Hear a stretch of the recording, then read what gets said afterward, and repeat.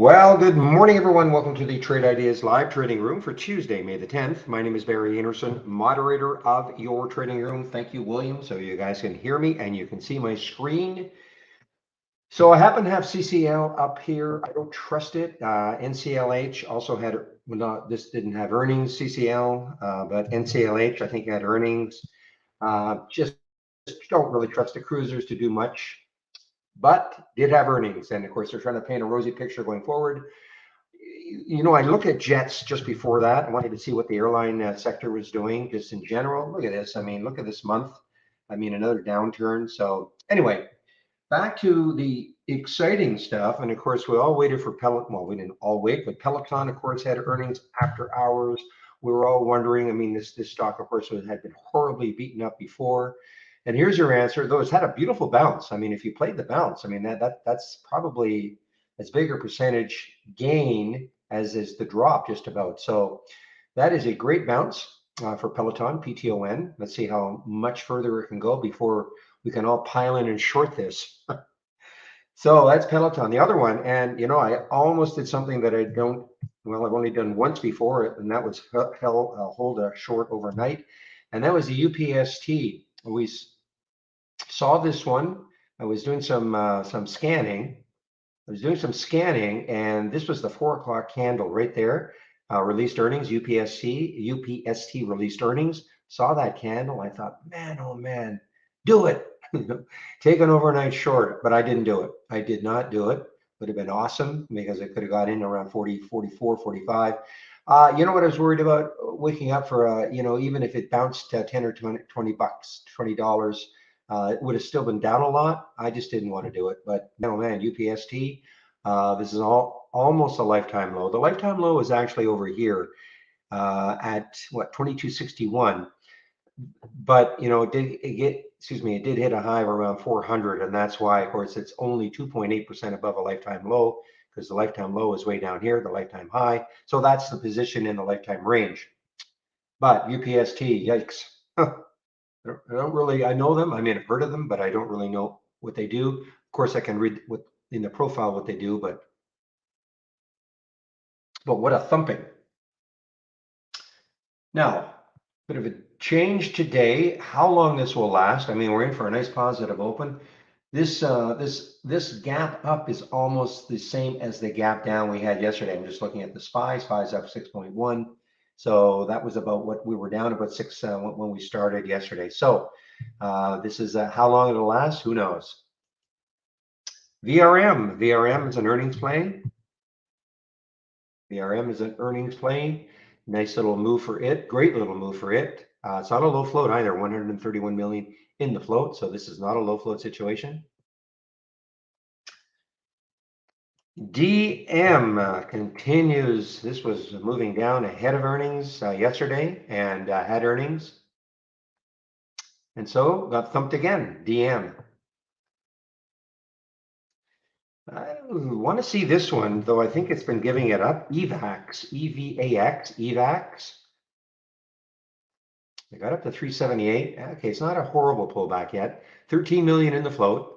It's an earnings play tomorrow, but they did release some news, some phase 1/2A results. It's a cancer drug. So EVAX is up and the float is low.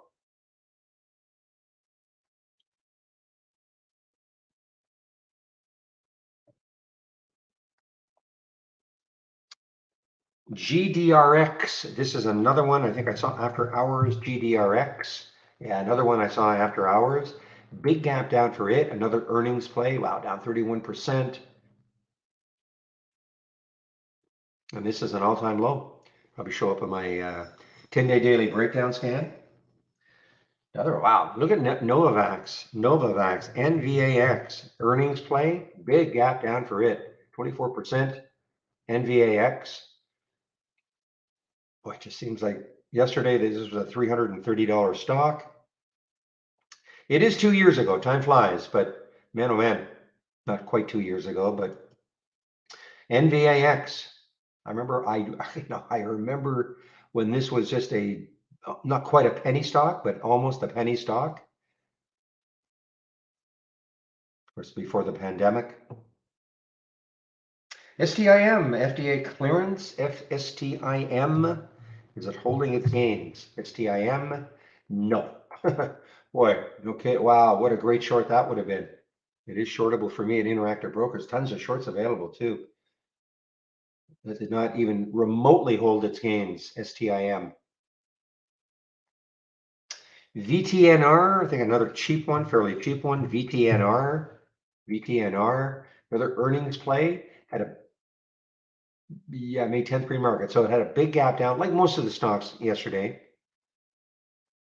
Okay, but this had a nice, so it's above yesterday's high now, VTNR. And of course, we're seeing a lot of bounces now for the stocks that got beaten up yesterday, like the Lucids, like the NKLAs. Even Uber's having a bit of a lift. Wonder if Lyft is. LYFT.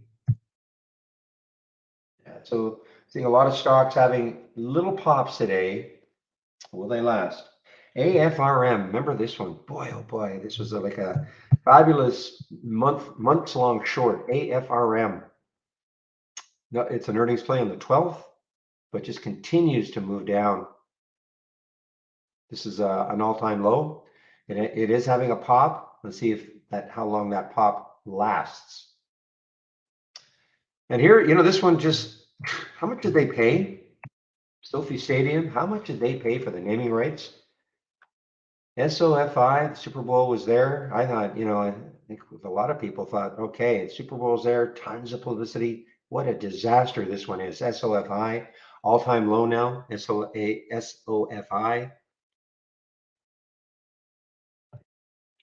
I think they paid several hundred million maybe for the naming rights of that stadium. Whew.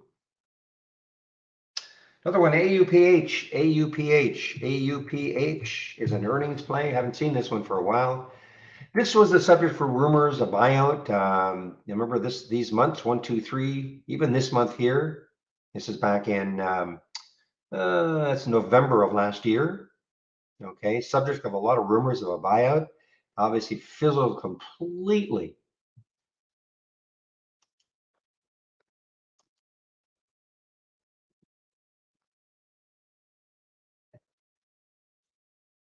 Boy, the SPY is definitely ramping up here.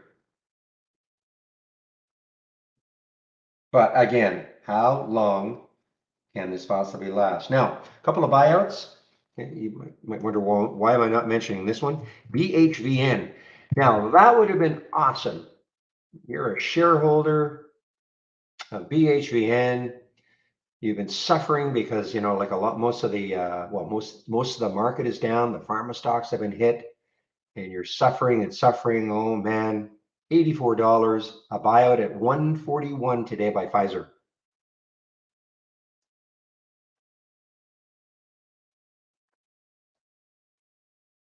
And another potential buyout is DRE. DRE is a potential buyout. In case you're wondering why this is popped. Prologis offers to buy Duke Realty in a nearly $24 billion deal. Okay, so that is a reason for the DRE pop. The BHVN, I mean, that's, wow, just amazing. The interesting to me always in this day and age that no clues whatsoever. I mean, this stock, look at the daily trading the last 2 days, basically in a decline like the rest of the market. I mean, check it out here, $125 here. I mean, no clue whatsoever this was going to happen.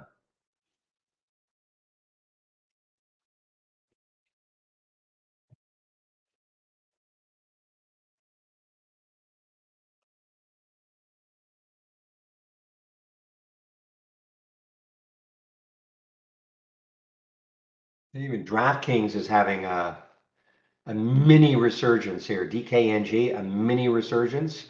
It's coming off the lows of yesterday, $10, 10.73. Trying to have a little pop, like a lot of these tech type stocks.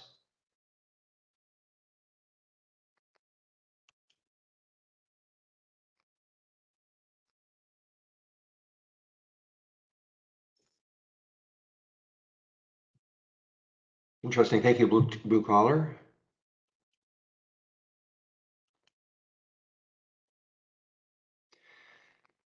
All right, is that it for Peloton? PTON, a nice bounce up to what, 1270. It is dropped now. Of course, it's an earnings play, such as it is, or they are. All right, guys, it is now 9:11. So what I'm going to do is just take a quick look to see what sort of upgrades and downgrades we have from briefing.com this morning.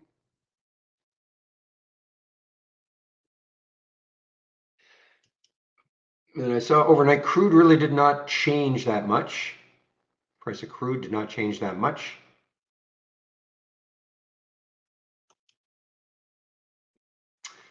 Yeah, the once mighty shop, no kidding.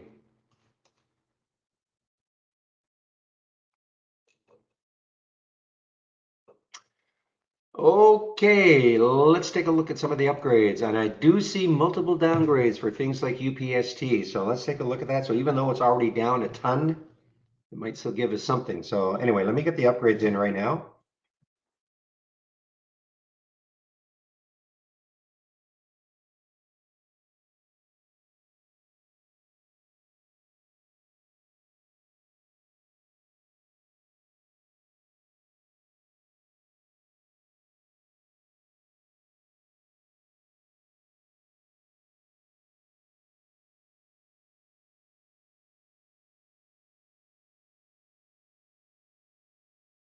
A few more upgrades to go.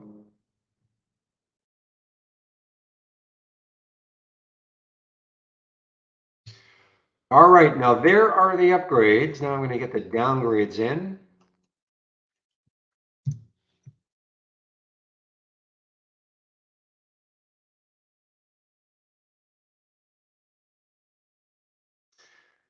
Ooh, boy. Okay, so even though this is already down a lot, and I'm not talking about the UPST, even though this one is already down a lot, many analysts are piling into this one, and I'm talking about, teasing you a bit here, GDRX. I see 1, 2, 3, 4 downgrades for GDRX. I see 1, 2, 3. Let's see, 1, 2, 3. I see 3 downgrades for UPST. So even though the list looked fairly long, there's a multiple downgrades.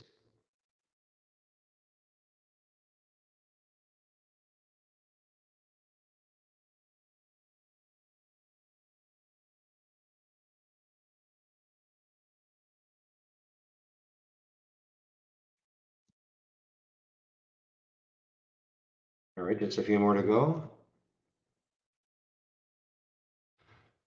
Okay, so even though these stocks are down a ton, the GDRX, we've seen this before. And when a stock, you wake up and you see a stock with multiple downgrades, even though it's down, I mean, this stock is down 27%. It's an earnings play. And you think, well, how much further can it go down? You'd be surprised. So definitely going to be watching this one, especially, I mean, it has bounced. I wish it hadn't bounced quite as much. I mean, that's about $1.60 bounce or $1.70 bounce off the lows. So that's the only thing, that's the only deterrent. But a lot of downgrades for GDRX, and of course, and a lot of downgrades for UPST. And UPST has not really bounced. I mean, forget these topping tails. So UPST really hasn't bounced that much. Of course, the issue now is, can you get shorts?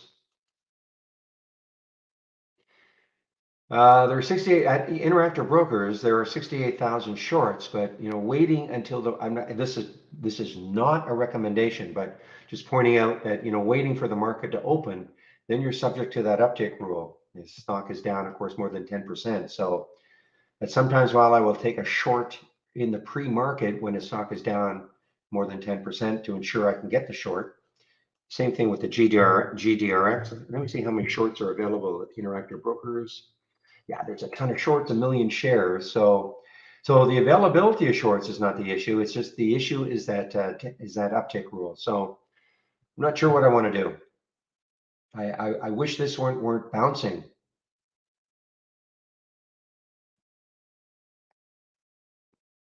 My ideal situation would have been for this one just to kind of flatline, around that 650 mark.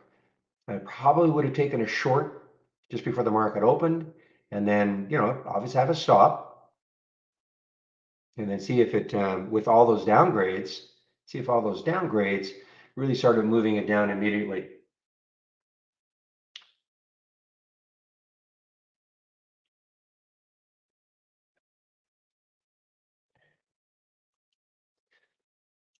So nothing, if you have interactive brokers, it's simple to see. If you don't have interactive brokers, I can't help you. I don't know of other brokerage platforms. But with interactive brokers, for instance, you can't see the GDRX here, but that's what it's telling me. Okay, 1 million shorts available. If you don't have interactive brokers, I can't help you. You'll have to figure it out from your own platform.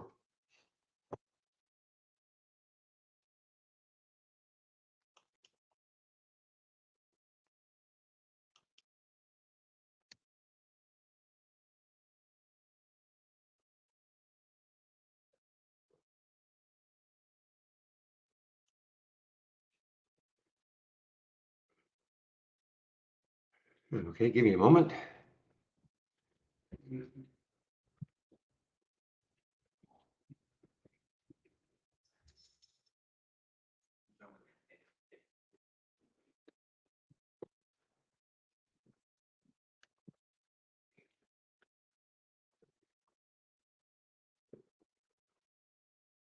All right, let's take a look at these sectors. Now, I'm assuming that every sector, maybe not energy. Energy was basically flat.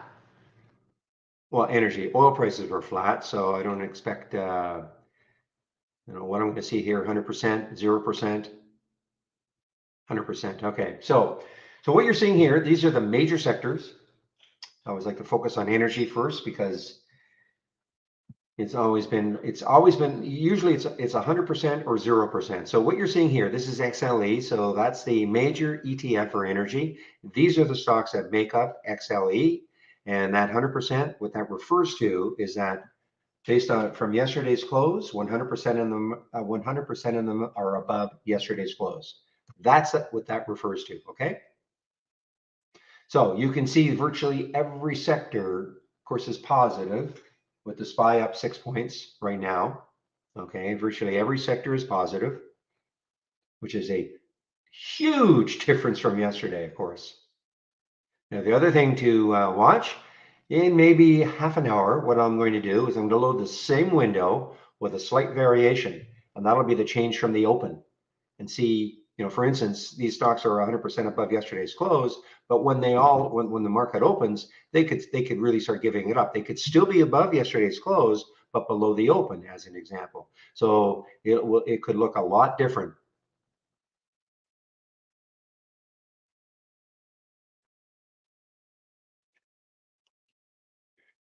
Yeah, well, if I don't know, of course, if they're going to look like they're going to roll over, I really don't know.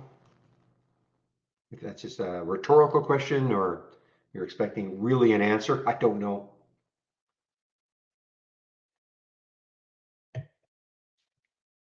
I mean, I would be skeptical of this bounce, but who knows? Maybe we bounce, and maybe we, don't give it all up. Maybe we just kind of chop a bit. Maybe we have another rally midday. We don't know.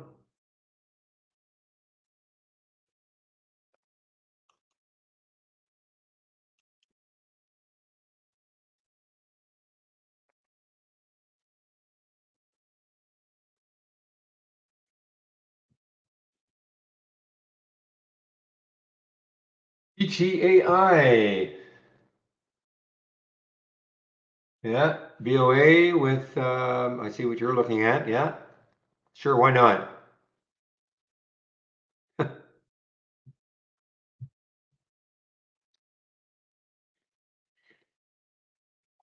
This is what Zach is referring to.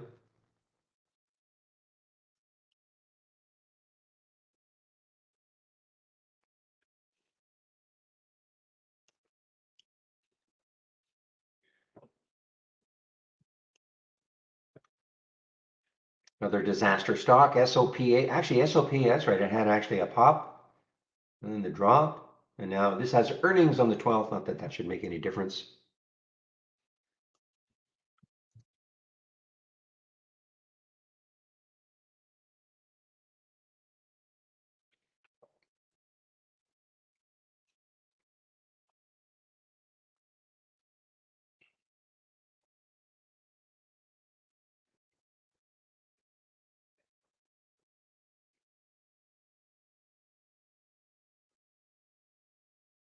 You know that BHVN is a buyout, blue collar.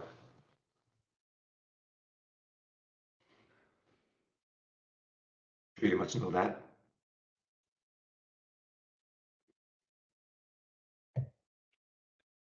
And if you don't know that, they're being bought by Pfizer. What's Pfizer looking like on that buyout news? PFE, what is it looking like? Market's right now rewarding it.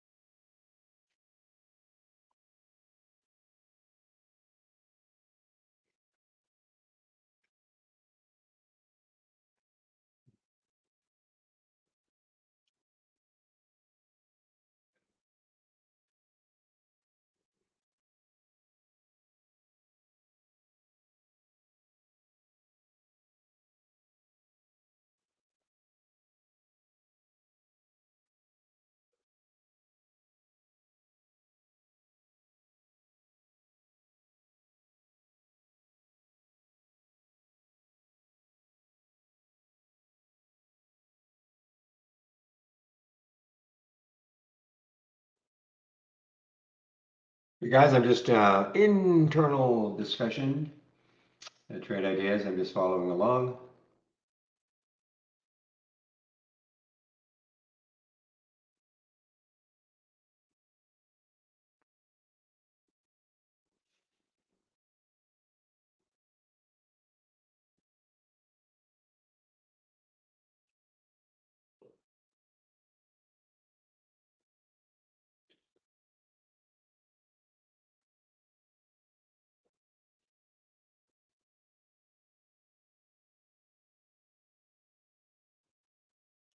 Okay.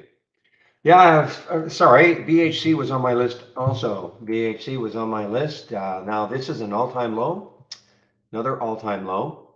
BHC earnings play on my list. I forgot to mention it.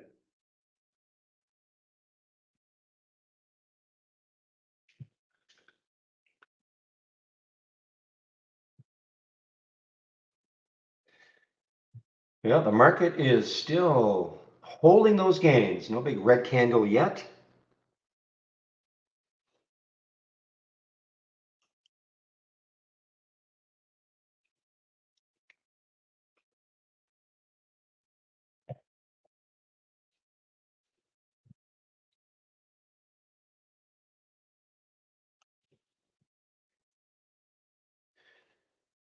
And some of the stocks, of course, that got beaten up badly yesterday. So there's FUTU.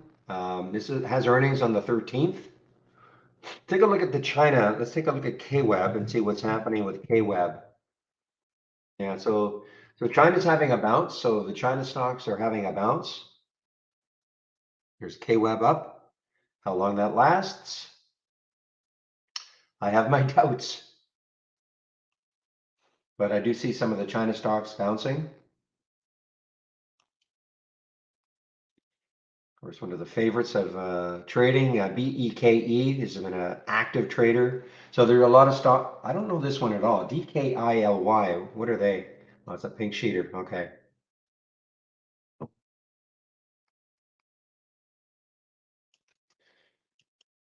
And Riven, after another horrible day yesterday for it, it's bouncing also. Again, for how long? High yesterday was 25.83, so it's not quite $2 away from that. And that is the RIVN.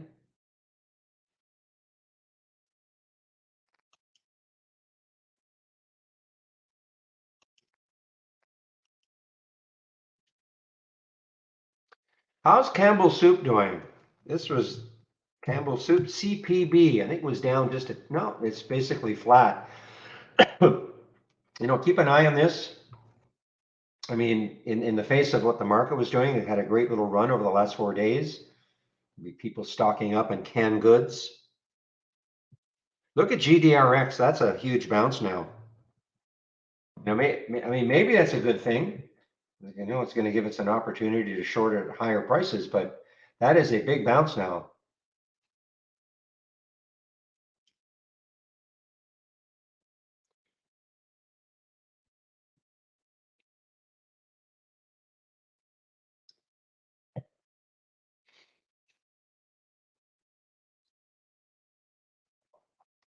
All right, I'm just looking to see if anything else is creeping in. I did see this CLOV. I just can't get too excited about it. CLOV is an earnings play. Just cannot get too excited about it.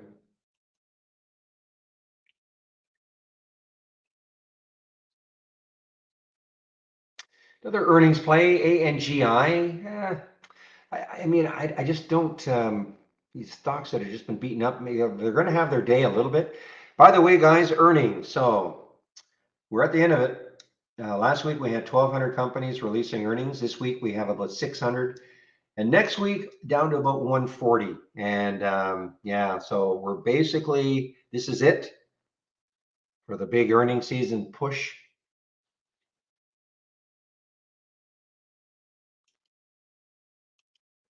Which is too bad because we get a lot of stocks that are releasing earnings. I mean, there are the ones that are the volatile ones during the day. Give us the opportunity to trade them either direction. Doesn't mean there won't be anything to trade, of course, once earnings season is over. Just won't have quite the number.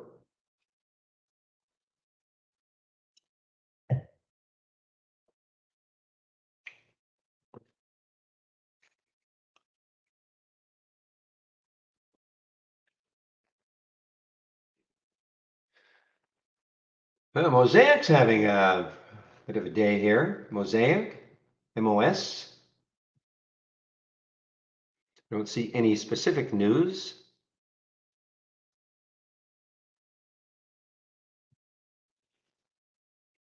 All right, give me one moment, please.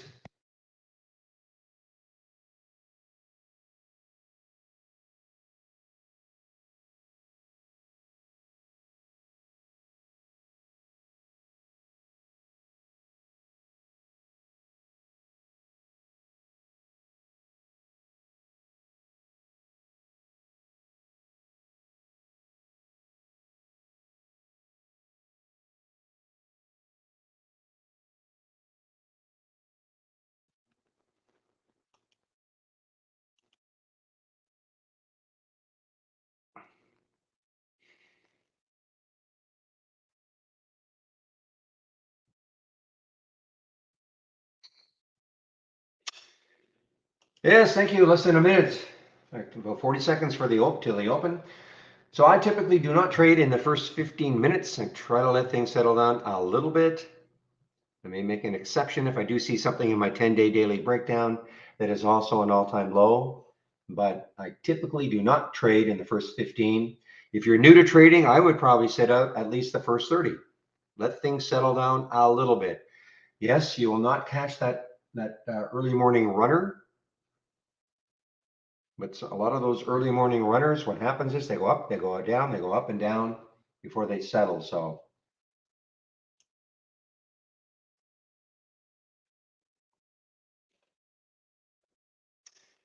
and we are now open for business. So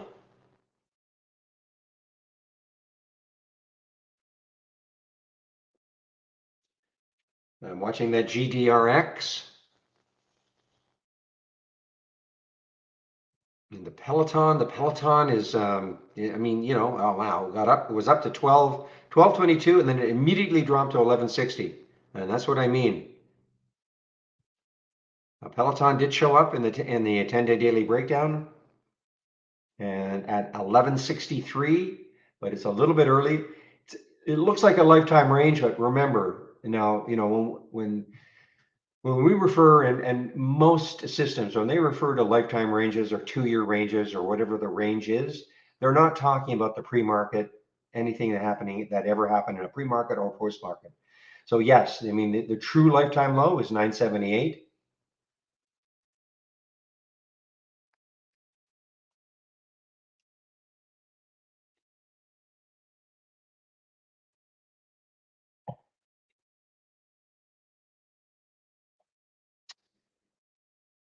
Isn't Didi getting delisted? Aren't they voluntarily, quote unquote, voluntarily taking themselves off?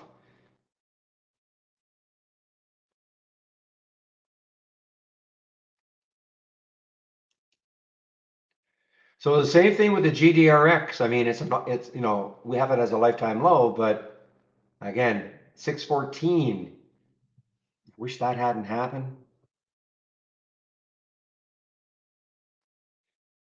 So that's why I'm a little reluctant just to take the short right away.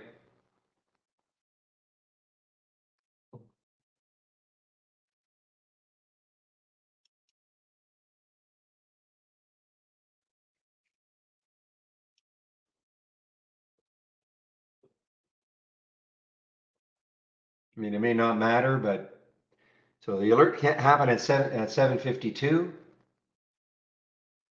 It's 7:40, 7:39 now.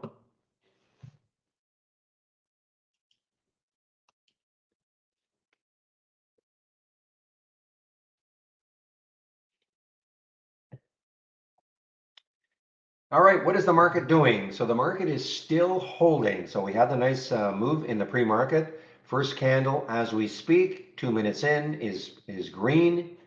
So the Dow's up 450, SPY's up 72, and the NASDAQ's up 300. So we've got a positive open to start. I still have my doubts that this is going to maintain itself for the day, but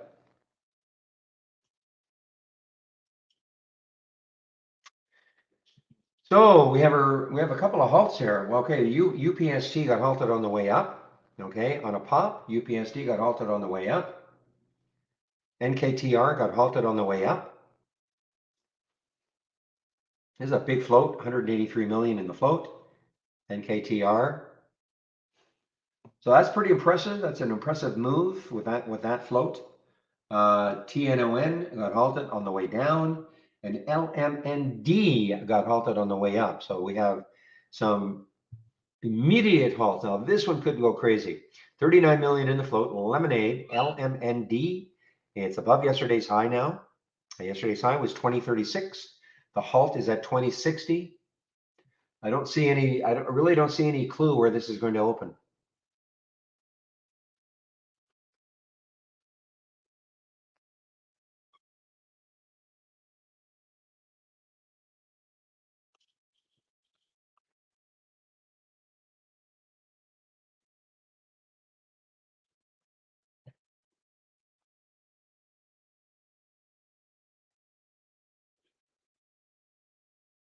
All right, VTNR. What's Peloton doing right now? Peloton and PTON. Yeah, just sort of chopping around a little bit, just kind of chopping around. Maybe if it takes out 1151, the bottoms of those three 15-minute candles, it could get it rolling down. I mean, this is just a trade for people, of course. I mean, the company is in complete disarray. I didn't even read the guidance or whatever they're guiding.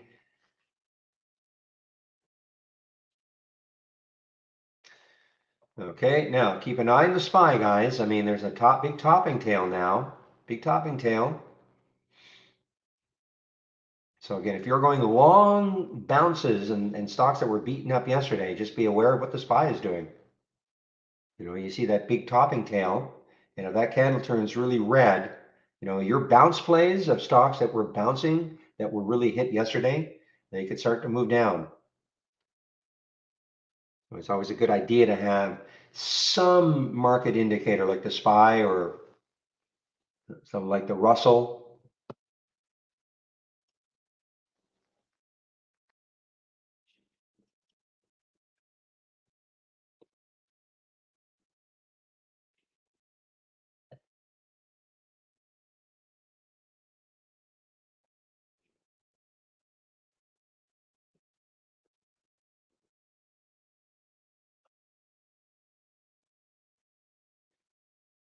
Well, here's another one. EMBK. EMBK is an all-time low. All-time low.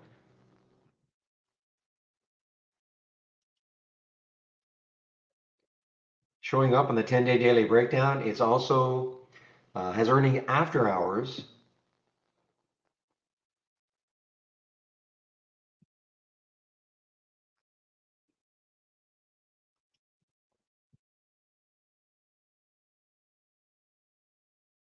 And Plug, remember Plug yesterday? Plug yesterday was just soaring higher for a while anyway.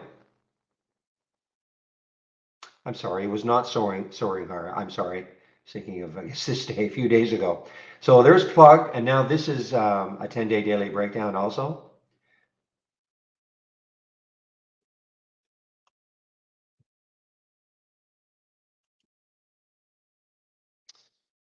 Ugh, what a short this one was. Holy smokes, what a short this one was. STIM had a big pop pre-market all the way up to 327, down to $2. Did it have some news, something about an FDA clearance? But the market said, okay, great, yes, we love it, we love it. Now we don't, and now we really don't. Excuse me.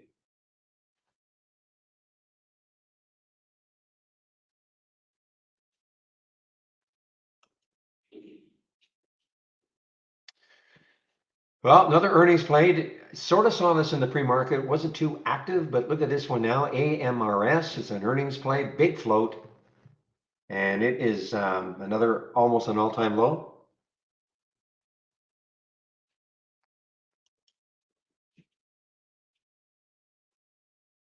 I don't have that halted, so let me maybe the volume is too low. BVXV.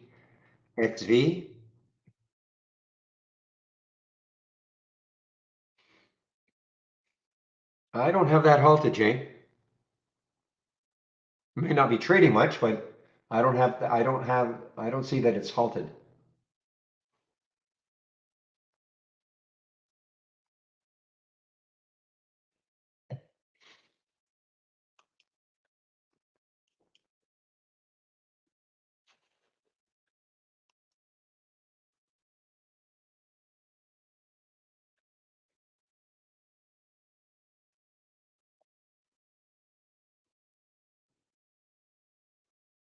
All right, the lemonade opened, LMND opened, but actually it had a pretty big pop, but it came right back down. It was halted at actually no, it got halt. No, it didn't have a big pop. It was halted at 2060, and it basically opened there and it fell. Shoot, that was shortable for me also. Hey, EMBK guys, look at that. Look at EMBK. Just a little one, but giving it up. EMBK. And yes, yes, you know what I did? All-time low. Only time I ever take anything early. Wow.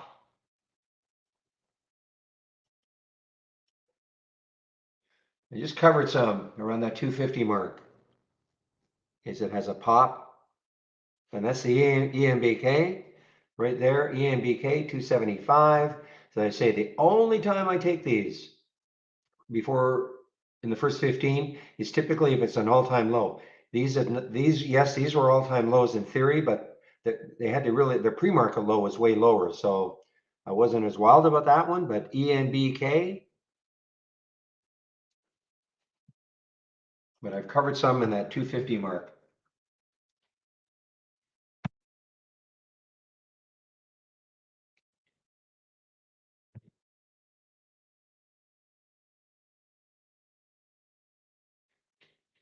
And that was down more than 10%. And I almost yanked my order because I wasn't getting an immediate fill. But I said, yeah, well, let's just hold it there for a bit. And I got a fill at 276. But I had to hold it there for probably 15 seconds, 20 seconds before I got my fill. And then I took well, quite a bit out. Remember, I always think that 50-cent level for stocks under 5 can be as important as the $1 level. Okay, here's CARG showing up in the 200-day, the 10-day daily breakdown. This is not an all-time low. Now, they don't all have to be all-time lows, of course. This is an earnings play.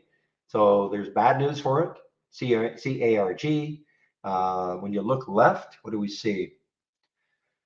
Looks like the next on the monthly chart anyway, looks like just around $20 or so. So this has still got some room to move before it hits those lows on the monthly chart. Let me back out the weekly and look.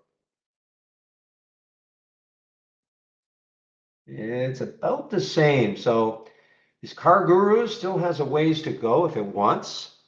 I'm not in this short.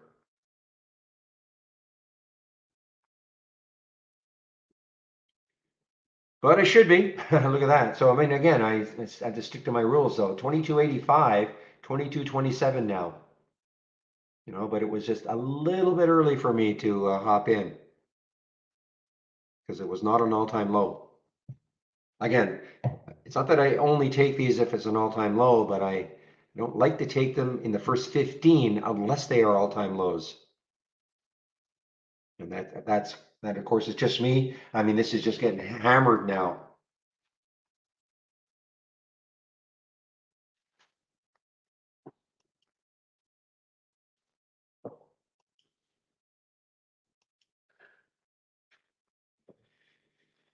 DM, this is an all-time low. It is not showing up in my all-time low scan or my 10-day daily breakdown scan.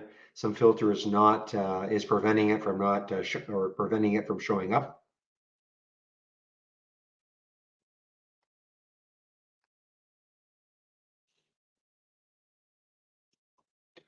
Well, the EMBK guys, that was just a quick one. I thought maybe that would maybe that was a nice move, but it came right back up. So completely out of it. Yeah, we're getting some bounces here. Look at BHC. BHC, look at the bounce here now. A lot of volume came in. So that's a big bounce. I mean, from 921 now. So again, how long will these bounces remain or last? So PEGA, look at this one. PEGA was halted at 59.45. Wow, look at this one. Holy smoke. So here's your news. Appian was awarded $2 billion in damages against Pegasystems. Obviously some lawsuit.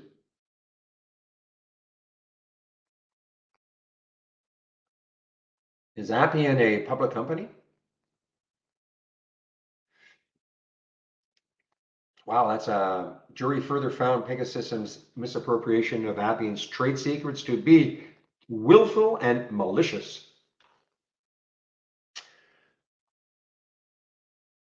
I don't know. I can't. I guess they're not a public company. APP or Appian is not a public company. Wow, what a drop for this one, Pega, on that news.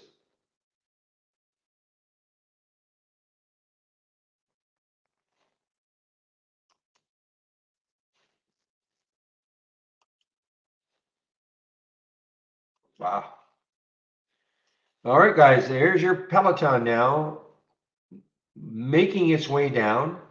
Give me a moment here. Get rid of some of my previously triggered ones.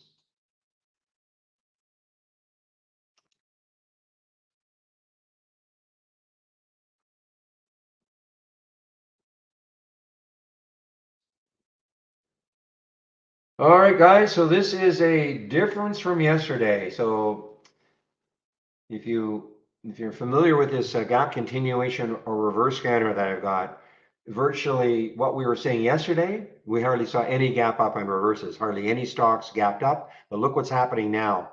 These are all like in the yellow. These are all stocks that gapped up and now are reversing. And look what the market's doing. So again, as I said before, I'd be very highly skeptical that any of these pops are going to remain. I mean, I'm not saying anything that most people don't think, but I mean, and look what's happening. Gap up and reverse, gap up and reverse.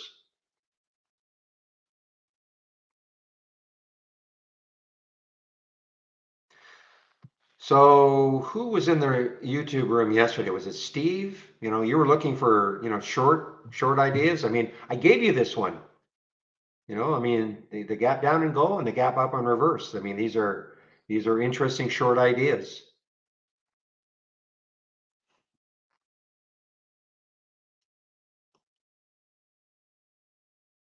Wow, I mean, look, Lee, actually, LI. Wow, look at this, guys. This is just over and over and over and over and over.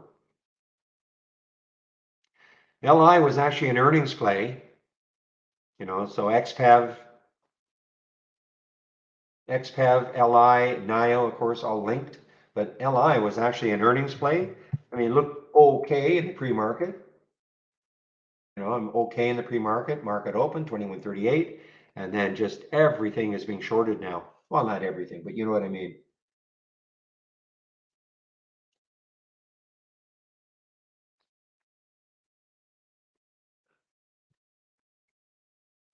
Except for GDRX. What the heck is wrong with GDRX? Why is it so up here? Remember I was talking about the NCLH? I did not trust. I did not trust that bounce on earnings for NCLH. I just don't think the cruisers can get it, are just going to do anything. So look at this. CCL probably looks the same.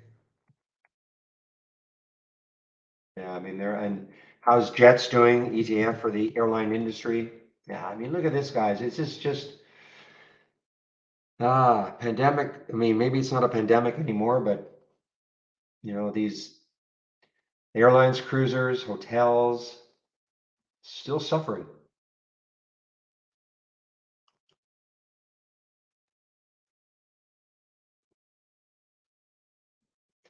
I mean, look how many stocks look like this now. Look at AFRM. Look at the initial pop. Look at that. Look at the SPY, the pop, and now the drop. A lot of stocks are going to look like this right now. Yeah, Peloton is a little too chop chop. Look at GDRX. What the heck is going on? Multiple downgrades, but it's continuing to bounce. I mean, Bank of America is trying to prop them up, maintaining coverage and a target of 14.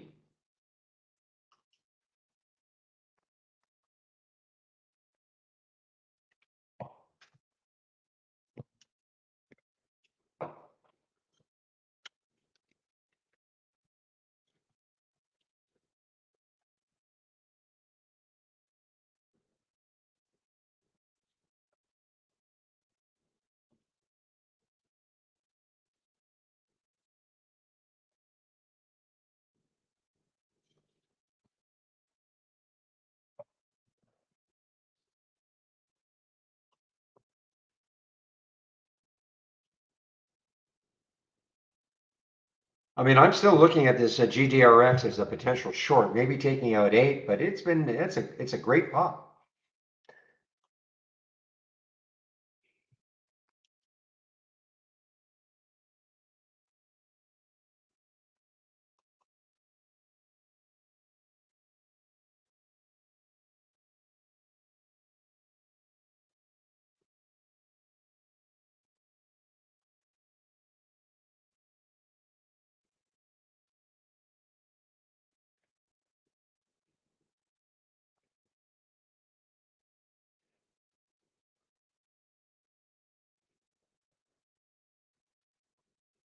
Riven, remember Riven had a nice pop at the beginning, like a lot of stocks, but now dropping just like the SPY. Riven is actually shortable today for me. Yeah, there weren't shorts available, not very many, 20,000 at Interactive Brokers.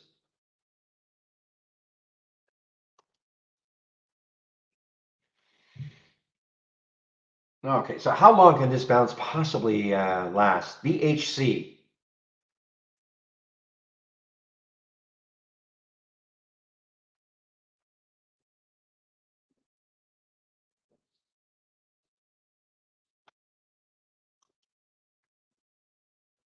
Boy, there's so many stocks, guys. So many stocks. Either gap down and go or gap up and reverse. There was the VRM. VRM starting to reverse.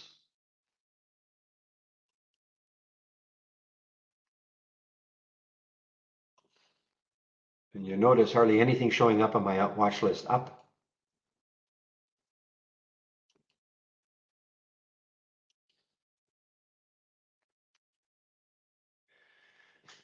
So some pretty good ones already from my watch list, guys. These are all short opportunities. Okay, there's the AFRM, 1880. 18 gets down to what, 1836. Peloton, of course, on watch, 1145. It's kind of chopping around a bit. This one, Fastly, had earnings a few days ago, got hammered, 1162, 1144. And nothing, even though the market's up, but nothing on the upside.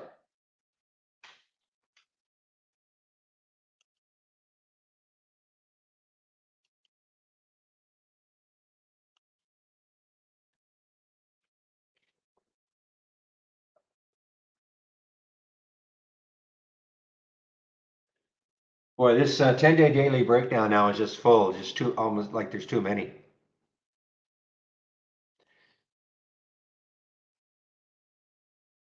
But it just goes to show, even though the market popped up, it's just getting a lot of stocks making 10-day daily lows.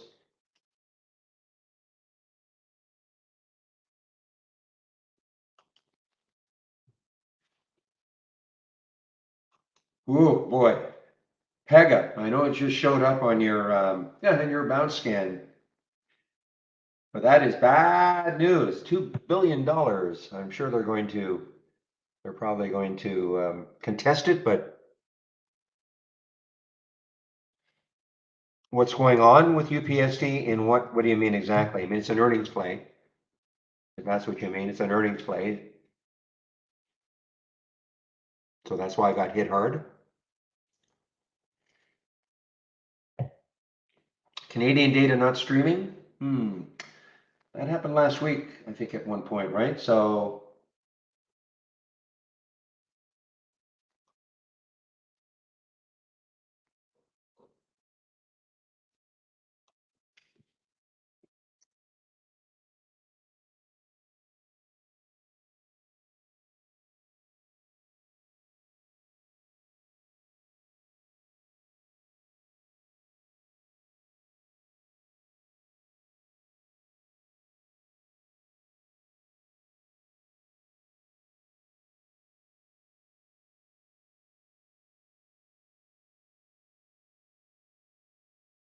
all right, it's been reported, Led, okay, regarding the Canadian data.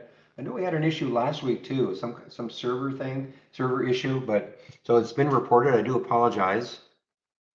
There's so few people in this room, even though I am a Canadian, that look at Canadian data at all.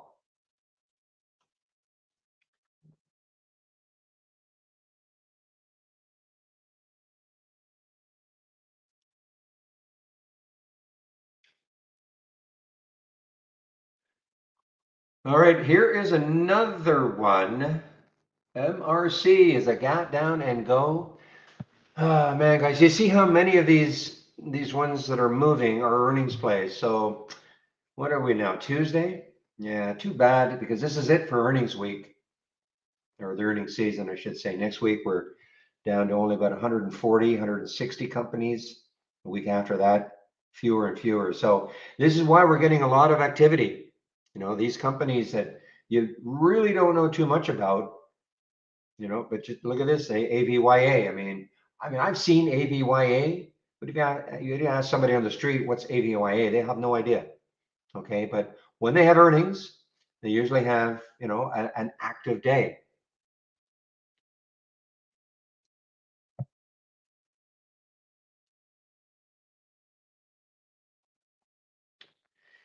Yeah, I mean, this may bounce at some point, this Pega, but holy smokes, I mean, you know, that's bad news. So even though it's on Zach's bounce scan and it's halted again,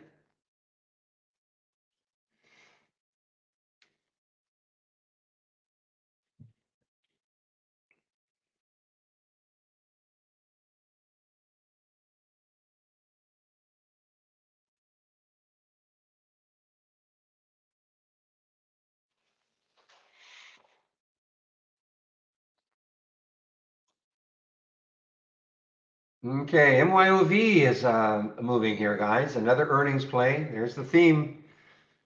You have our single stock window. You have the earnings date. You can just tell. You can also tell on our charts whether it's an earnings play with a little E there. So many stocks that are active, they're earnings plays.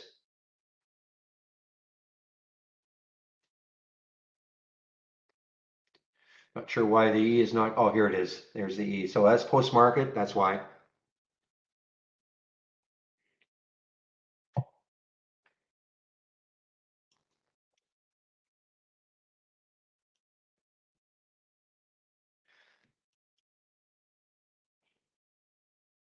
Another earnings play. EYE. I.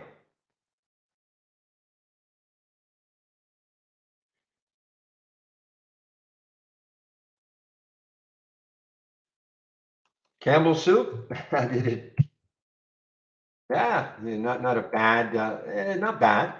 I mean, it was sort of hanging neutral.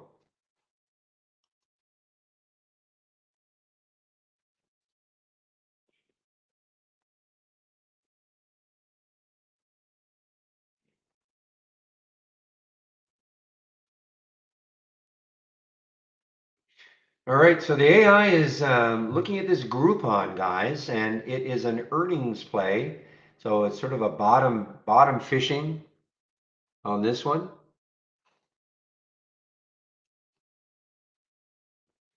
And it's also looking at, and Coupang is an earnings play tomorrow, okay? They release after hours tomorrow, unless they early release doesn't look like it. So that's a CPNG.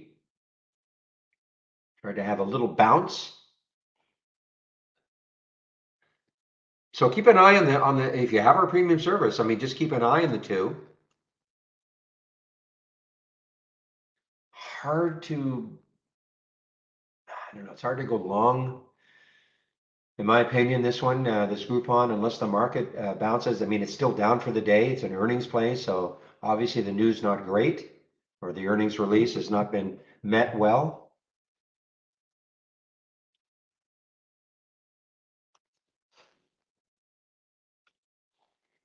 Hmm. EMBK is right back down. I'm not in it now, but EMBK is right back down. I wish this hadn't happened, of course, that mini recovery, but EMBK is right back down. GDRX is still hanging tough. And Peloton, yeah, Peloton is not giving us any huge move yet. Not since the market opened.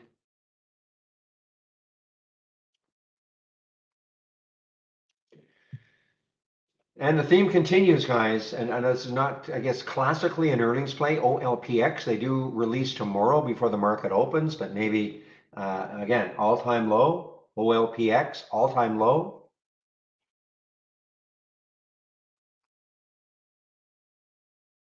Kind of a spotty looking chart, though. That's a bit of an issue. Kind of a spotty looking chart, a little bit jumpy, but it's an all-time low. Another disastrous IPO.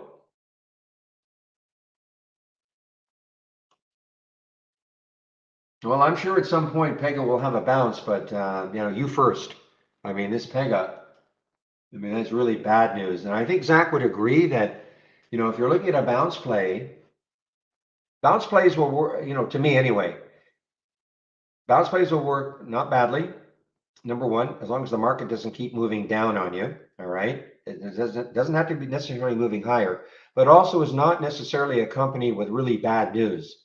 A stock might be moving down with the overall market, but this has got bad news. So, I mean, you're going to take this one, and some may, but recognizing the fact that that is really, really bad news. So that news is not going away.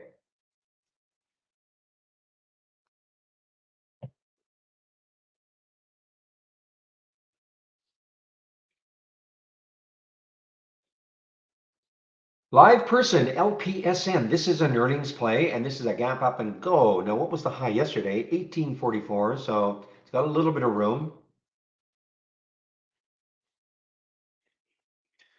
Okay, now look what's happening with the market. My guess is we're going to see some bounces now because look at that market. Look at that second 15-minute candle, big bottoming tail on the SPY.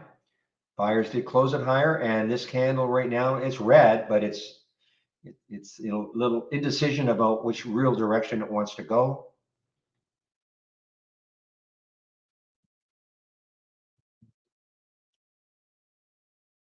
I mean, that's a tremendous bounce. I mean, it is a tremendous bounce for Pega, but you know, I mean, some plays are just riskier than others, but it's a tremendous bounce. But you know, where you could have tried it here at 48, you could have tried it here at 46, you could have tried it here at 44. You know, down here at 43, sure it worked, but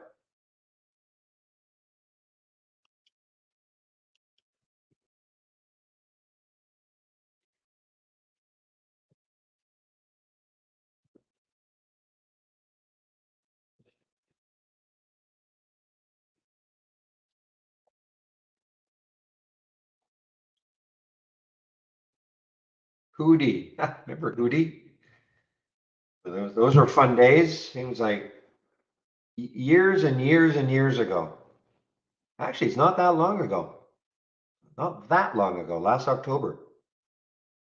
And we had all this craziness with Hootie, Hudi. Okay, theme continues, guys. IGT, earnings play, gap up and go.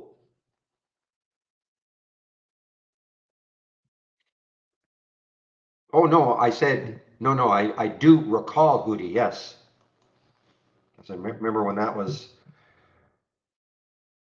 craziness, and it just seems like it was longer than just last October.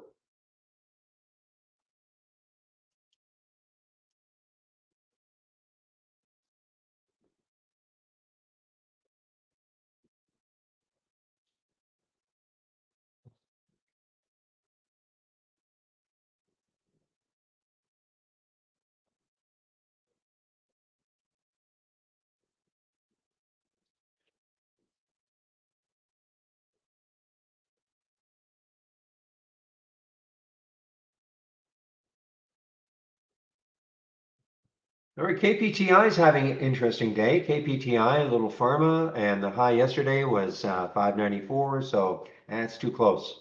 But it's having a bit of a day. I'm just looking at some top list scans. Ah, so this is Appian. I should have known that. So these are the ones awarded the 2 billion. So they, you put Pega and Appian side by side. So they were awarded the 2 billion. Again, I'm sure it's going to be contested, but this is the reason for Appian moving higher.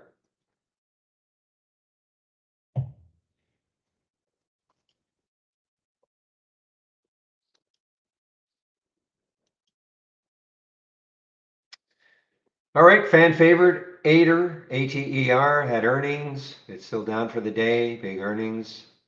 Trying to reverse a little bit here, ATER.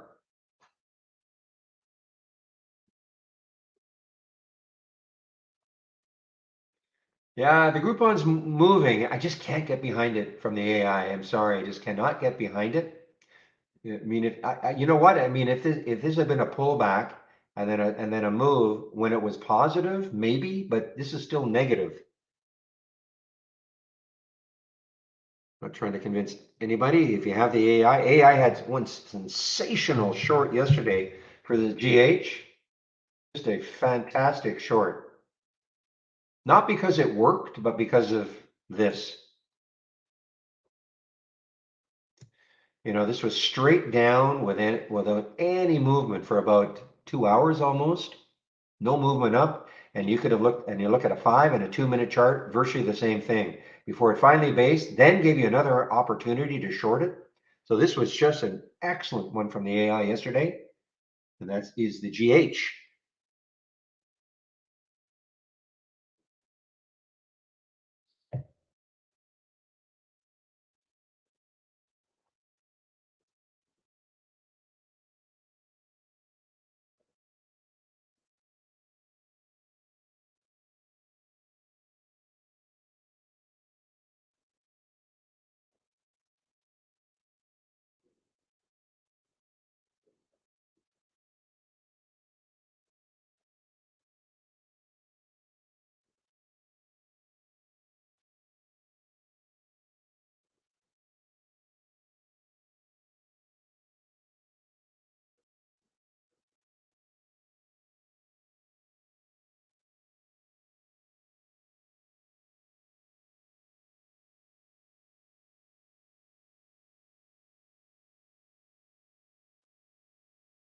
All right, guys, I is now below 25. EYE is below a 25.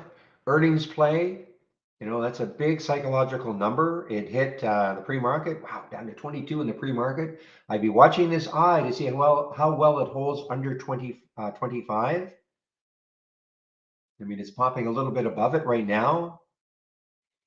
Lots and lots of shorts available at Interactive Brokers, 3.2 million. So that would not be an issue. It's just a matter of how well does it hold under 25. Now the market's putting in good. I mean, it's putting in a nice little bounce. Maybe a glimmer of hope for today. Look at these bottoming tails on the SPY.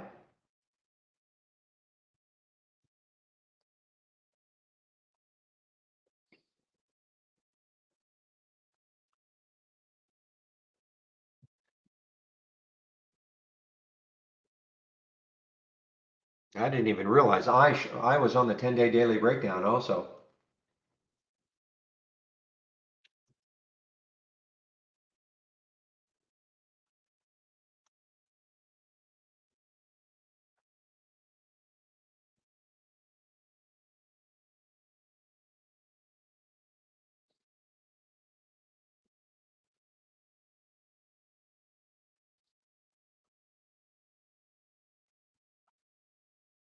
Yeah, it's still chopping around that 25 mark. And the spread is not great for I.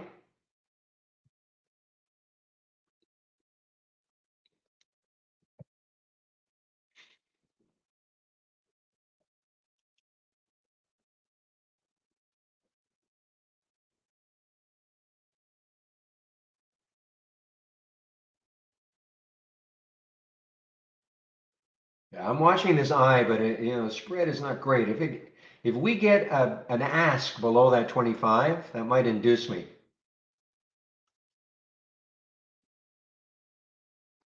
Right now it's 25, 25, 13.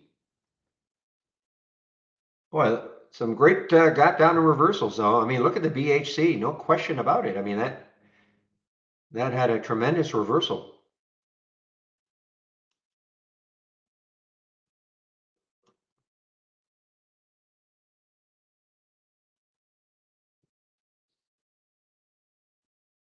It's a great little window, guys. This little scan, you want to have active stocks for the day and not like a ton of them. I mean, you see the same symbol over and over in this particular window, but they're all basically all earnings plays.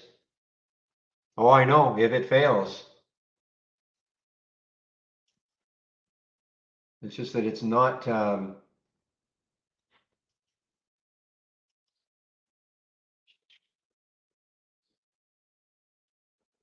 It's just not wanting to fail.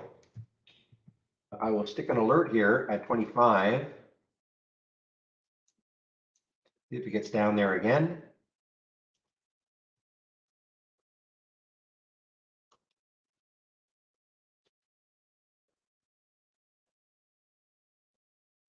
Keep an eye on the GDRX now. It just broke down to under 8, guys. GDRX. Ah, shoot. It just broke down to under 8. I might be too late. I wanted to get it in the 90s.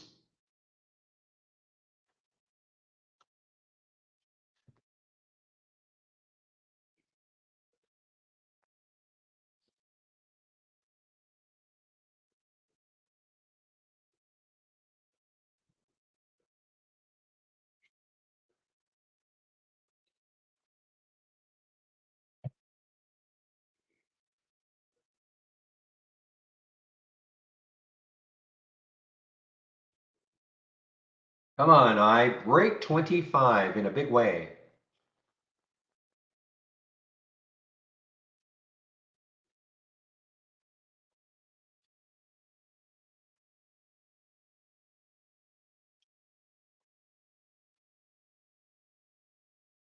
Okay, AHCO, another earnings play, had a big pop. It was a 10-day daily breakout, and it's had a pullback, a little bit of a pullback, but it looked like it's weakening. Okay,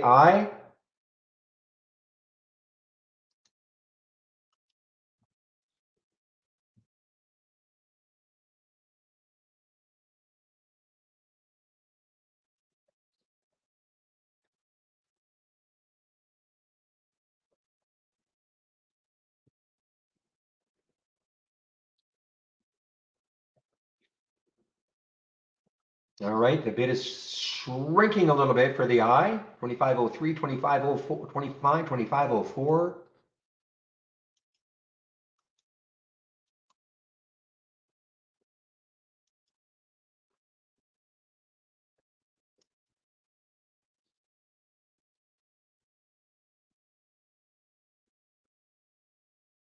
Okay.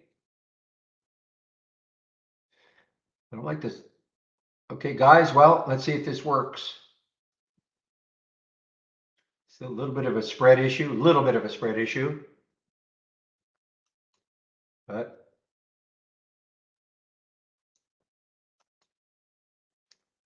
again, understand, I don't tell anybody to, I'm just pointing on opportunities.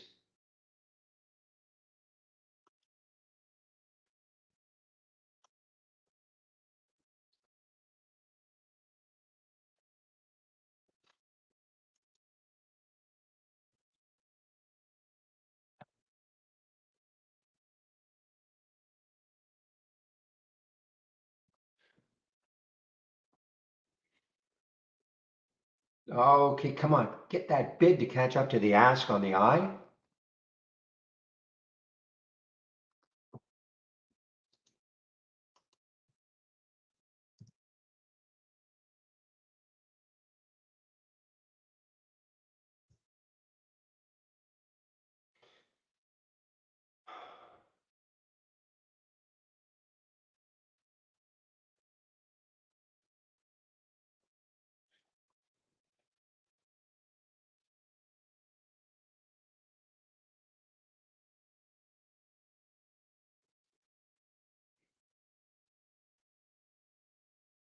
All right, turning into a beauteous thing now.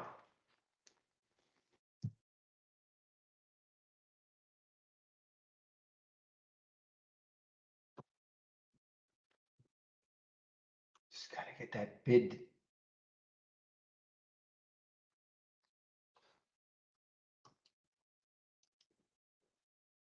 Are you kidding me? Poe is Ost doing his thing again for a while. For a while.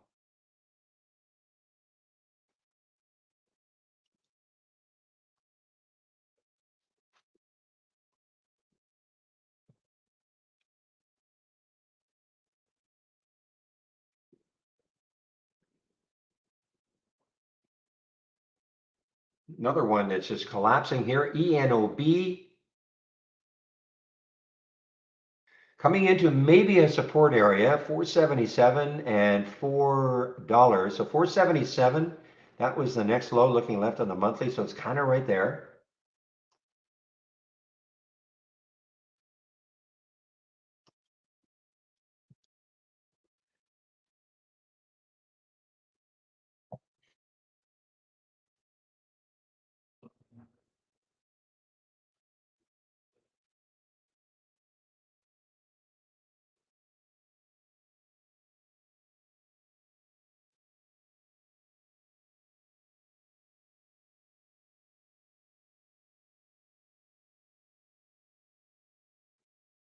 Yeah, Hootie, I remember that this one used to be shortable at Interactive Brokers from time to time, HUDI, but you're right, no shorts available on this one. And came right into the 200-day moving average, 1715 or 17. All right, guys. Made a little bit on the IY. It's just, the eye. It's just a little too choppy still, and the spread is not great. So I'm out of that one. Made about 25 cents on that, and that's about it. I was really hoping for a big collapse.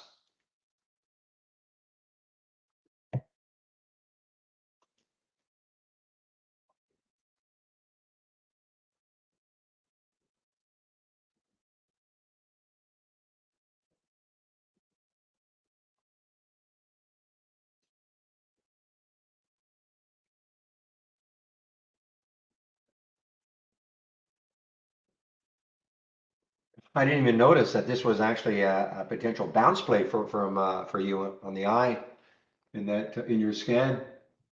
I mean, looking certainly for some topping plays now.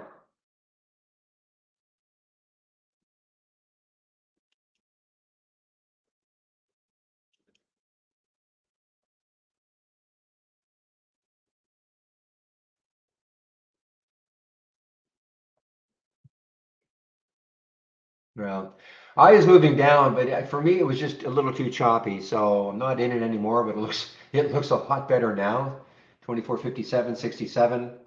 But yeah, but the spread is wide. I mean, 61.86 now. I mean, it's just for me. It's there's got to be easier trades. So,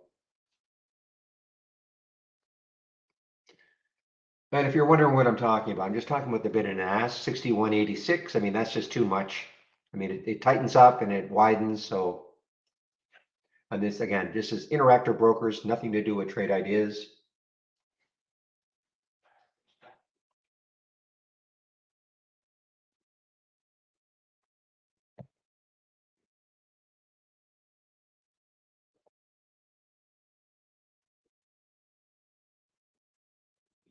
Yeah, I'm looking right back up over 25 now. So too whippy. Even the GDRX does not want to give it up. I was really toying with the idea of a 784 short, but it doesn't want to give it up completely yet. Even though bad news, lots of downgrades, but it's just kind of holding that pop as is BHC. And Peloton. Peloton is, yeah, I mean, Peloton is not just holding the pop, it is moving higher now. BTON. Are these people crazy? Who's buying this?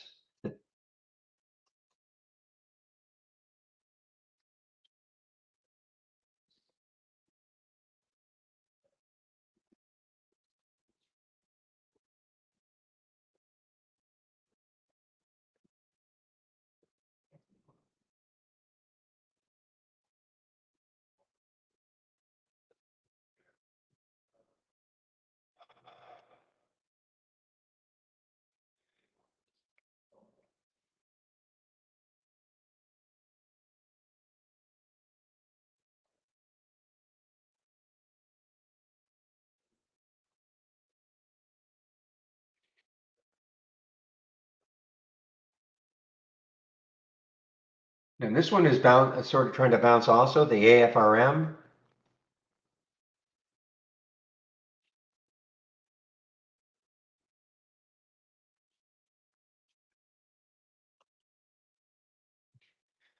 Market right now is a touch of uncertainty, okay? I mean, we're sort of stuck in this area right now.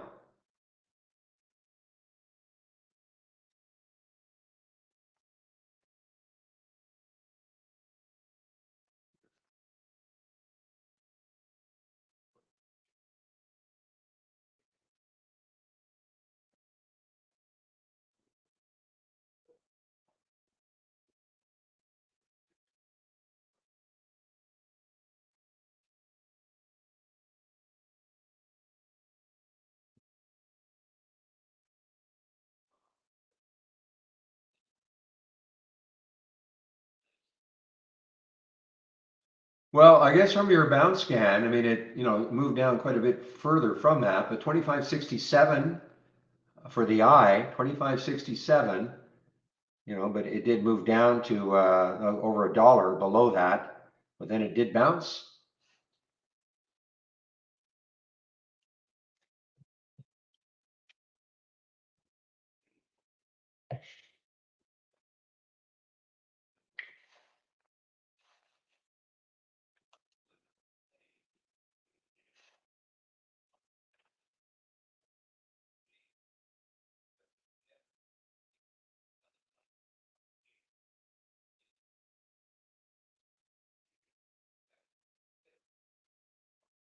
So ENOB, see if there's any specific news about this one. I don't see any news on this one for the ENOB.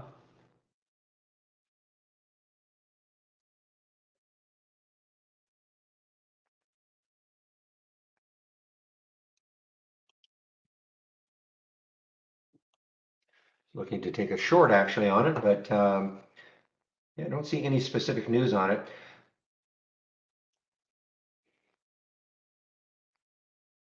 Yeah, this was not available, unfortunately for me. EVAX to short.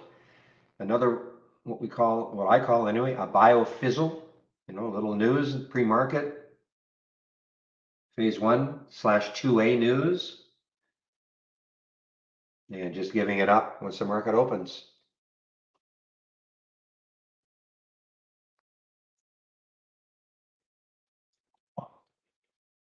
All right. Well, I guess it's time, guys. 10:22. So bear with me. Those of you in the room for a while, you know what's going to happen here.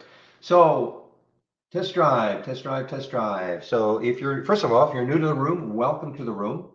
This is the format, Monday to Friday between 8 a.m. and 3:30 p.m. Eastern Time. Sharing my screen and live on the mic.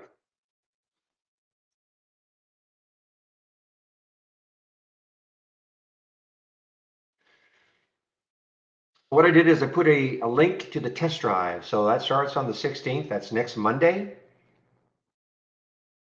So if you want to try Trade Ideas, this is your great opportunity. It'll cost you $11.11 for 10 trading days. The test drive starts on the 16th. That's next Monday. So if you sign up today, you're pre-registering. What does it get you? It gets you access to our full premium service except for auto trading. No auto trading, okay? But other than that, just as if you're a full premium subscriber, and that is for 10 trading days. Now, you'll actually have access to the program about an hour after the market closes on Friday. And why that's important? Because if you're going to take the test drive seriously, you should prepare yourself a bit, learn a little bit about the program, and I'm going to show you how you can do that. Once the test drive is over, it's over. Nothing for you to do. You don't have to unsubscribe from anything. We don't put you into a subscription, okay?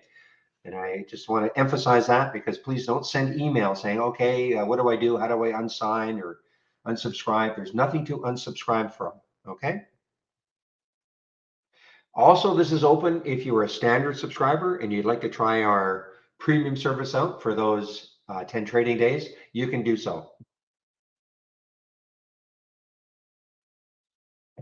And again, if you're a standard subscriber, once it's over, you'll go back to being a standard subscriber unless you tell us, hey, keep me as a premium subscriber, okay? So that's a test drive. We only do it 4 times a year.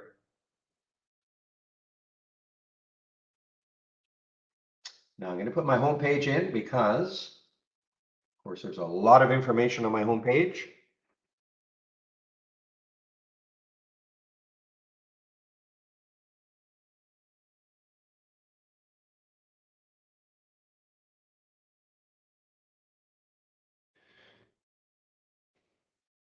So if you click on my homepage link, this is what you're going to find.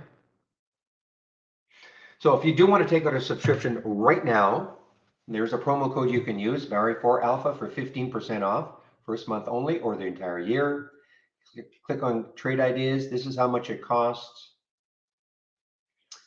So in the fine print, the annual is $2,000. Okay, the premium annual is $2,000. The premium, the standard annual is $1,000. And what they're doing here, this is just showing you how much it is per month, okay? But of course, you can apply a 15% discount to this, okay? And the big difference is the AI, which I'll go over. AI had a couple of really nice ones yesterday, but I'll go over that in a bit. But what I would do is this: you don't have to hop into an annual subscription. Make sure you want the program. You can always take out a monthly subscription. 118. I would start off with a standard 118 less the 15, 228 less the 15 if you want to go premium. The discount's only good for the first month. So if you want to maintain a monthly subscription, which is absolutely fine, this is what you'd pay going forward. At any time, if you want to upgrade from a monthly to an annual, we'll honor the 15% promo, okay? So if you're going to take the test drive, this is the first thing I believe you should do. Let's get started. It's about 30 minutes long. There are 10 videos. It starts off with a download and installation, first startup and login, toolbar and right-click magic, etc. Okay, it'll take you about 30 minutes. These are 10 videos. Get prepared for the program.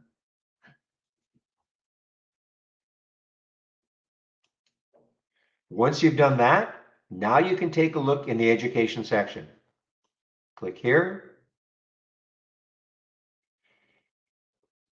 And here is our user guide. Do not get hung up on how much information there is in our user guide. My advice, you probably just want to check out these first 4. There's the toolbar, what it is, the channel bar, which I'm going to go over in a bit. and how to create, what is an alert window, how to create them, what is a top list window, how to create them. Obviously, there's other stuff here, but you don't have to learn everything, right off the bat. I would concentrate probably on just these four.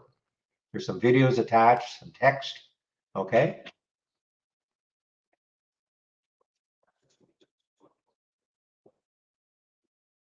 So that's what I would do if you're gonna take the test drive, or if you're a brand new user to Trade Ideas.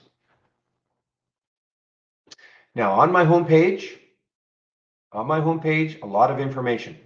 So the trade of the week is sent to you before the market opens every Monday morning. That's a free service. I do a stock of the day video at noon Eastern, and we talked about a little bit about the education.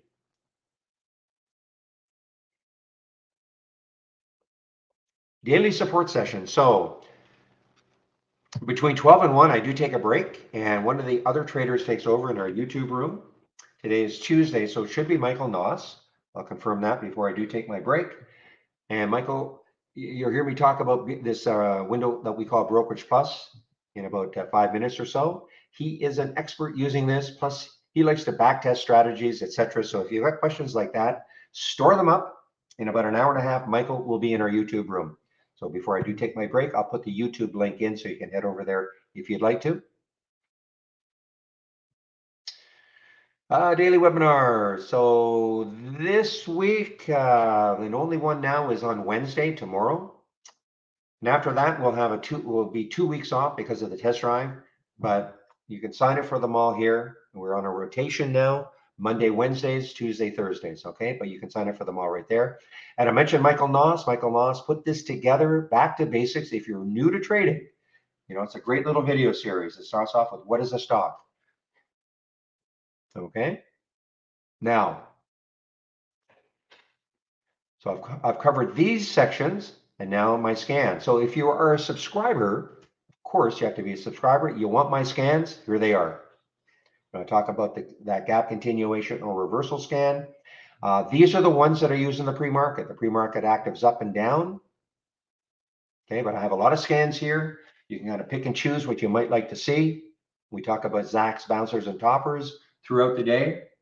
Okay, so a lot of scans are here. If you don't want to build your own scans, I have them here. So save my link. If you save my link, then you can look at all these sections that get started, my scans, and the education anytime you want.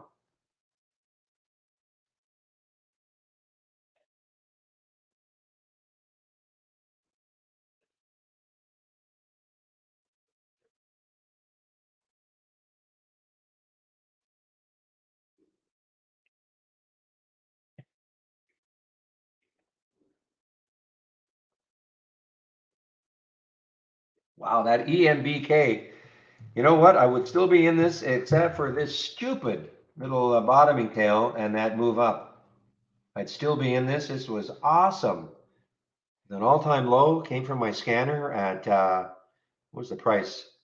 275 down to 228 now. I mean, that's a tremendous percentage move. Unfortunately, I just wanted to protect myself, and c'est la vie. So what is Trade Ideas? We are a scanner, okay? That's what we do. We scan the US stock market. Doesn't matter where you live in the world, and it doesn't matter who your broker is, you can use Trade Ideas. So I mentioned on my homepage, I am sharing a lot of scans. Also, if you click on, from our toolbar, you click on New, and then Docked Channel Bar. These are all theme-based channels. So again, if you're new or you're going to take this test drive, I go through them. Let's take a look at them, see what they're all about. So, you're looking for a momentum channel as an example.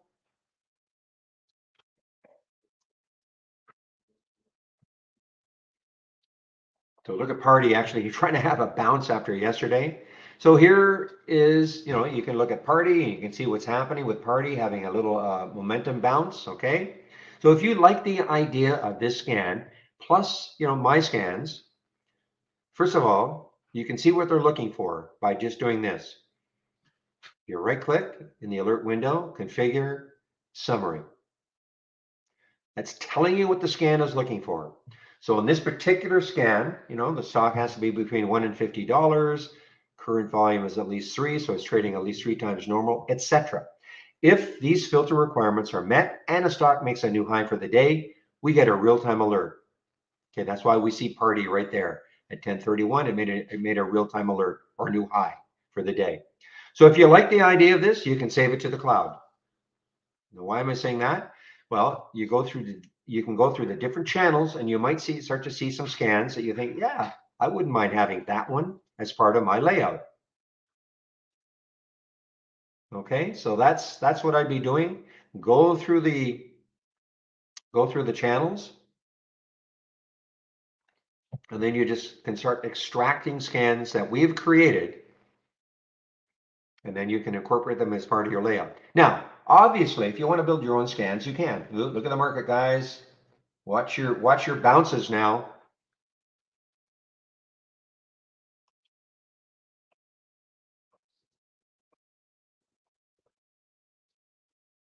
So if you want to create your own scans, of course you can. So when the company started in 2003, boy, it's almost 20 years. They had a decision to make. Do we force people to learn a programming language, or do we do this? I right click, configure, search.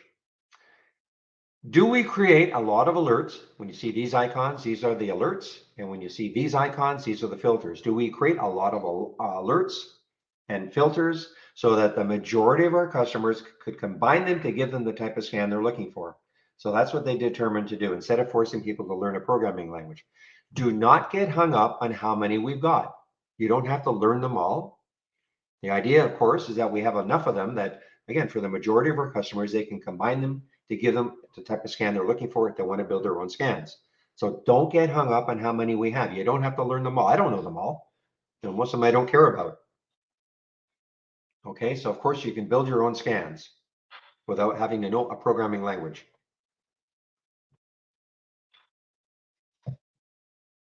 Interesting, eh? Nothing, oh, got Canadian there for you. Interesting, nothing in the watch list up.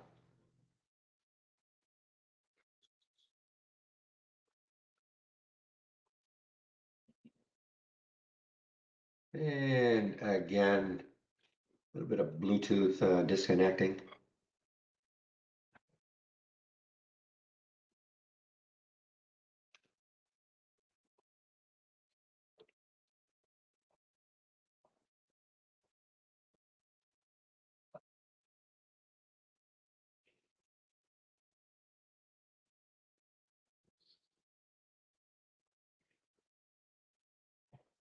You like that one, legal?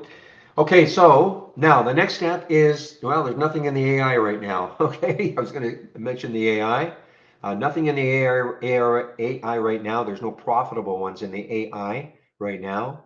My recommendation is, you want to follow what's happening with the AI, is just do this, click on new, and then this AI/Holly strategy trades window. And this is what you'll see. And in the filter, just check any profitable trades. And those are the ones you just follow all day long. Obviously, there are no profitable trades right now. So, but they could, so there have been some alerts. And if they get back to being profitable, you can start following them. Now, we do not agree with auto trading the AI. We don't agree with, well, I don't agree with auto trading anything.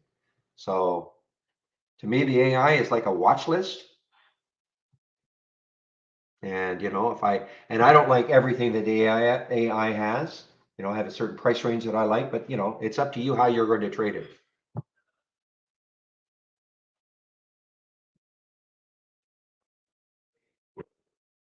All right, with this market moving like this now, guys, I mean, some of these, like BHC, is it finally going to just give it up? Not that it really follows the market that much, but can't hurt if you're trying to short something with the market going down like this. Okay, I want to talk a little bit about this window right here that is called Brokerage Plus.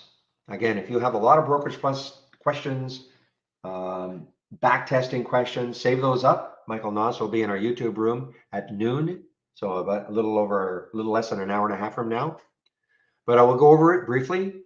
This is what the window looks like. We call it Brokerage Plus. Only available if you're using our downloadable application. If you're on a web-based version, not available.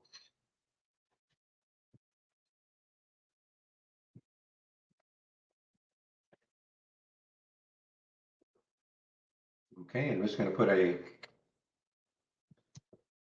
link in. It's the Brokerage Plus link.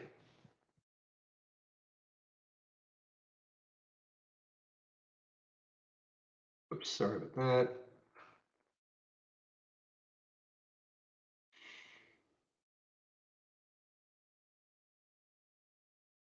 So there is the Brokerage Plus link.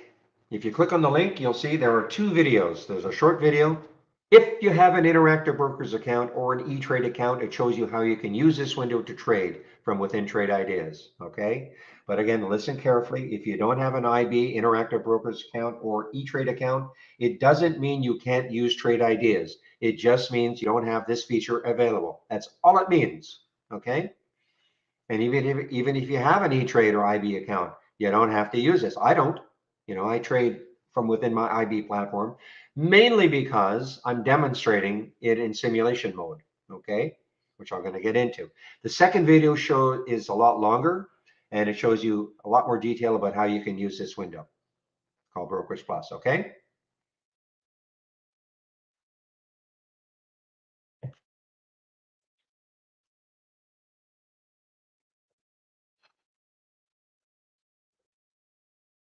Well, Pega did have a bounce, but boy, it is continuing down, and it looks like it's going to get halted again.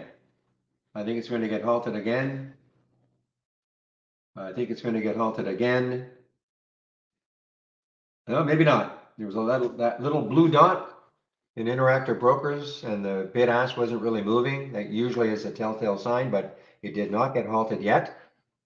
And that is the PEGA. So how I like to demonstrate this though is as a simulator, okay? Cannot emphasize enough. If you're new to trading, practice in our simulator before you start trading live. Our simulator uses our real-time data.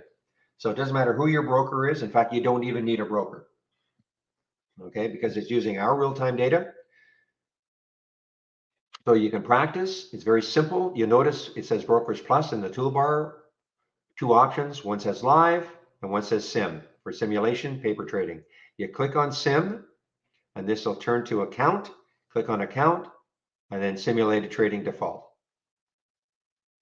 And guys, we're in a bit of an uh-oh moment here now. We're starting to fade. Unfortunately, if you're thinking that maybe today, it's probably going to go negative, guys. We're getting a big uh-oh moment right here. 45 minutes straight down. And with this and this is a wider wire, getting to be a wider 15-minute candle.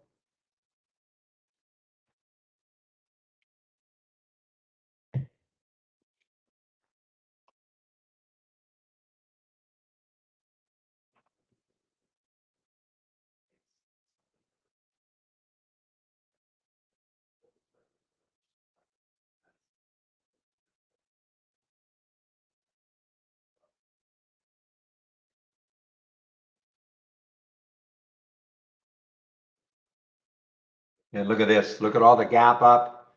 Look at all the gap up and got down and go, got down and go. AMC, I know had earnings yesterday, but so what? Look at this, guys. Gap up and reverse, gap up and reverse, gap up and reverse, over and over and over again.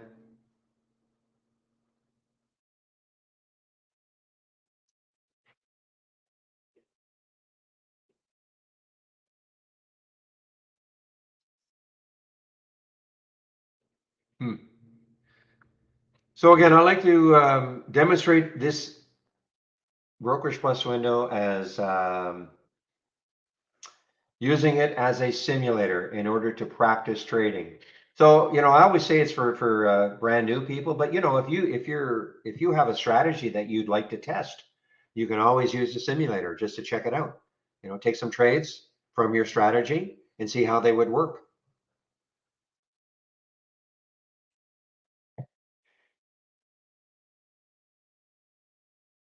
Well, looks like the party's over again. Wow, look at this, Mark, right here.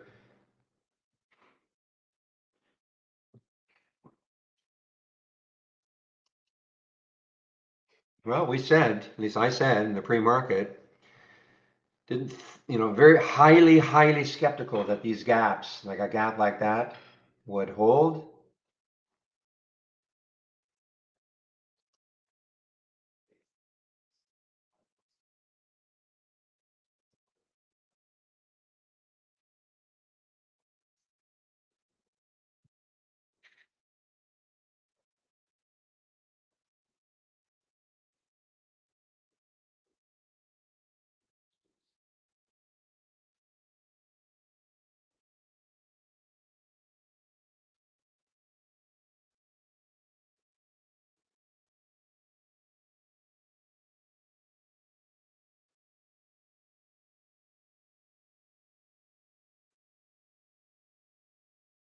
Hmm.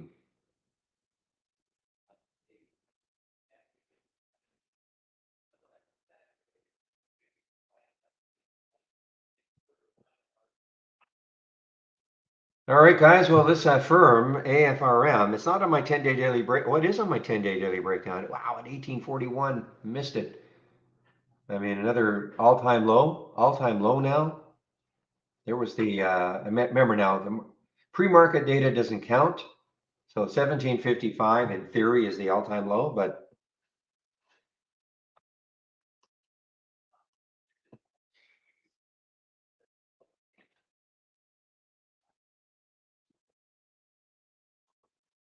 well, we're getting a lot of stocks or alerts from your bounce scanner, Zach. But boy, with the market doing this,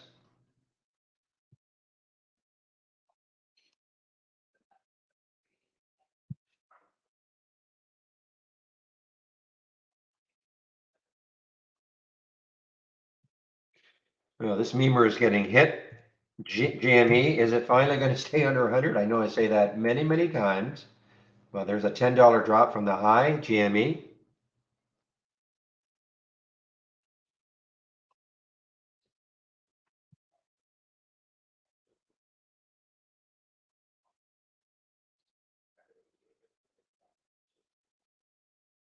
Well, ATER is actually a gap down in reverse. It's kind of still holding ATER, an earnings play, but it is a gap down in reverse. Oh, EMBK. Wow. Anybody take this one and hold it instead of me bailing at around the 250 mark?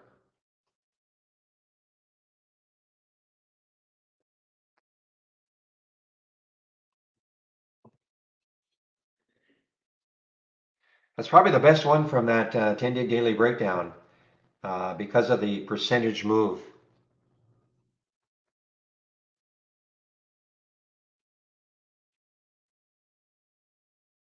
And it's an earnings play. Remember, I keep talking about these earnings plays that nobody knows about. I mean, well, nobody. Very few people, know EMBK. Yet they have earnings. They get crushed. Great opportunity to short, and then that's it. I mean, you move on. You won't hear from this company probably for another 3 months. Next earnings play. Okay, guys, affirm. AFRM for those horse racing aficionados. Affirm.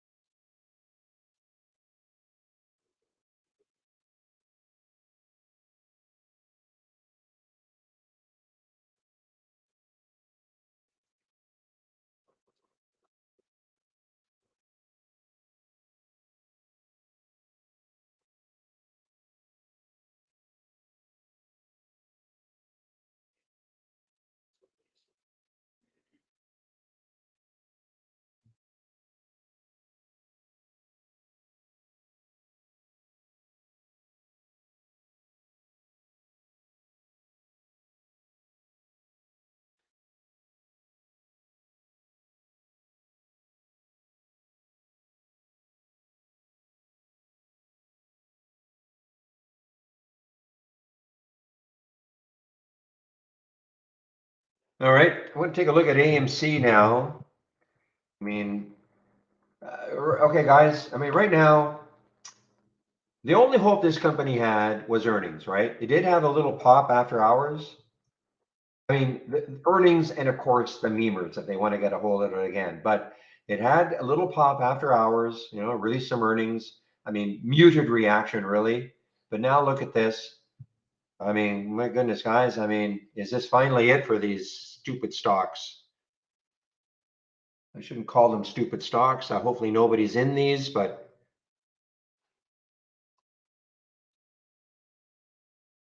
I just have such a distaste for them. GDRX, guys, maybe now GDRX. Remember, 5 downgrades plus, it's an earnings play. It's still down 28%, a lot of volume. So if you're looking to short something, I mean, this might be, it finally really wants to break down. Wow, look at a firm, guys. That turned out okay. AFRM.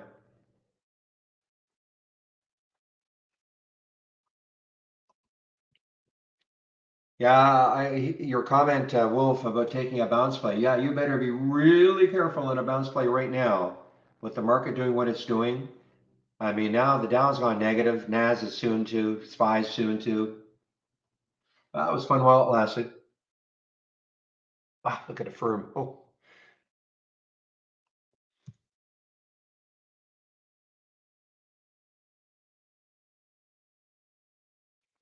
Mm-hmm.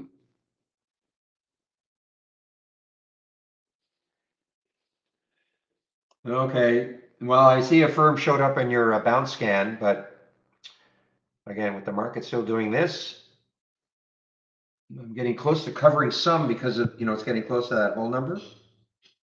I totally missed it from my scan at 1841. Totally missed it.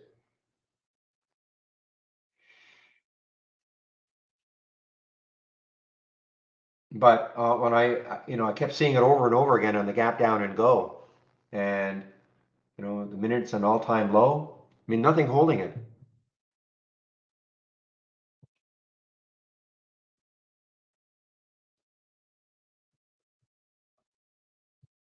So again, I repeat, if you won't short stocks, I guess you're just going to sit on your hands for who knows how long.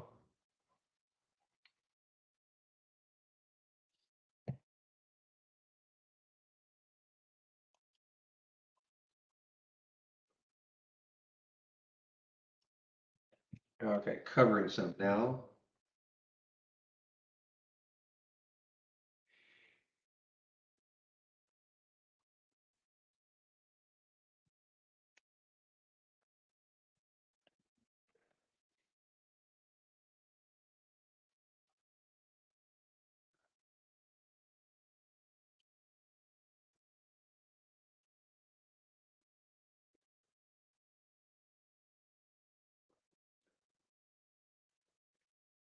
Really surprised, with this GDRX. I'm really surprised that it hasn't really given it up.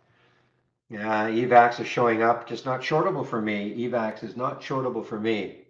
Wow, I mean, what a great short from up here. Pre-market 372. A little bit of news, phase one, phase two fluff. It actually has earnings tomorrow. Where are they out of?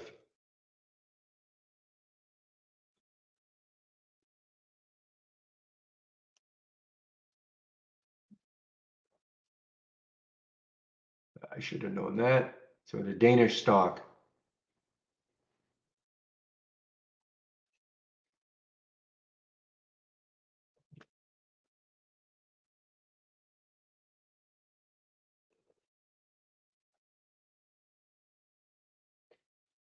Oh my goodness, EMBK. I mean, I'm pointing this out because I keep getting, my basic new highs and lows. I have a text to voice, and it's just over and over and over again. EMBK, EMBK.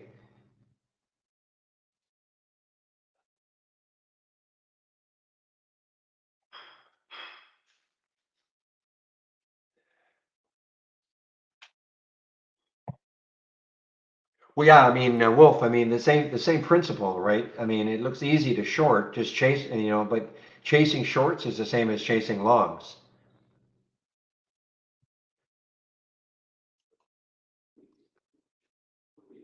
I'm just waiting on a firm to see if it takes out 17.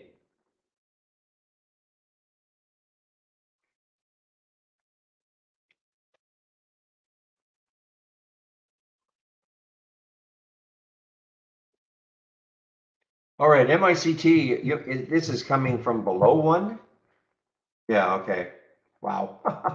Another one of these crazy sub $1 stocks that are a huge float, 107 million in the float. So that's an impressive move, 80% for that float, if that float is correct. Come on, Affirm. Take out that take out that 17.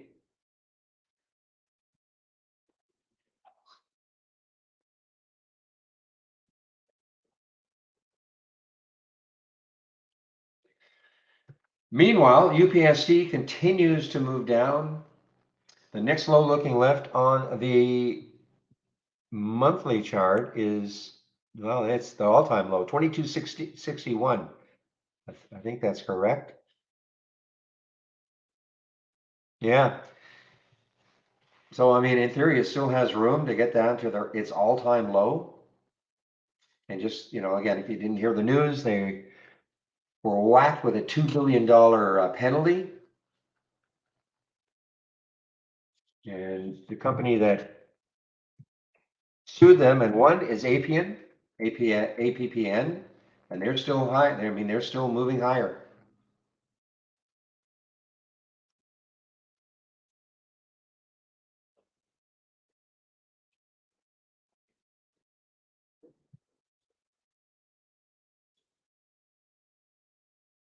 Yeah, Netflix at the beginning looked like a lot of stocks. A lot of stocks are going to look like this with these big topping tails.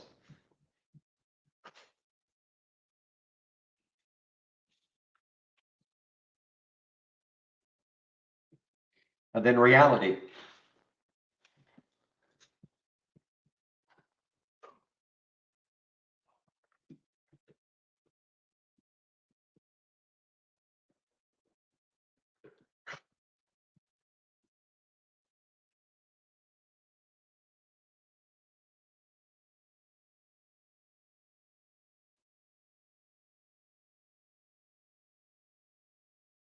Boy, another one. This edit from yesterday just got absolutely crushed yesterday, and continuing down today.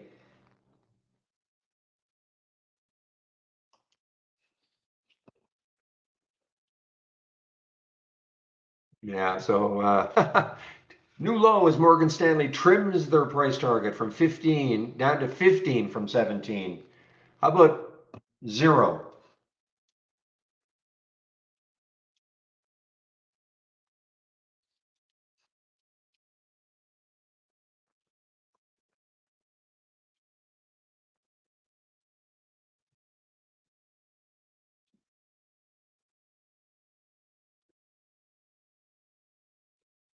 Another one sinking to oblivion is this DM, another earnings play. Hit hard yesterday, earnings play today.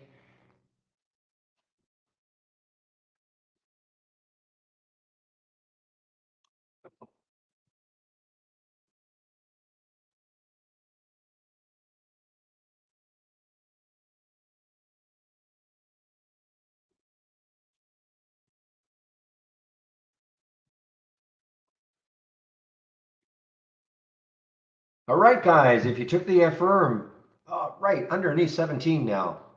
AFRM underneath 17. I covered some around 1711.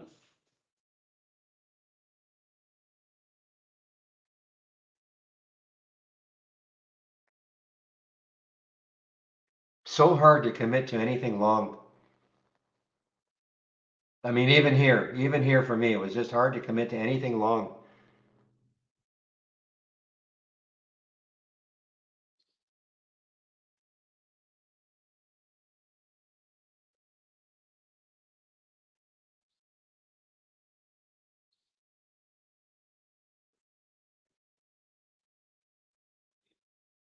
So here's Acadia, ACAD. I don't know if it had any specific news. It's not an earnings play. They had earnings on the 4th, so a little while ago, last week, I guess. So they had earnings on the 4th, but a little pop, like a lot of stocks in the pre-market or once the market opened, but giving it up.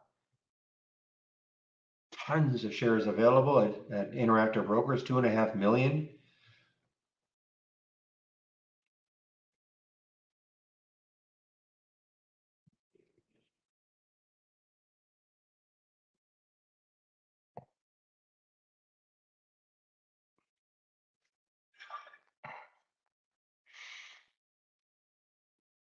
Okay, guys, I've covered some more of the firm. It looks like I was really hoping it would utterly collapse under 17, but it's had a pop, so I don't have very much left.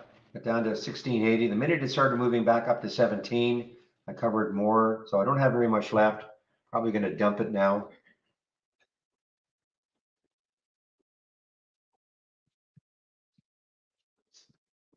So understand, I'm just pointing out opportunities. I'm not telling anybody A to buy or when to start, selling, covering positions if you're short. It's completely up to you.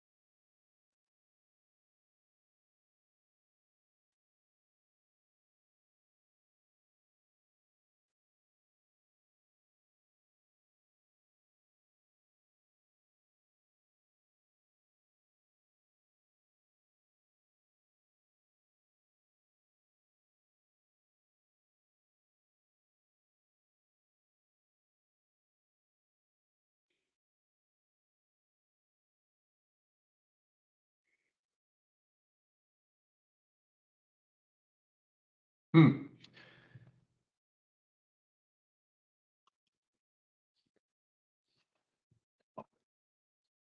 What we need is something from the AI that is a big, big earnings play being knocked down.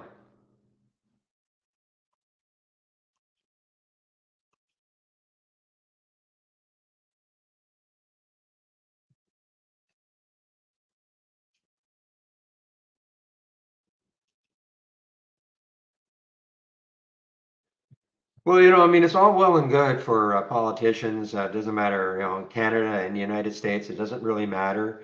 Yeah, wanting to bring the jobs back home, that's fine. Great, let's do it. So the T-shirt you're used to buying for $10 is now 30. That's all.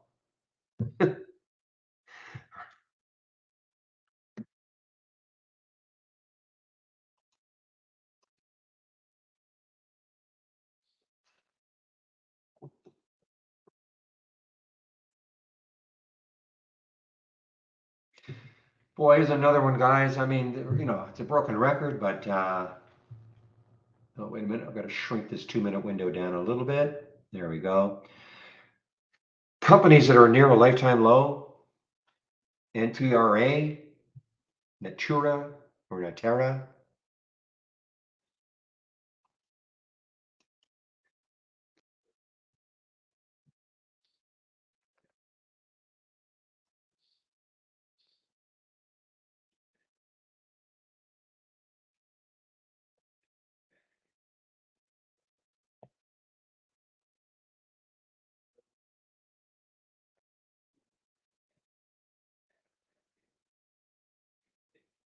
Okay, guys. Well, maybe a little bounce play is in order. Maybe. I mean, there's a little green candle now after an hour of being down, market being down.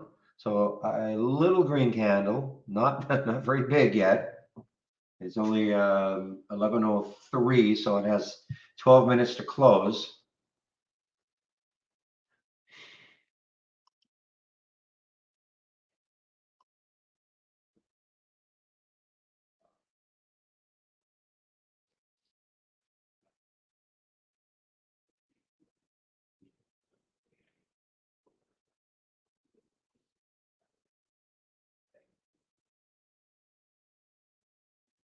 What are these guys? Desktop Metal. What the heck do they do?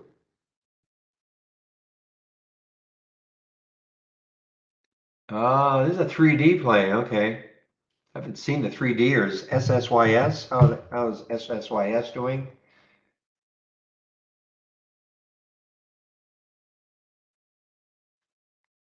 Meanwhile, the China EVs just getting trashed again after all of them had that pop, that type of a pop. LI actually is an earnings play.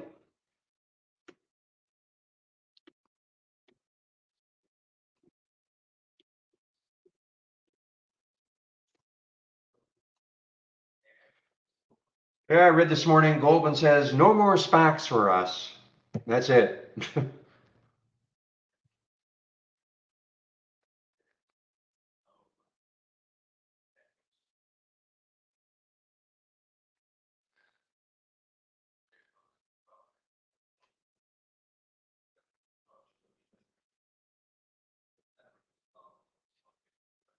Well, guys, that was, remember, it was a little green candle, no more red candle and growing.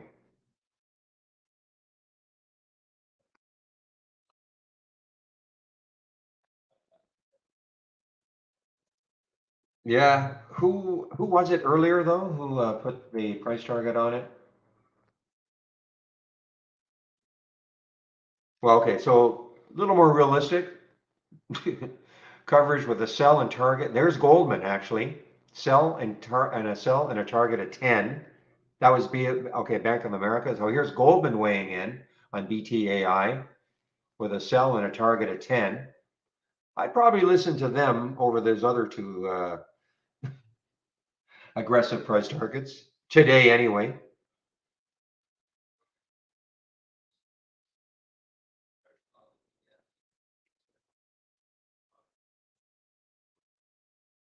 It's funny when I hear, I got buy on your scan. This is my sound alert. When I hear that and over and over again, the market's going down because these are all in theory potential bounce plays. But how to play a bounce right now, pretty tough.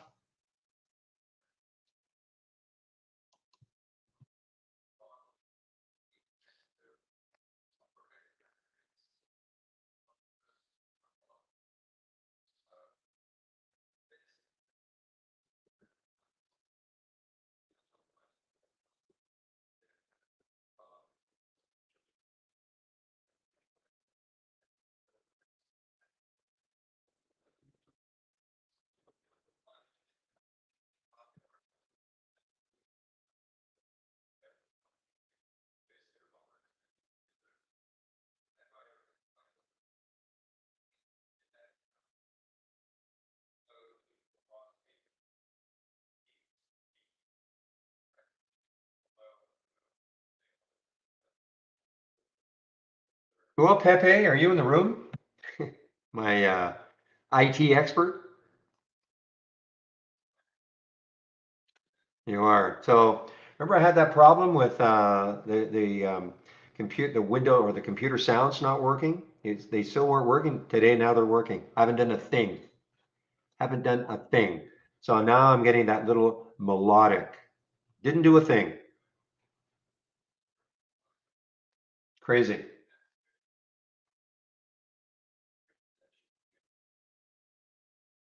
There was no update that I did.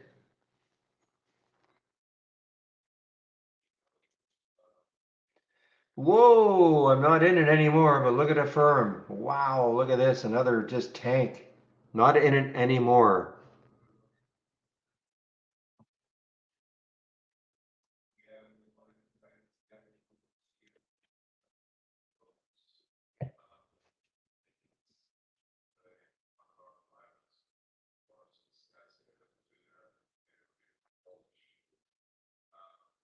Much easier on the ears. I had a whip before. Okay, guys. Well, there's the C. I mean, so many. I mean, I don't know what to say. There's just so many that are, popped and popped up, and now they're just all just giving it up.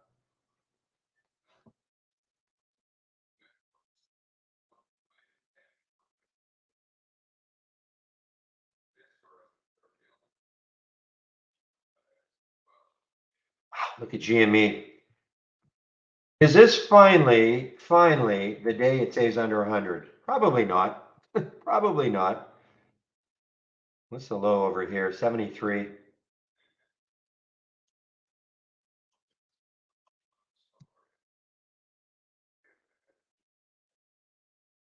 And every now and then I still come across these silly little posts saying, hold on, it's going to 100. And they're talking about AMC. Don't sell.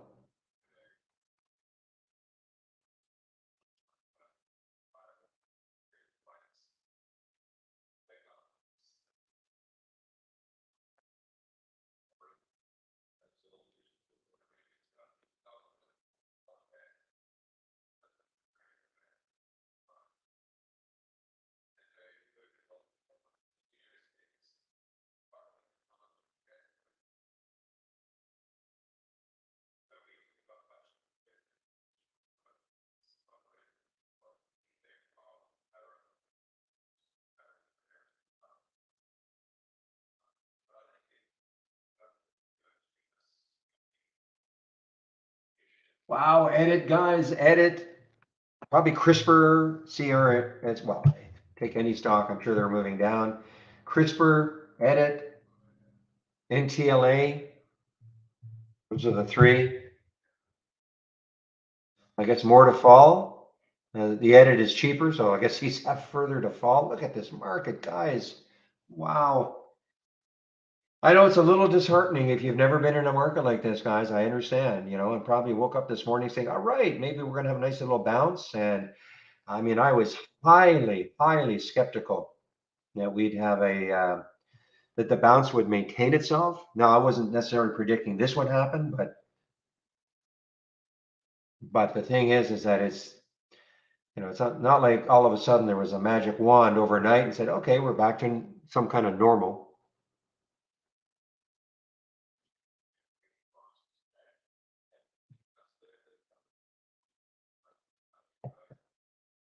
Yeah, if you won't short, again, I'm just going to tell you, if you won't short, then I don't know what you're doing.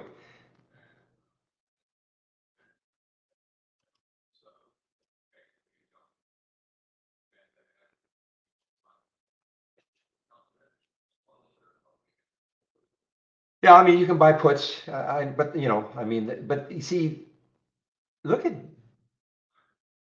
this one is still crazy though. I mean, BHC should be getting just absolutely destroyed, but there are people out there that are buying this, destroyed because earnings number one, yeah, have a little bounce, but then move down with the market, but it is just not doing it. So this is very strong. I mean, this might have a run. I mean, the high is 1256 or so in the pre-market.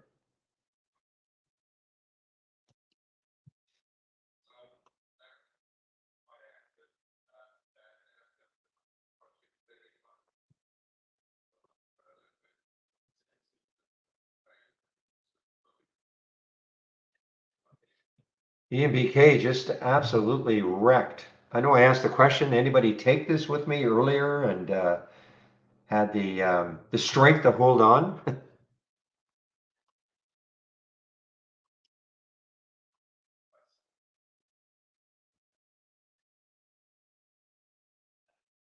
Why not long GFS? Okay, let's take a look at GFS.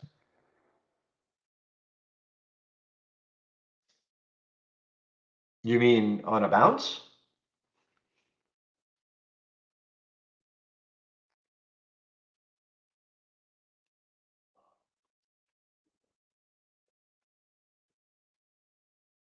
Well, you must have just got in, I guess.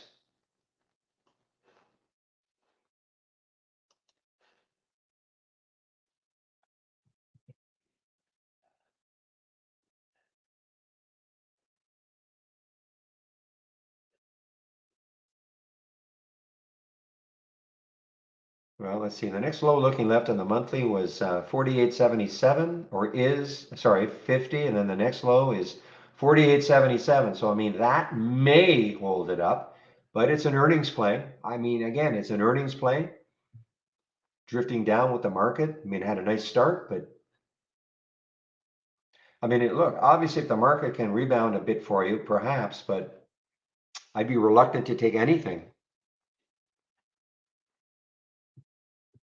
But I wish you luck. It's the BHC is the one. I mean, that's amazing. I didn't take it.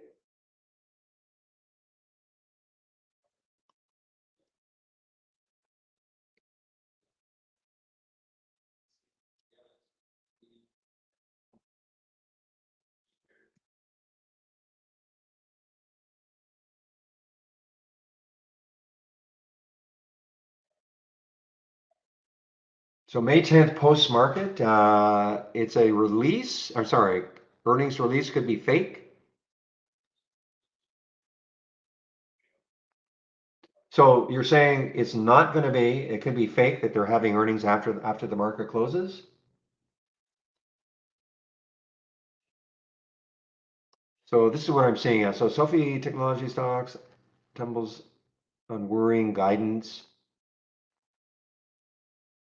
Both position fintechs, lending conditions, et cetera, et cetera. Ah, that's why the AFRM. Okay.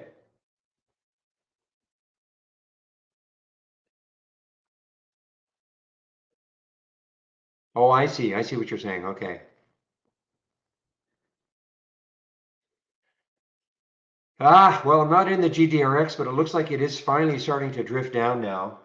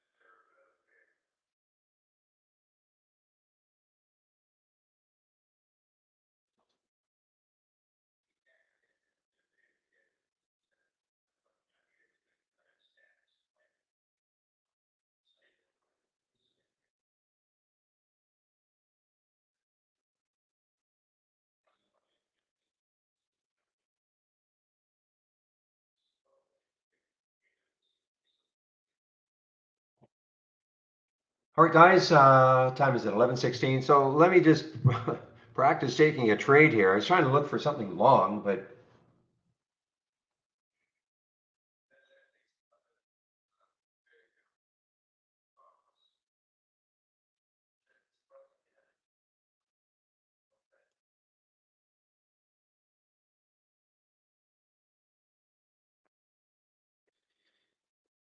oh man, TXMB. So they have earnings coming up this week on the 12th, and this is now another basically an all-time low. TXMD, another all-time low, another little bio. Stay away from these little bios. Man, oh man, they are getting destroyed. Like, well, like a lot of stocks, of course, but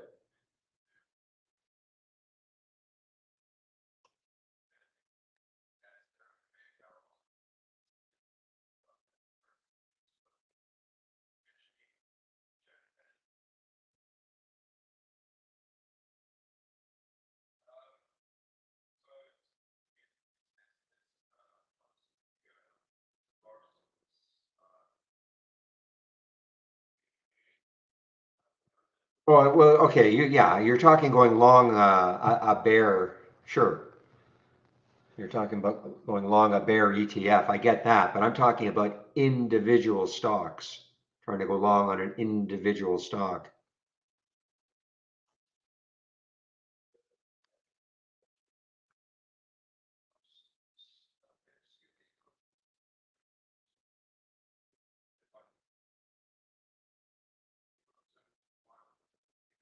Hmm.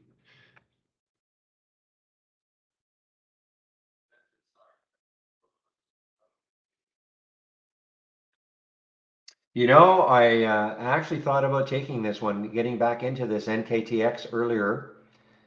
I thought, okay, when the market was doing this, I thought, okay, maybe it's found a bottom, but nope. I think, if it gets over 15 again, and if the market can, somehow turn around, not today, but maybe down the road, that's where the financing was down. That might get me interested, but boy, oh boy. Oh, PR, I'm sorry. I thought it was S-Pro. I'm sorry. PRPO.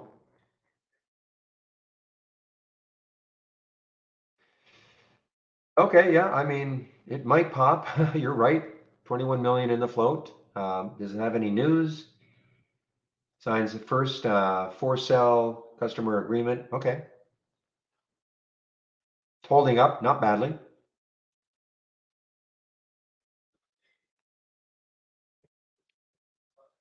Wow, look at edit, guys. Edit. Take your pick of all these ones in the gap down and go, or the gap up and reverse.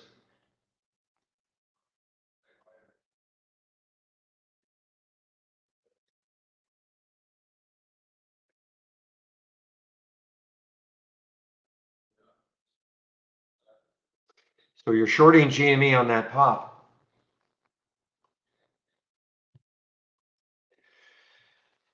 Ooh, here's T-Doc. Of course, T-Doc is not safe from it either. I mean, had the big earnings down, hit hard. I know a couple in the room were buying this one. Hopefully you sold.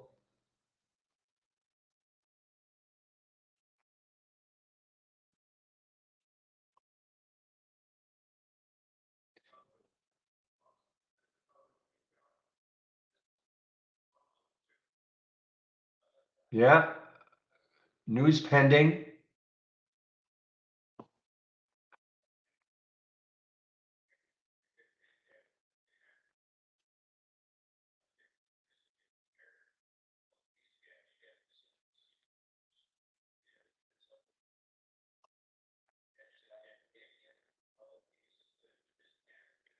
Here's an earnings play, guys. Reynolds Consumer Products. So consumer products, probably not doing too badly. How's Campbell Soup doing again? I think Jay shorted that at the beginning of the day, but I mean, Campbell Soup could keep coming back. But Reynolds Wrap, etc.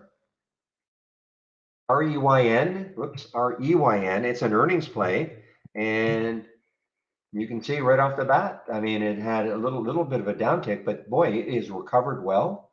REYN is an earnings play. The next high looking left looks like around 30.66, so it's got some room. Probably struggle right there. So I mean, this could turn into a bit of a short, guys. Trying to struggle to get through here if the market downturns again. So that is REYN.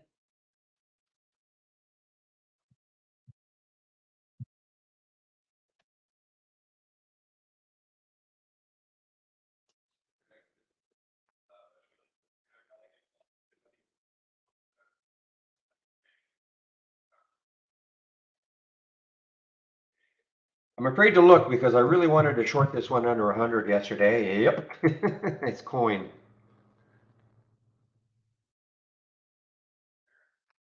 News halt. So the news is not out yet. There may be, Zach was pointing out that there might have been erroneous or fake news release of some sort about earnings. I mean, we have it that they're having earnings after hours today, but it is a news halt, but the news is not out yet.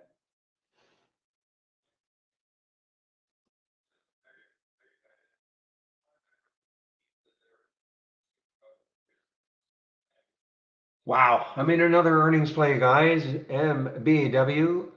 Boy, these used to be big name companies. Babcock and Wilcox. I mean, big name companies. Anyway, BW, another earnings play, almost an all-time low.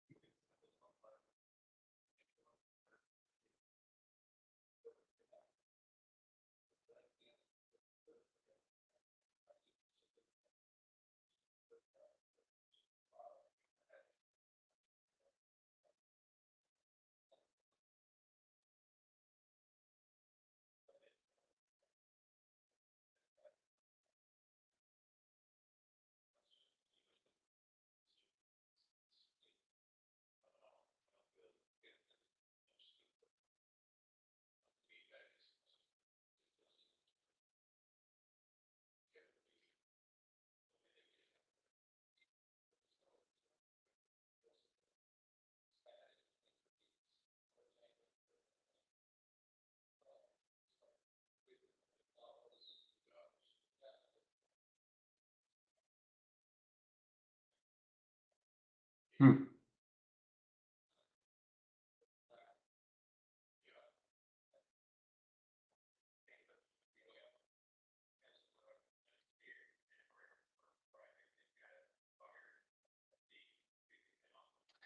Well, for those brave of heart, STIM is actually holding to.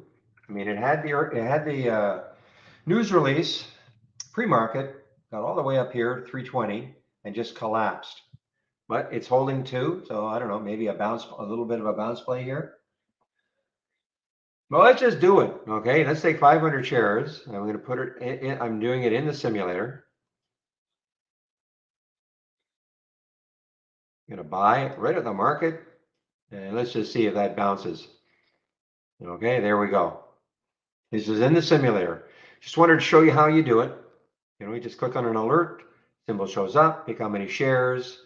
If you want to go, I mean, I took it at the market because the spread's only a penny. Of course, you could have picked a price, some kind of a limit price.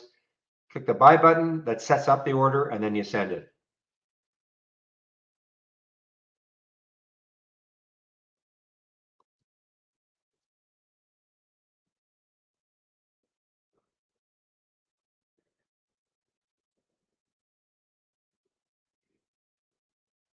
Yeah, so much for that green bar. I mean, big topping tail. Buyers tried, but the sellers are just knocking it down.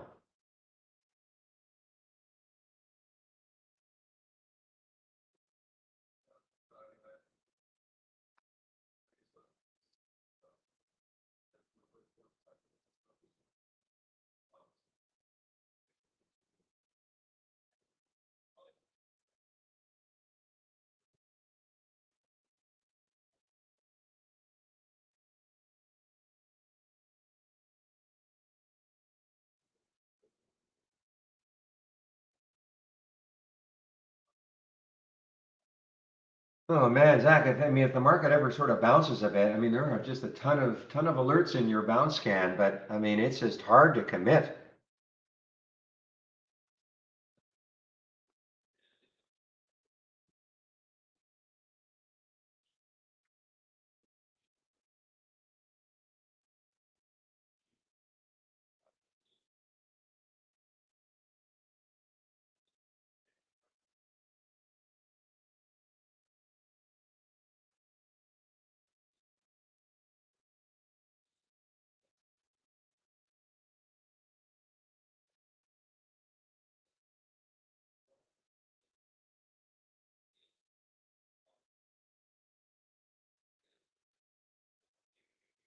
All right, guys, I'm just sort of playing around now, looking at stocks like this AHCO, little short, scalp, cover, do it again, maybe.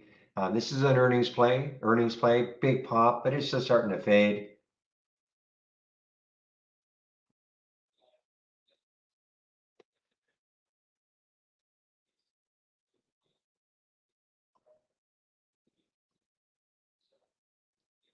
Yeah, that was pointed out in our YouTube room, the PRPO, probably one of the only ones that is, yeah, great pop. Good for you. Good for you, Nidian.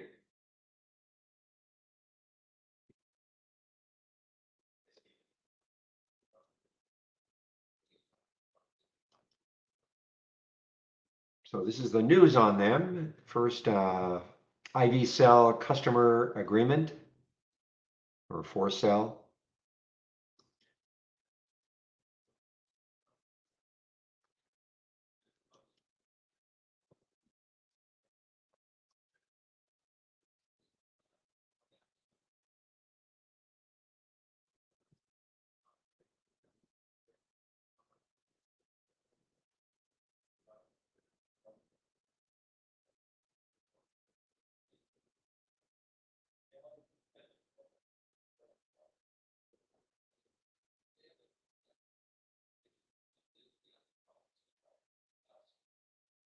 I mean, here's another one. VTNR earnings play. Look good. Look at the pre-market action. Got all the way up, excuse me, to 1241. Pulled back, but even when the market opened, almost got up to the pre-market high, and then just sell. I mean, it's just Very, very, I mean, that's why the Reynolds, is the Reynolds still holding? REYN? Yeah, it's kind of holding. That's why this is, these earnings plays that are holding are pretty impressive. This is another little earnings play, CECE. CECE is another earnings play, kind of holding. There's not very much volume. For it, yes. I mean, you can just tell 289,000 shares is traded. That's 17 times normal. So you can just see it doesn't trade very much.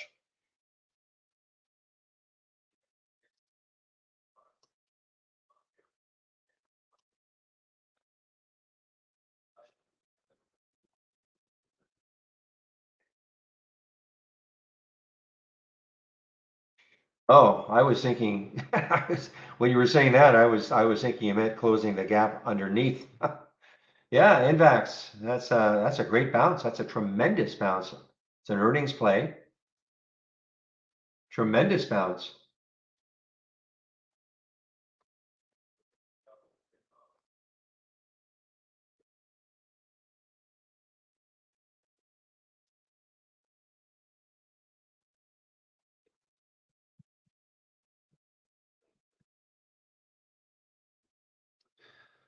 All right, guys, I'm just going to confirm that Michael will be in our YouTube room in about half an hour.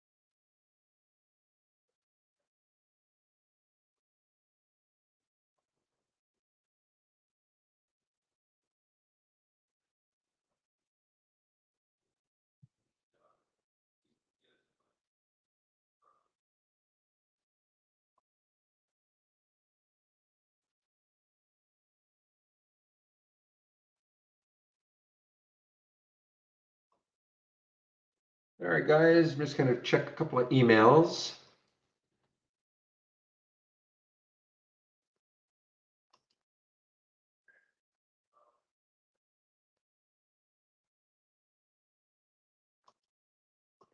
All right, this one is showing up again.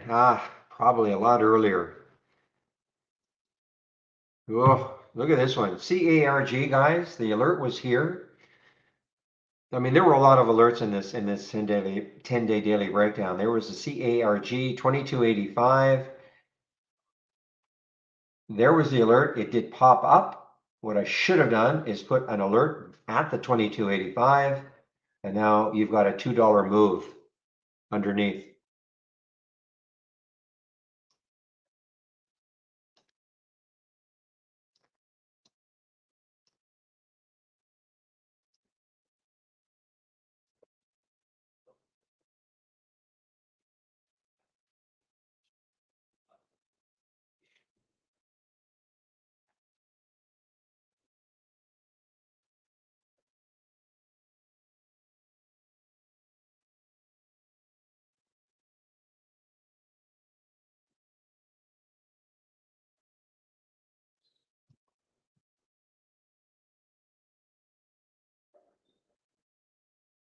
Yeah, it's not a bad one either, Midian. Yeah, you're finding some of these ones. They've been a little choppy on the 15s. I mean, you've got some topping tails and bottoming tails to deal with.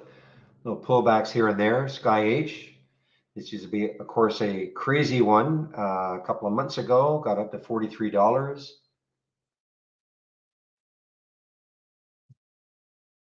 I just find it, for my taste, a little too choppy. But hey, you're in it. Great.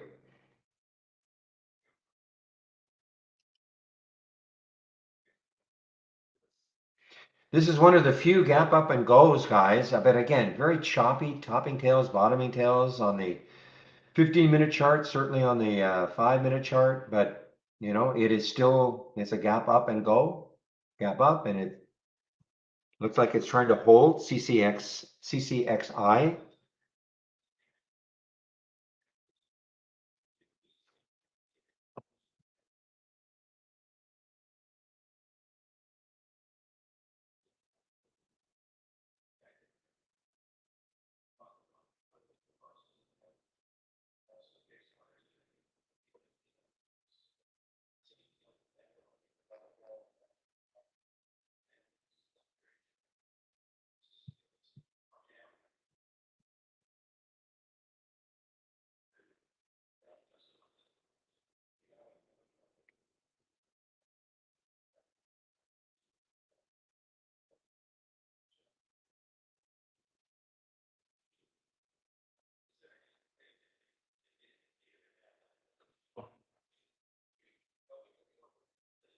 Okay, just looking at some of my thumbnail. Look at this. I mean, the CCXI. I mean, that's not terrible. High in the pre-market was 1645. So this is not terrible. I don't know if there's specific news on it.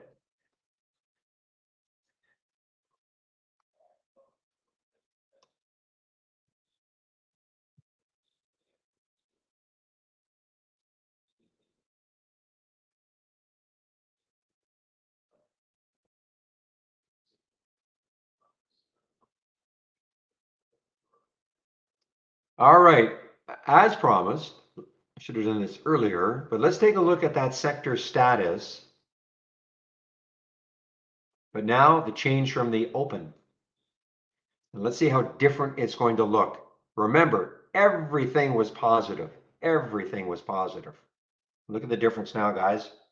So when we looked at this about 10 minutes before the market opened, these are the major sectors. And virtually I mean, at one point, well, energy was 100% positive. In other words, every single stock was above yesterday's close. And but all the other sectors were very positive, probably ranging from 70 to 90% above yesterday's close. Market opens, look what's happened. Okay, so there is not one positive sector right now based on the change from the open.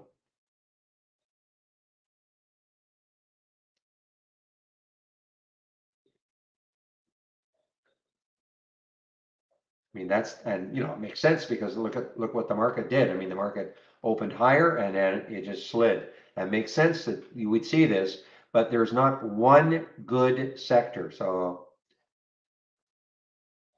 just bear that in mind when you're playing bounces and things like that. I mean, there's nothing really strong. I mean, the best one, consumer staples, 18% of them are above their open today. That's it. So you want to take a look at TAP, people drinking beer.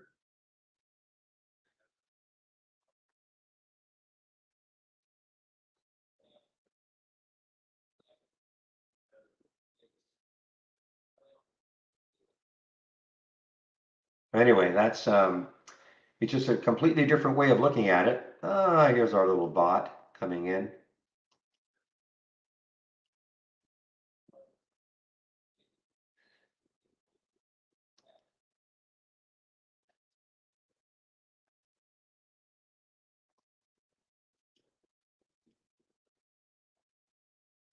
Yeah.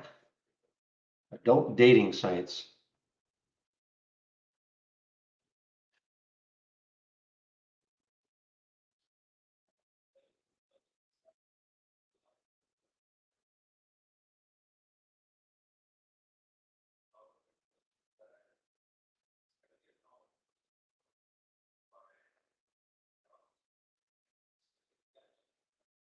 All right, guys, not getting any new alerts.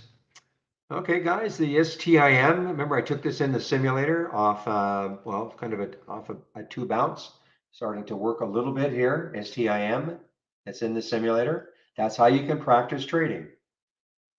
If you thought, if you're thinking, well, maybe that two is going to hold, so you buy some and see what happens.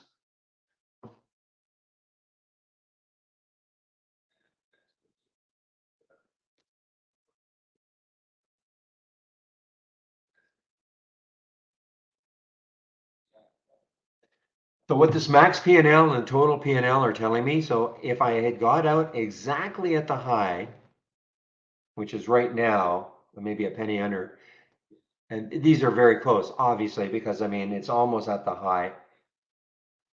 And now they're just about the same. But what you don't want to see, if you're trading, you don't want to see something that would say max P&L $500, and now you're only up 42 as an example. I mean, that means you have not managed your exit very well. So that's why I like to have these two columns. Now, there was a bug on this. I want to see if it's completely fixed.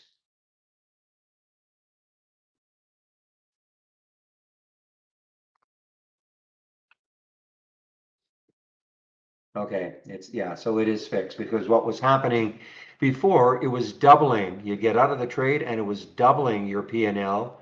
And if you were up, you'd say, wow, great. But, that was obviously just in the simulator. So, so I guess that bug is fixed. So that's what this is telling me. The best I could have done when I was still in the trade would have been up 47. When I exited, up 35. Now, this is another key one right here, distance from the exit price. What you'd like to see, of course, when you get out of a trade, of course, you want to see, you want to pat yourself on the back and say, great, I made a great exit because it is really dropping now. So you'd like to see a big negative number in the distance from the exit price. Again, these three can kind of help you determine how good are the exits.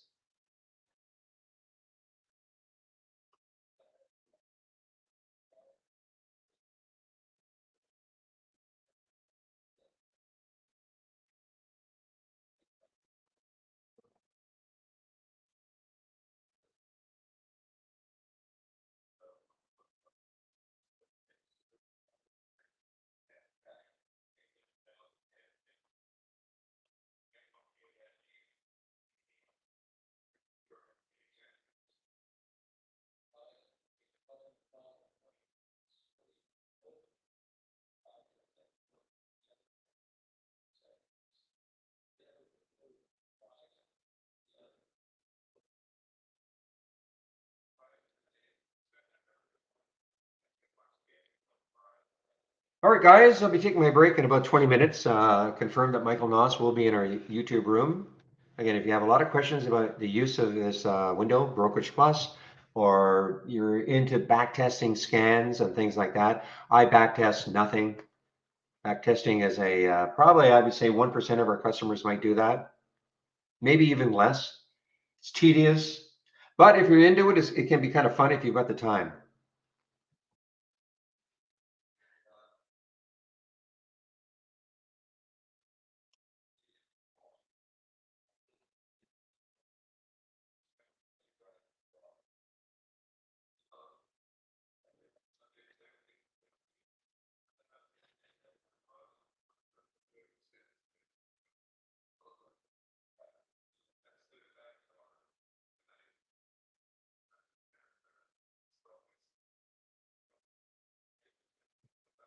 Well, I should have been paying a little more attention to your bouncers now. So the Vico with the market, even though the market's not like a great bounce or anything like that, you've got these bottoming tails and topping tails, but the Vico was nice. But let's see yeah, actually that was pretty good. I mean, I can say that was very good. This is what I'm talking about.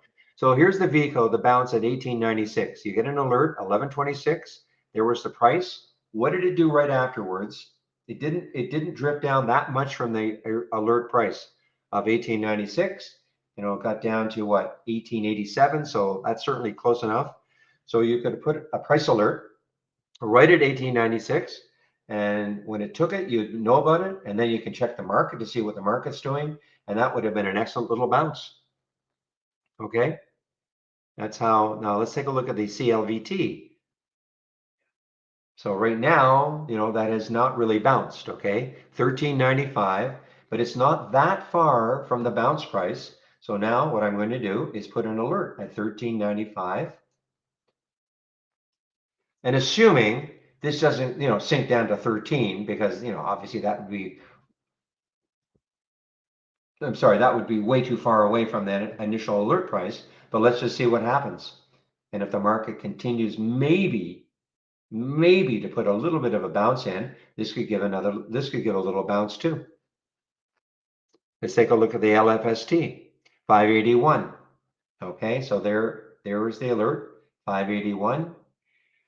It is an earnings play, so obviously not great news, though no real reaction after hours. It released after hours yesterday, no big reaction.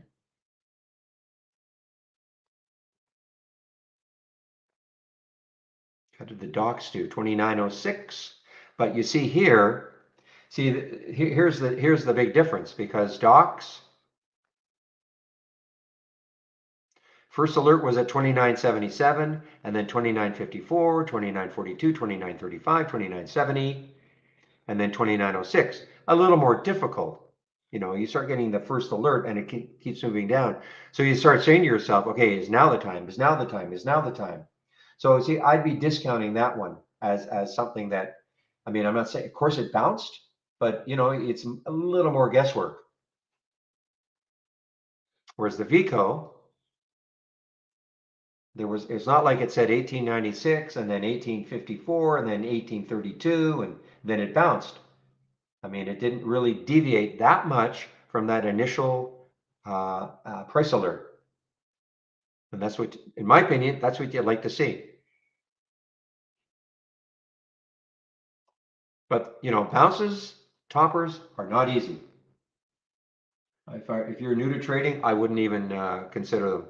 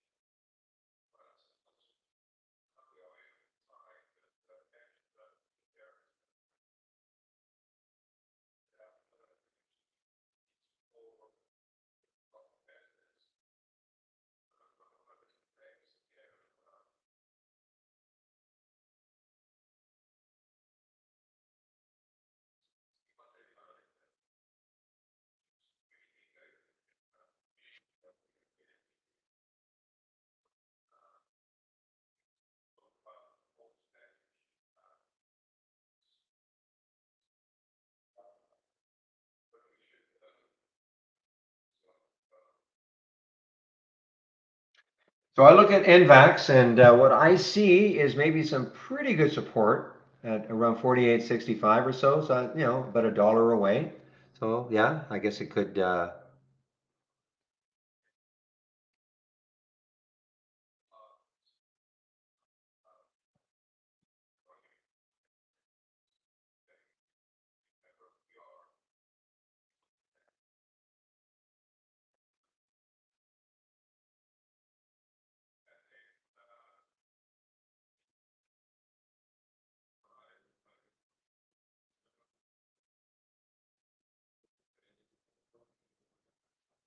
okay, just give me one moment, please, guys.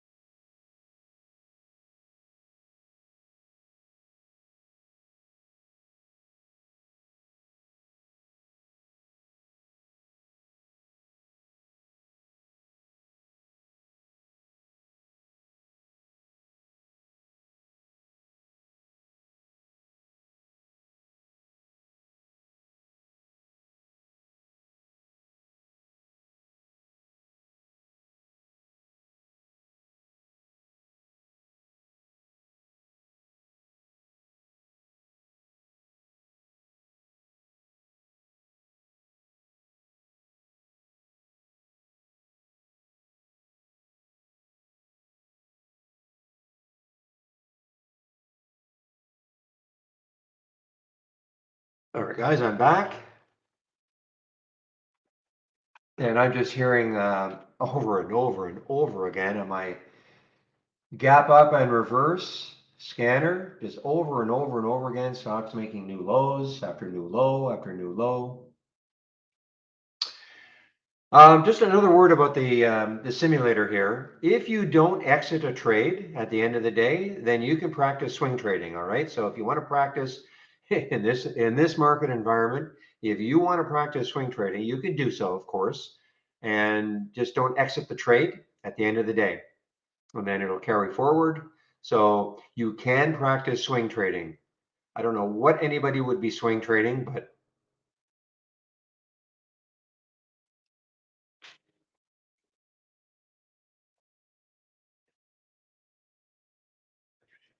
yeah, a little brief pull up here and now back.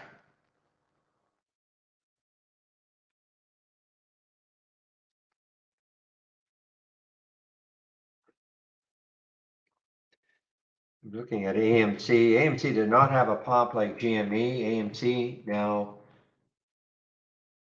looks like that's the low, making another new low here. AMC.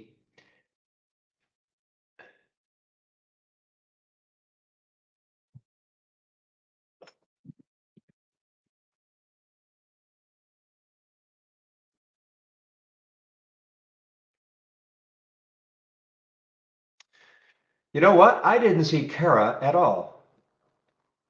CARA. I didn't see this one at all.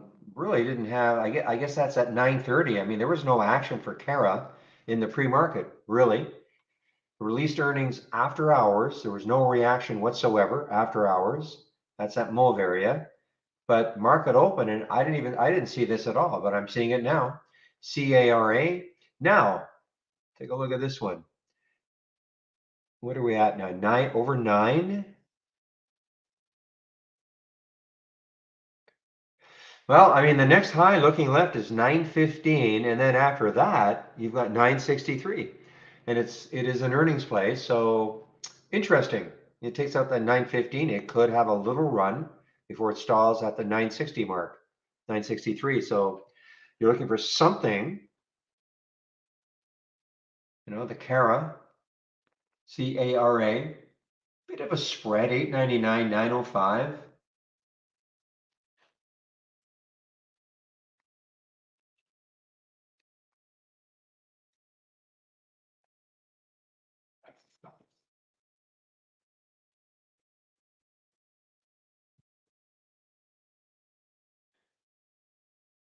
All right, so are you saying,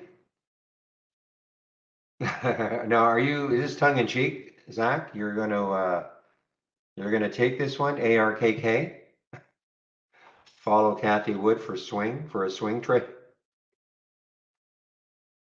I mean, at some point, you would think, at some point, but boy, oh boy, look at this. Oh, just a joke. Okay, just a joke.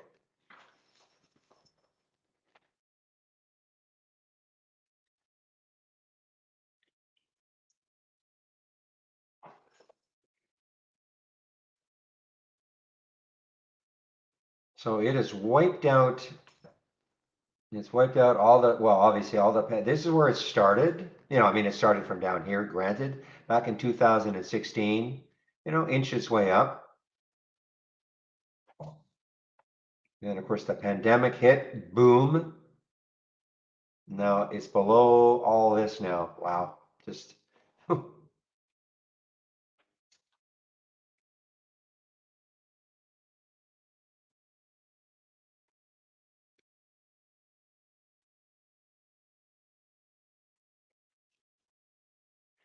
yeah, I don't know if there was actually one made. Somebody's asking the Kramer reverse ETF. I think there was a basket of stocks you could follow, but I'm not sure there was a true ETF. I may be wrong. Somebody might know. Was there actually a Kramer ETF that was created?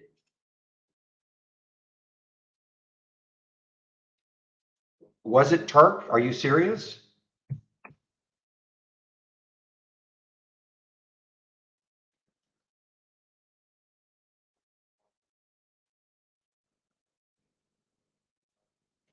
So you're saying TARC, but this is obviously not the reverse. This is buying his stock, so you'd have to short that.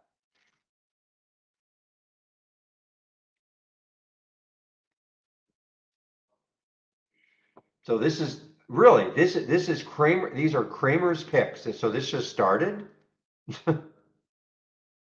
No, Sark. Well, I thought Sark was that's the Kathy Wood one. Okay, so we're talking Kramer.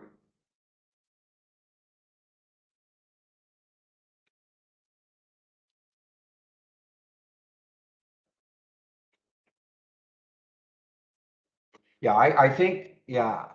So we're, I don't know if it was tongue in cheek, but somebody asked for the reverse. This just started though. So I just need a confirmation. Is this truly, a ETF that was created to follow Kramer's picks? No. Okay. Okay. It looked like it could have been.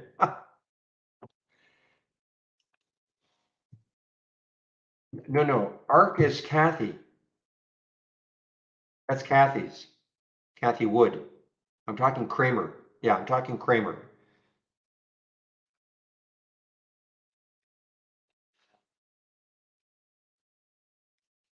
I don't know if there really was one. So I think you were kind of kidding. Okay. I know there were, I was reading some tweets and, we should, just short anything that Kramer says to buy. And why not? Why not create an ETF like that?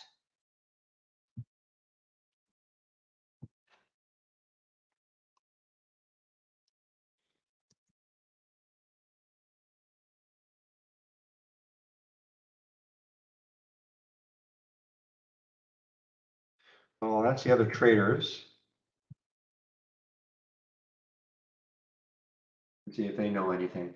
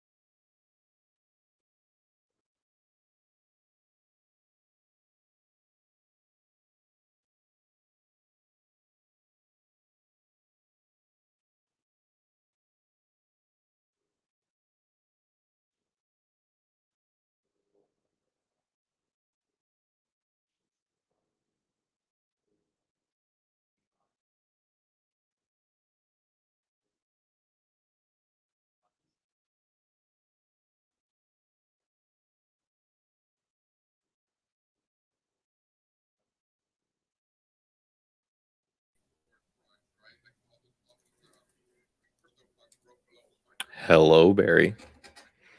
Oh my goodness, is it noon already? Just a minute. Michael, good morning. You caught me by surprise. Just give me a moment. We can shoot the breeze for a bit here. I just want to put the announcement in the other room to head over to YouTube. Barry. I hear you. Whoops. Michael, I do hear you. Can the stream hear me? I guess that's the most important part. I can just kick Barry out.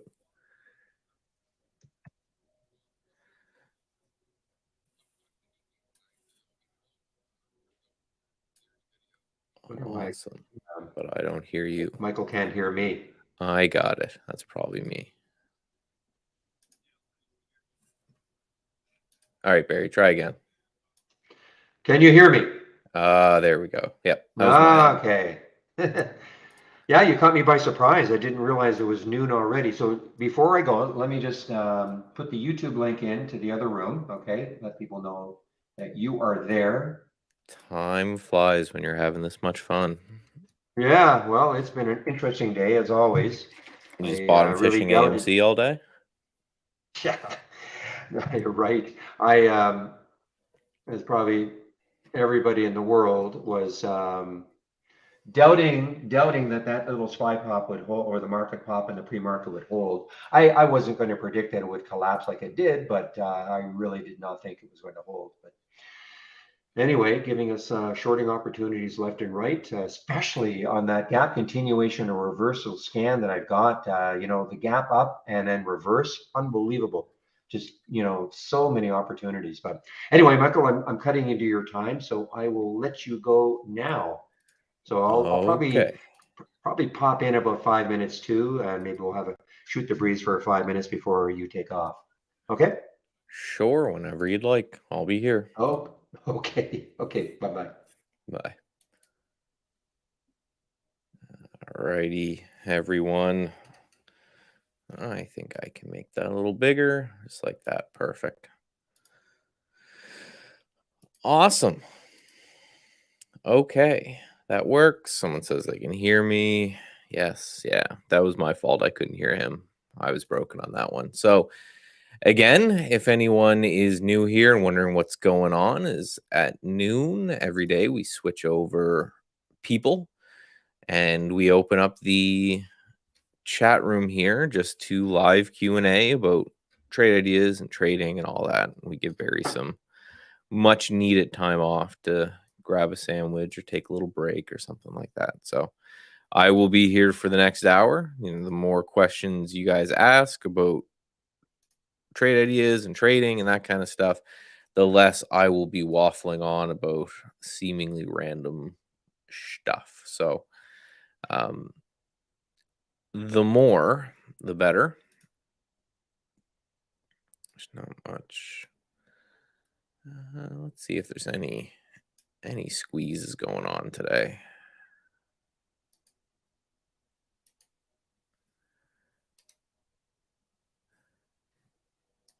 Hey Brian, how's it going? Oh, there's nothing right now, is there? No, it's all just buyout stuff.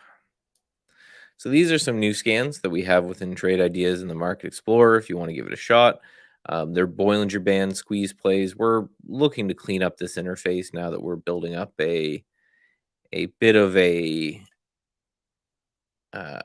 massive list here of scans. So if you're new, right, the Market Explorer is essentially a cool new tool that we have that is incredibly, incredibly powerful. But because it is so powerful, it's not very customizable. So, um, we can't let users kind of tinker with it. But the power is, and what it's awesome at, is it just gives these really cool dynamic scans where I can go in and use things that we couldn't really do before. So, for example, this one, the Bollinger Band squeeze that I just built, we have it for a 1 minute, 5 minute, 15-minute, and daily charts, all your major time frames, is essentially just looking for congestion, right? Everything you find here will have some amount of congestion on the charts. I need to close some things down. I need to suck it up and upgrade from my little Mac Mini to a Pro, or that Studio they just came out with. But right, so everything you'll see in this list, you'll just have some sort of, for whatever time frame you're looking at, will have some sort of kind of congestion area going on. So this is quickly becoming one of my favorites for day trades or longer, shorter term swing trades. So for like 3 to 5 days, right? So you can look at something and say, well, right, this revolve group is getting incredibly tight. So the trend is obviously down. Looking at the daily chart, if we break under this area, you could take a short. AMC, right? If you want to talk about something in a downtrend, the memers are busted. Right, this thing's just been tanking. A nice little kind of same play. Look for a trend, look for consolidation. Away you go. Some good stuff as well. Interested in my observation on the current market. Shorts, tops, build a base setter. I have been betting for a while, and I think I may still continue this bet, on an absolute mess, right? And we're kind of seeing that here in the SPY. Now we broke down this little broadening formation that was going on here, which is a more bearish kind of a pattern. Let's make this candles easier to do what I'm trying to do. But if we zoom in a little bit here,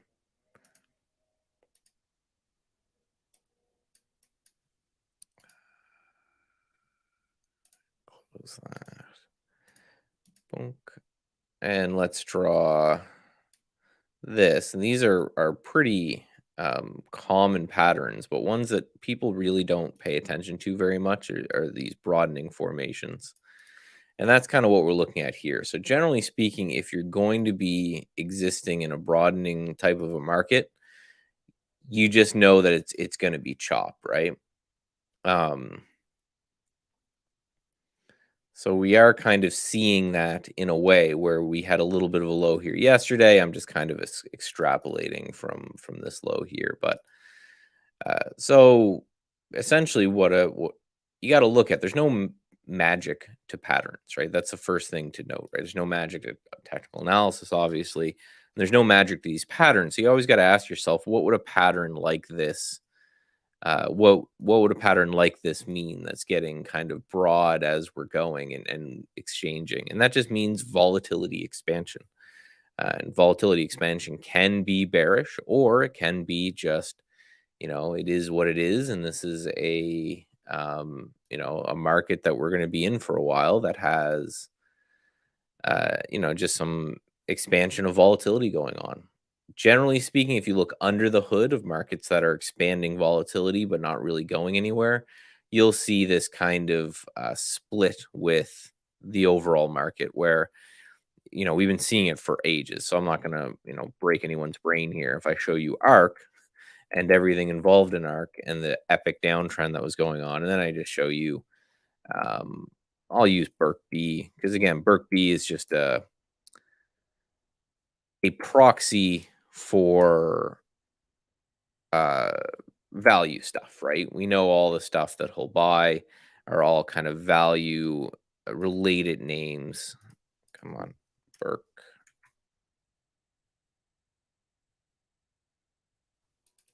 Yeah, it's time to Burke B. There we go. It's time to upgrade.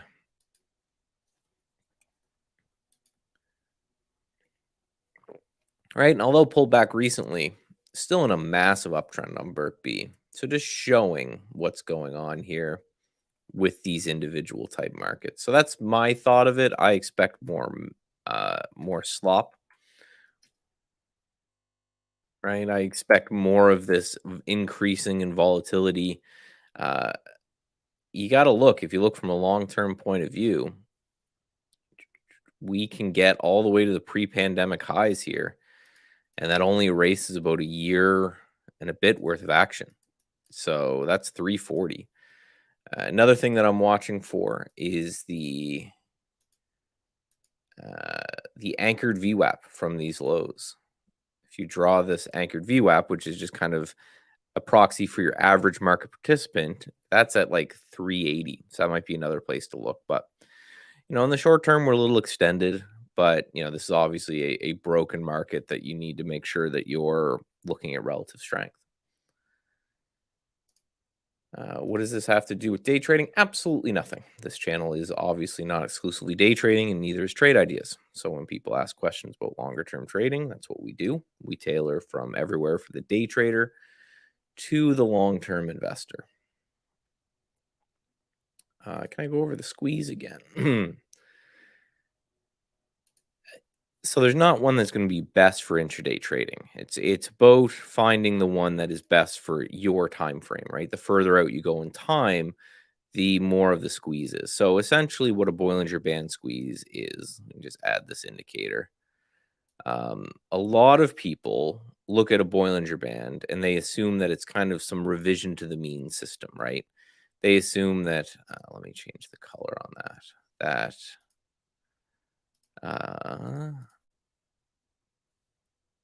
Come on. They assume that, right, if you close outside the band to the downside, then you should buy it and vice versa. I just messed that up. It's not at all what it was meant to be built for. It's not at all the intended purpose. It's one of those things that kind of got lost in the cloud. And I know this from actually speaking with John Bollinger, the creator of it, a few times. Now, it can serve as that, but basically, you got to remember, what is the Bollinger Band? What does it do? Right? Again, no magic and indicators. They're just math. So, what does the math of the Bollinger Band mean? And essentially, it's just a volatility metric. So, it's saying that it looks at how recently volatile um, the security or the stock is, and basically draws these bands around it, saying, "Hey, uh, if it's down below the lower the band, it's moved a lot," is a way to put it, compared to how volatile it is and the trend direction it was in, and vice versa, right? So it's just volatility around a 20 period moving average. So what this scan's looking for is looking for Bollinger Bands that are getting incredibly tight. You can see, if you look here, even if you go back before the drop on this Avid Technologies, how wide they were, and now how tight it's getting here now. Um, why this is important is we know that on no time frame is trend is price a revision to the mean. Um, Price doesn't revert to the mean.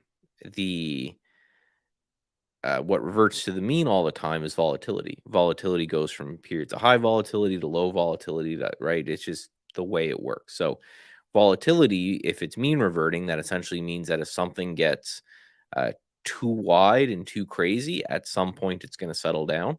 And if it gets too insanely tight, at some point it's going to make a move. So what you're playing with this Bollinger Band kind of squeeze type of a play is, you're saying, okay, this has gotten really, really tight. So at some point, this thing's going to make a move.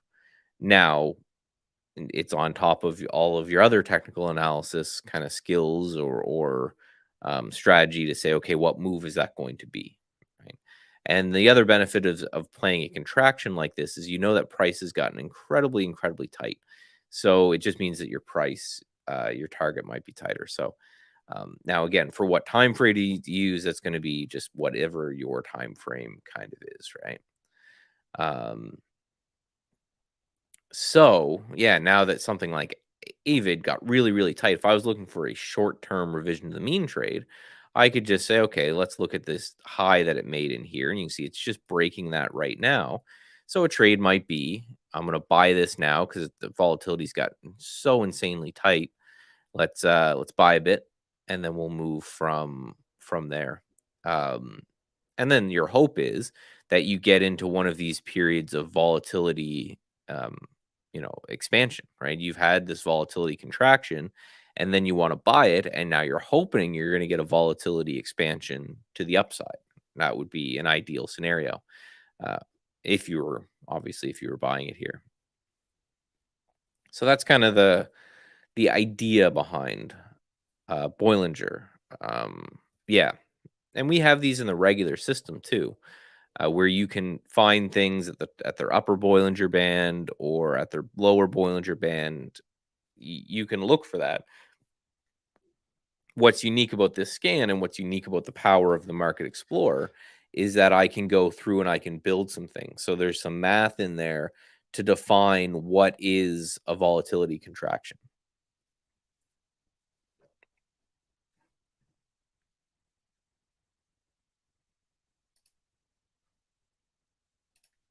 So that's kind of really, I guess, if there was a magic sauce, it's not so much about the bands, it's about being able to say, hey, these bands are now the kind of the tightest that they've been for a long time. So again, you just open up your Market Explorer, go to server window, um, 5, 15, 5 minute, 1 minute are right in here. The daily one is right up here. Again, we're working to kind of reposition those type of those things.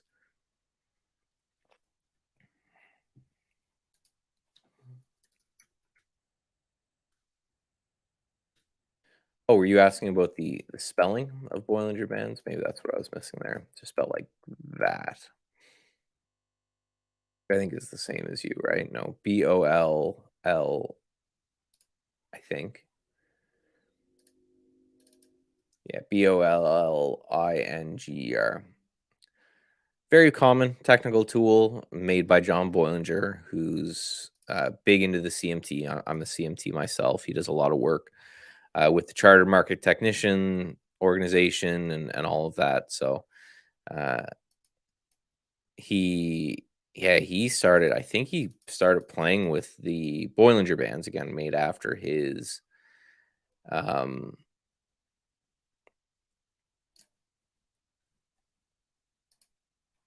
yeah, I think he made them in the 70s. Like they've been around for a long time, right?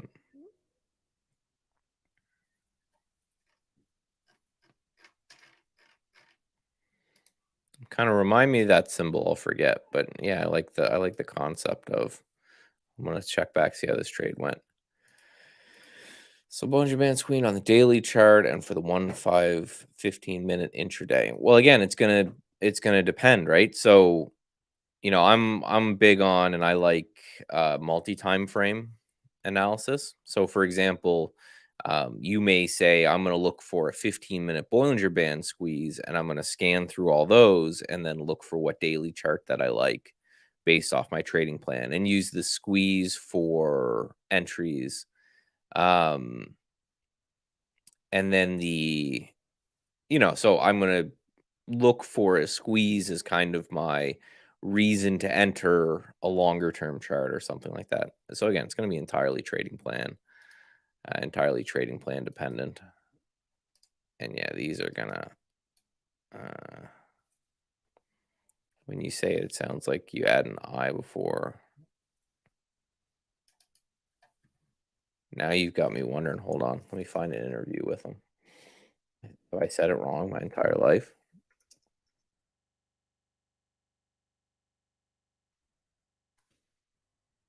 That'd be kind of embarrassing because again, I've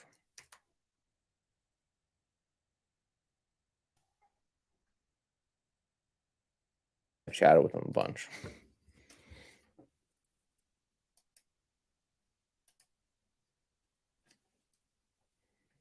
Bollinger. Yeah. That's the way he pronounces his name. So I'll keep saying Bollinger. Bollinger. I don't even know how I said it. But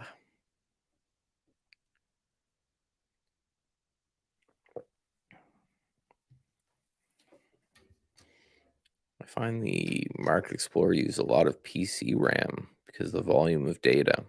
No, it shouldn't. Nothing's being done with the Market Explorer on your side of things. I'll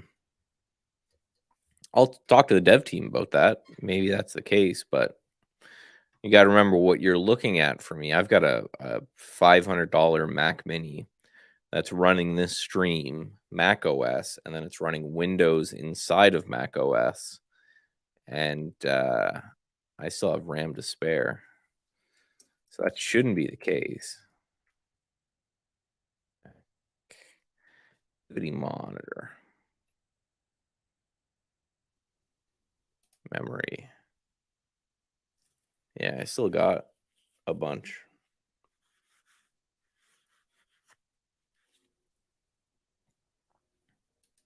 But yeah, there is no other scan for the squeeze. That's what we got. Again, you can find stuff at the upper or lower part of their bands, but the band itself, she is what she is.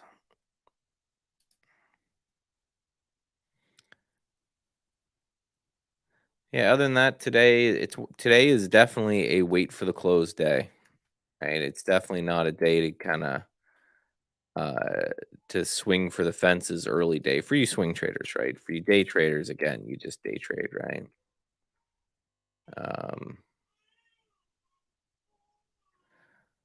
But yeah, so gapped up, sold off, filled the gap. Again, we've got this broadening formation in, which actually would take us a little bit lower into the 390s. And that's also where that anchor VWAP I drew is in the 390s. So it's very likely that could be where we're headed, is down into the 390s, 380s. again, it's one of those, the beauty of being a trader is I don't have to make, I don't really need to care, right? I don't need to make bolder predictions. All I've been doing from a swing trading point of view is holding a lot of cash, of course, but then also using TI strength and using other related kind of scans like that and saying, okay, let me see what's strong. And like on a day like today, none of these are strong. These are all buyouts, I think. Yeah. So if the only thing are strong today are buyouts, then I know, okay, there's not a lot to do as a relative strength trader. Continue to make my list. Like, where's my list? Some stuff. Show you some stuff on my list. I haven't even looked at this today. These all might be crap now. But like WM, yep, that's not good now. HRL is something that I'm interested in. And see, that sold off too. IPCP is another interesting one. Again, just looking for anything that's holding up, right? So IPCT, the reason I like it is if we just put in a line here, right? You can see how we've been, this was resistance, call it like 18 bucks. About even was resistance, broke it, came back, and now we're holding it. So if this thing pushes up and go to 20, Merck, which is our trade of the week, I really like the look of. It's holding up. I'd want to see it. See all the topping tails here on Merck. This is why I only enter my swing orders on the close, just consistently. It means I miss a lot of stuff, but that's the nature of it. So I need to close over like 89 before I'd be interested in that. And what SCI, I wanted to see close over 70. Doesn't look like we're going to get that. So this is a lot of what I do is I make a list. I let the day play out. I have my own day trading strategies, little scalping ideas that I do. But when it comes, most of my trading income comes from swing trading. So that's where I focus because I'm just better at that than I am day trading. There's a lot of just wait and see, which for new traders, I know is a problem. For us old fogies who've been around this before, we know that the market will bounce. And when it bounces, there'll be a lot of good setups. Until then, separate the men from the boys is sitting tight. A lot of people don't have the discipline to do it, and they're going to get real kind of upset with all this. But, it's like you just don't buy things in downtrends. You wait for them to turn into uptrends. Doesn't mean, I'm going to wait for the SPY to be at all-time highs. Just means I need to wait for an uptrend. Right? So you notice that all of those things that I was looking at were in uptrends. Right? CI is something that I actually still hold a little bit of from the Market Explorer right here, or from the TI Strength alerts. I bought it in this area. I still own some because it's still an uptrend. If it comes back down and gets me, then I'll be out, but mostly in cash. Can I explain the TI Strength Alert subscription? Sure. This is one of those things. Again, we're not just a day trading shop. We trade all kinds. So if you have any version of Trade Ideas, you have access to this. You can also get the email only product for 17 bucks a month, and you don't have to be subscribed to Trade Ideas if that's something you want to try. And that's right here. So what gets sent out every Monday is an email that looks just like this, which has just a little bit of my thoughts on the SPY. I'm generally the one doing it unless I'm on vacation. I'm the one that created the algorithm. And I'm the token CMT around here. They have me look at charts.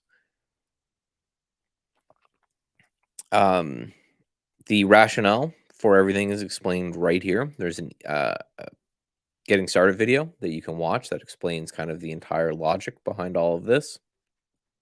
And then there is an entry price or idea and a stop loss for each trade. So the idea here was simply to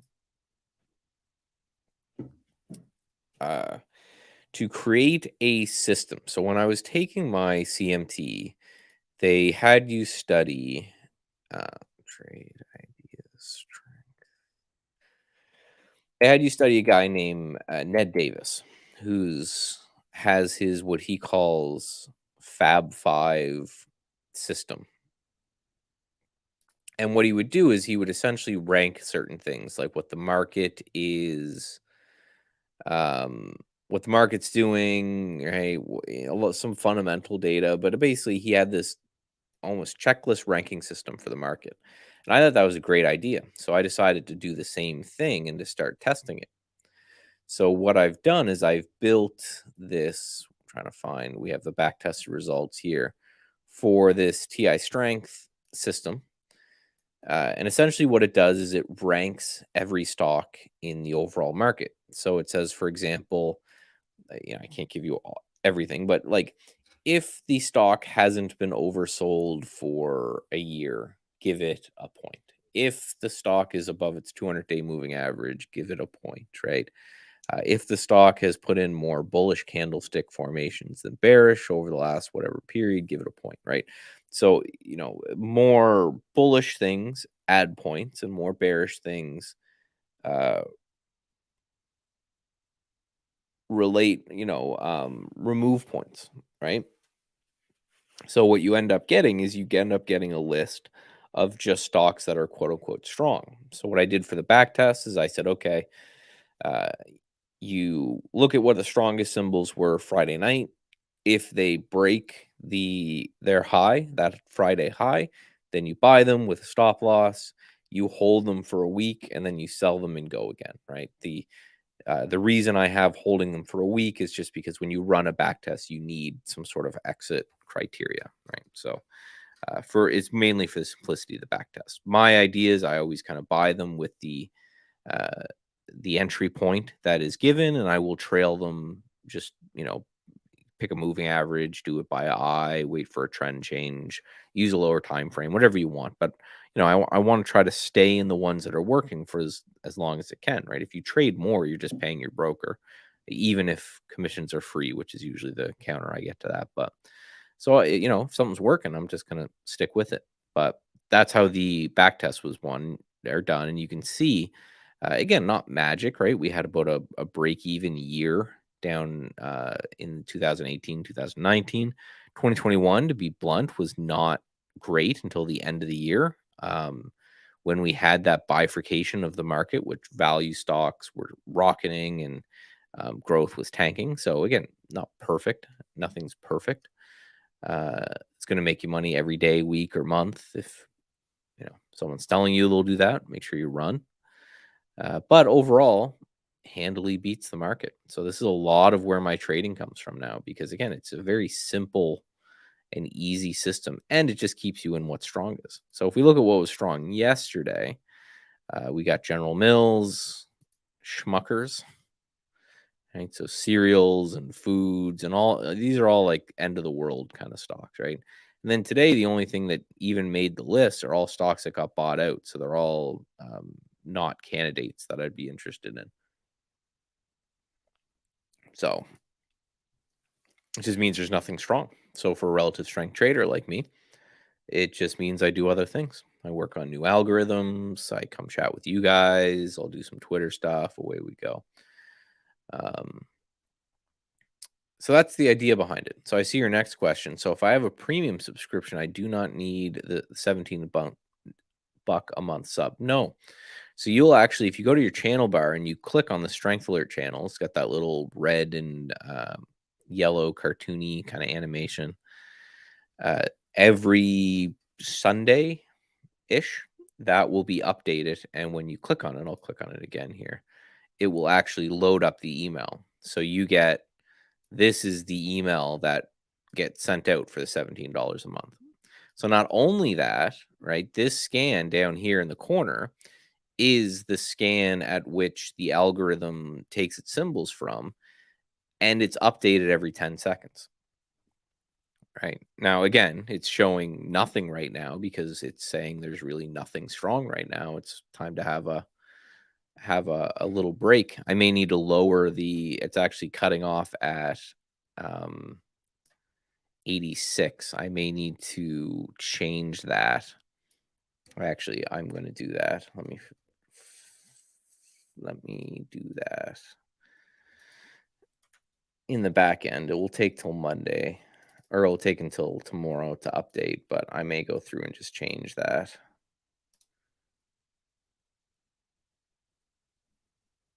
But yeah, that's the way it is. It's, it's not going to be the sexiest way to trade, right? Um, it's not going to be right. The sexiest way to trade is to do like a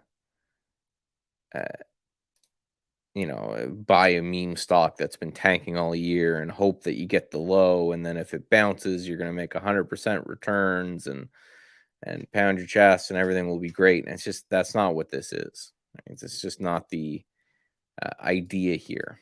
What the idea is more just keep yourself in the strongest names, which is the most kind of studied thing when it comes to trading and technical analysis. Is that a simple strategy of buying 52-week highs and selling to 52 weeks low uh, beats the market. you know we know that trends persist longer than they should, or technical analysis as a whole wouldn't really work, right?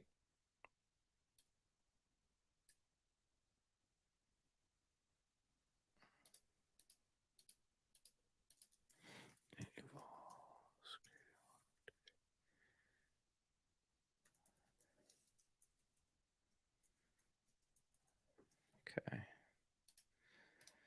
we're gonna run that.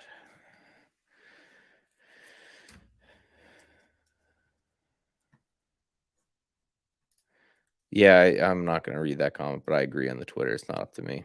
Email in. I fought that fight. Um, how do I get the individual strength window? So yeah, so two ways. One is to go to the channel, right? Right click the window and then click duplicate, and you can duplicate it into another doc you have open. You can duplicate it into a free floating window. You can do anything like that. Or another way to do it is just go into your title bar here, hit new, and then Market Explorer window right here. That will open up a blank window. You can see down in the corner here that looks like this. Just right click, and under server window, you've got all of these different ones to play with. So TI Strength's the third one down, right up the top here. Again, on the list of things to do is to clean up this menu. List of things to do is to have subtitles or subheaders for day trading strategies, swing trading strategies, that kind of stuff. This is a very alpha product that we've been working on. Again, it takes a lot in the back end because it's doing for TI Strength, it is calculating thousands of rows for every stock across the entire market. So there's a lot that it's doing, and it's going back many years to do that, to grab some of the data that I wanted from it. So, but there's a whole bunch of different ones you can try here. So, for example, the gap up fill, let's just grab that one. That's going to find stocks. What this is looking for right here is stocks that had big gaps on the daily chart, and now they're trading kind of in the low end of that gap. So you can see this ARI had this massive gap here, and now it's trading in the low end of the gap. That's another trading strategy that some people enjoy. Um,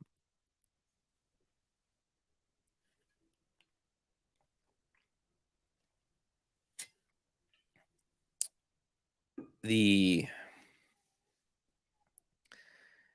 the trading strategy is, okay, if the stock gapped up, probably some good news occurred. if it's selling down and it fills that gap, what the thought process is and the potential is, okay, whatever good news was reported, I missed the chance to buy, but now that we're back at where that price was, maybe that will, for the value people out there, they may go, oh, okay, that's great. Now I got a second chance to buy that stock, right? So say I bought the, whatever they announced made their valuation go up, right? As the as the resident CMT, I'm not the guy to speak to that, but say, hey, this company is now worth double because of whatever happened in this news event. Now that it's back there, its valuation is low, but it already had this good news, so then I'll buy it. And by doing that, that creates support. Again, that's the idea behind it. This one's filling this gap that's happened kind of in the middle in there. Right, BBIG. Again, I'll just keep drawing these out. Here's the gap right here. It's closing that gap. So it's a counter trend trading idea or trading style. We have one like it. That's something from my friend Steve Gomez, and let's change that indicator from a 20 MA. His favorite indicators is 10 SMA. Let's save that. And what this one's looking for is let's click on one here.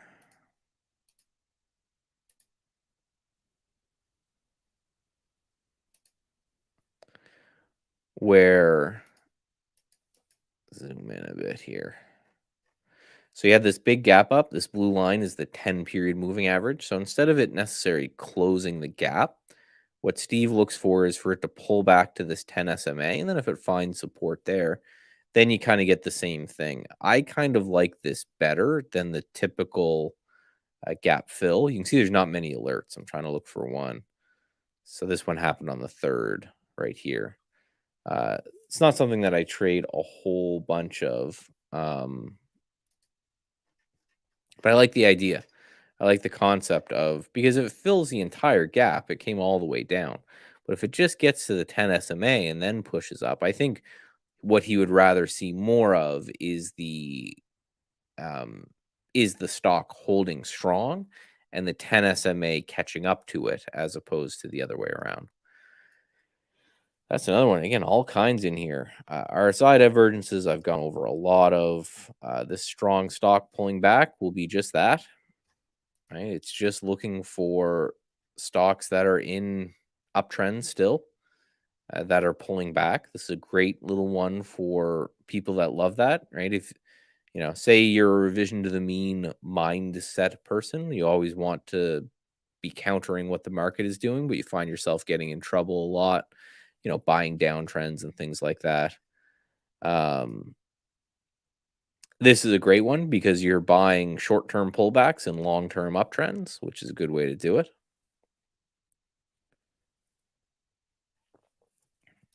And the right BSM, same thing, strong name, pulling back. Just an interesting way to do this. This one is done, I think, using an RSI, and is basically looking for something that was overbought a little bit ago, but that overbought condition's coming off, and it's getting potentially short-term oversold.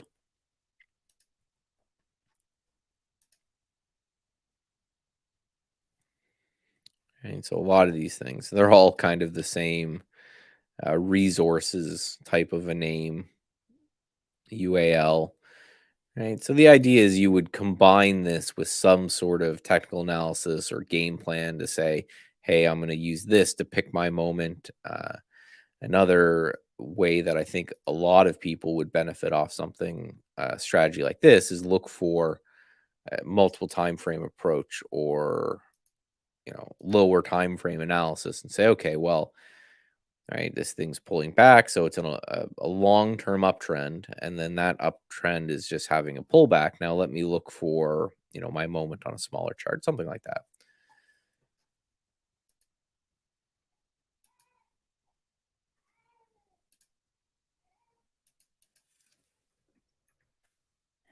tons and tons and tons here, and it's only going to grow, right? This is kind of one of my mandates with trade ideas is just right to grow more and more and longer term. Um,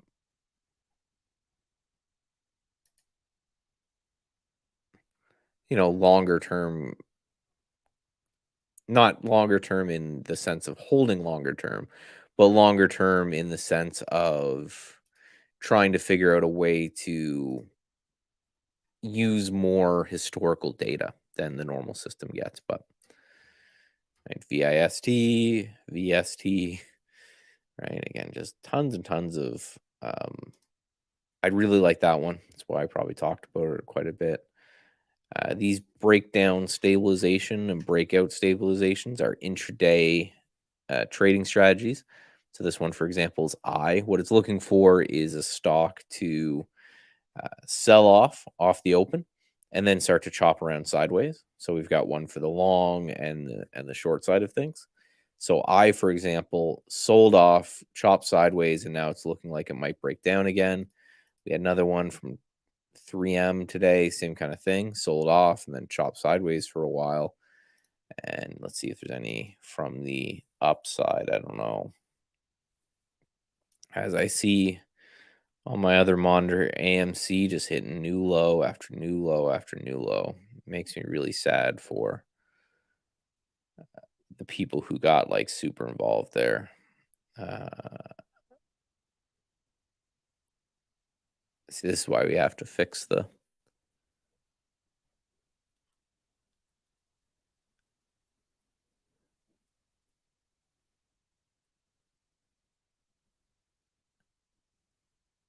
We've got some inside charts here, inside days, that kind of thing. Again, RSI divergences are great. This closing range breakout, this is something that our chief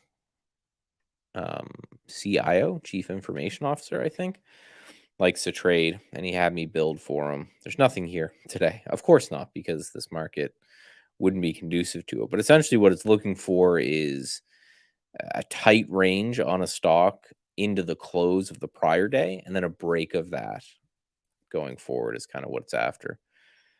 So combination, again, we need to have a way to separate the day trading ones from the swing trading ones. This is one that the trading room that you guys said this was a great scan for you, and I built it, and I don't think I've heard from anyone since. But what it's supposed to be looking for is an 8. Let me set these up. An 8 EMA crossing a 20 SMA on stocks that are doing more than normal volume, higher than normal volume on the 2-minute chart. So let's zoom in. Again, I'm not a big fan of moving average crossovers. They're one of those things that look good if you look at them, but then they don't. And because of the when you have to actually enter, you're usually really behind the curve. Right. So yeah, upstart alerted would have been in through here and then would have been in through here again. Again, the idea of these are just kind of momentum shifts one way or the other. Always learn new valuable information when doing this. Oh, no problem. I like getting out of my cave when I'm not doing this kind of stuff and I'm not doing presentations. I'm either trading my own stuff, or I do a lot of algo work and things like that. So I spend a lot of time very, very solo. So it's good to get out every now and then, I guess, is my point.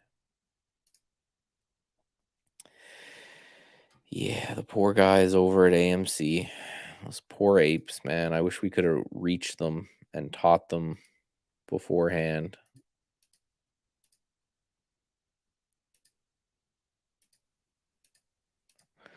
About, I've got a joke. I've got a joke trade on where I'm short 44,000 shares of AMC today. This is obviously a demo account. It's one of those things, these things are going to crash at some point. The question is, like, do you have the guts to short them? And the answer is no.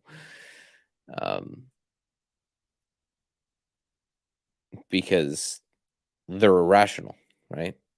AMC, it's irrational that this thing went from 14 to 30. Again, and then I feel bad for the people who bought into all the hype and all the nonsense. And they were buying up at 30. Uh, you know, obviously in a downtrend, right? You don't need to be a CMT to see lower highs and lower lows as it kind of crashes back down to where it was before all this started. Same with all of them, right? GME, are all just on their way back to whence they came. HYMC. I will. This is the one promise that I give you. If GME hits 10,000, it's not going to do it overnight. You're going to have a time to get in, so don't worry about it.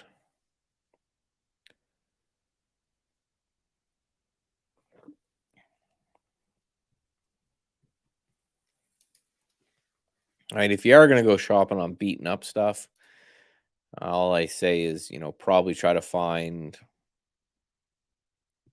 companies that make money. Again, not that I would ever give fundamental advice because I don't look at that stuff at all. I just buy stuff in uptrends and let the market do the fundamental research for me. But right, as a gamer, as someone who likes to play video games, for years I'm like, the GameStop has no existence, no reason to exist. AMC, I guess movie theaters are still a thing. I like going to the movies, but you know, don't trade off conspiracy theory, trade off written trading plans, which is why, back to my talk with the Market Explorer, why we keep building them into this Market Explorer. Just the more systematic you can get about everything, the better your life will be. Now, what else is there? I talked about the Bollinger Band squeeze. That's quickly becoming one of my favorite. We have bull and bear flags in here. They're not done with pattern recognition. They're done with indicator development. So that makes them kind of interesting. I use this one a lot where basically everything you see on this chart will have some sort of up move on the daily chart and then some kind of sideways move. So BNO is oil, which makes sense. COMT is also oil, which makes sense.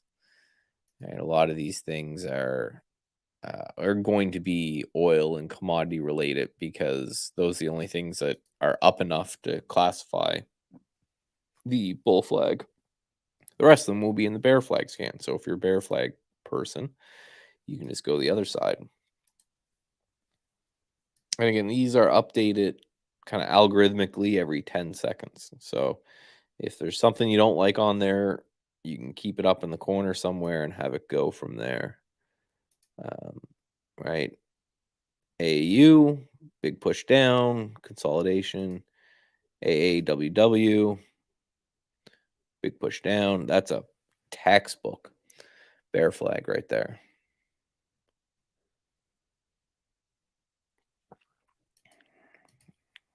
Interesting. There was a Bloomberg article that said day traders gave back all their meme stock gains. I read that one. Thought it was interesting. They thought sticking to the. Well, that's the sad part about it, right? In the origins of kind of the GameStop and the Wall Street Bets movement, they may have had a shot, but I mean, this is the beauty of capitalism. Right? This is why we love capitalism, is that markets adapt, right? So they hit the GameStop, they took out Melvin, they did everything that they were going to do, but then they don't understand that that was a shot across the bow, and that these market makers and things like this are not dumb. They didn't get to where they are being dumb. They may not be reputable people, they may even be evil people, but they're not stupid. So they were instantly building robots to read Wall Street Bets. They were paying people. Like, I know a guy who actually, his son, he's from New York, and his son was picked up by a Wall Street firm to consult with because he's a big like Reddit guy. Like, so these guys were like saying, okay, this is something new we got to learn about. Let's learn, let's adapt, let's move on. The places that adapt do fine, and the places that are old, curmudgeon, stuck in the mud, places die. So ever since that initial move, they have been loving all of the moves. So yeah, they think they're sticking it to the man, but they're not. The people who are selling them the options that they're buying way out of the money that are expiring worthless are market makers and things like this, right? Most options expire worthless. So people taking the other side of their bet are taking the other side of their bet and then maybe hedging that algorithmically with stock. So regardless of what happens, they'll end up making money, right? Or at least breaking even. If they're selling the calls, they're probably buying the stocks to cover the calls. So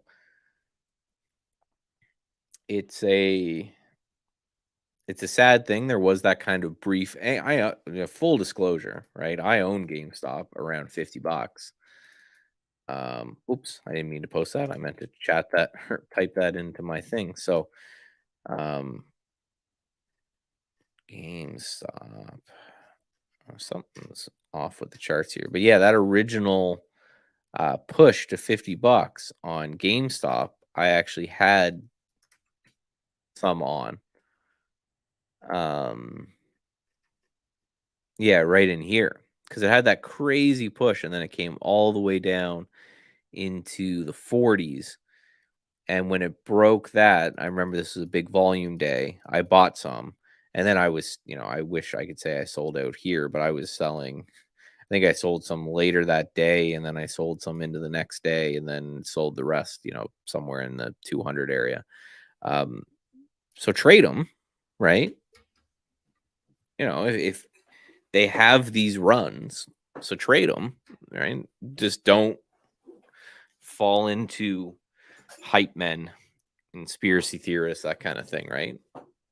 And if you're going to trade them short, make sure you're, using like risk defined options, right? You're, trading spreads or, just buying puts or something. Don't short them with a bunch of stock because if the conspiracy theory ends up being true and they do end up ripping, you just want to make sure you're protected there. But I will be shorting every rip in these. I've been doing it with puts for a while, but I will continue to be shorting every single rip that occurs.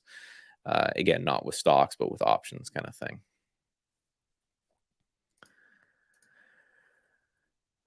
Will you separate TI strength list into two, day trading versus swing trading? There is no TI strength is exclusively for swing trading. There is no day trading version of it. I have no idea whether or not it would work, right? It's one of those things that the reason I use it is because it's been back tested for 5 years and it has great results for that.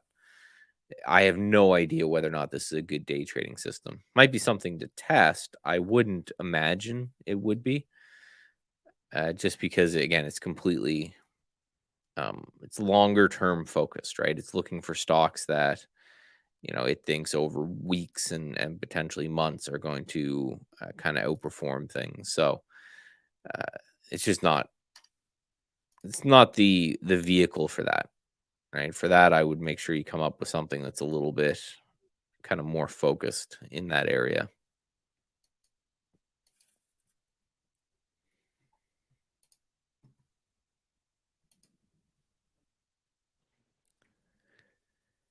We will be adding more different day trading scans in here. When we have 2-day VWAP, we'll play some of those as well. Uh, but yeah, unless it has a time frame on it, it's generally specifically going to be I guess that's not true. In a lot of cases, it's going to be a swing trading scan. But um, again, one thing, if you're looking for day trading stuff from the Market Explorer, I would suggest the Bollinger Band squeeze play is quickly becoming one of my favorite uh, day trading things. It takes a while to set up, and if you zoom in, the 1 minute is probably going to be the shortest to adapt. It's going to need time to set up, but then again, you're playing that revision to the mean of volatility, right? Volatility contracts dramatically. you're hoping to get a break one way or the other, and then you can take it out. So it's one of those things. I'm using a lot of setting of price alerts where I go, okay, this is, let's do that dock window. Okay, this is something that's squeezing, and then I'll put a price alert above it and below it, and then I can kind of move on with my day. Or you could add it to like your liked list or something to that effect. Barry, You heard me. I That was heard just you. a little cough, that's all. How are Did you? you good? Did you check these out? These new Bollinger Band squeeze plays? No, I have not. In fact, I haven't, what have I not checked? I checked out, I think the one of the bull flag or bear flag. But I've not checked out the Bollinger. So that's the one, the squeeze daily. So you're suggesting that could be used for day trading? Well, there's squeeze daily, and then below there's squeeze 15 5-minute Oh, way moving. down here. Yes, yes, yes. I Yeah. gotta move my, So like okay. for example, I'm just looking here at Bed Bath and Beyond at about $9 a share, or about $10 a share, 9.99. You can see that really, if you have Bollinger Bands in your chart, kind of midday, that really, really tight pattern it got out of. And then when it broke out of that, that was just a great. I'm really, Okay. really liking this as Interesting. Yeah, I as don't a have my trade. Bollinger Bands on the 15 anymore, just on the 5. The reason I did that is that I am sort of intrigued by Steve's 10 SMA and the 15.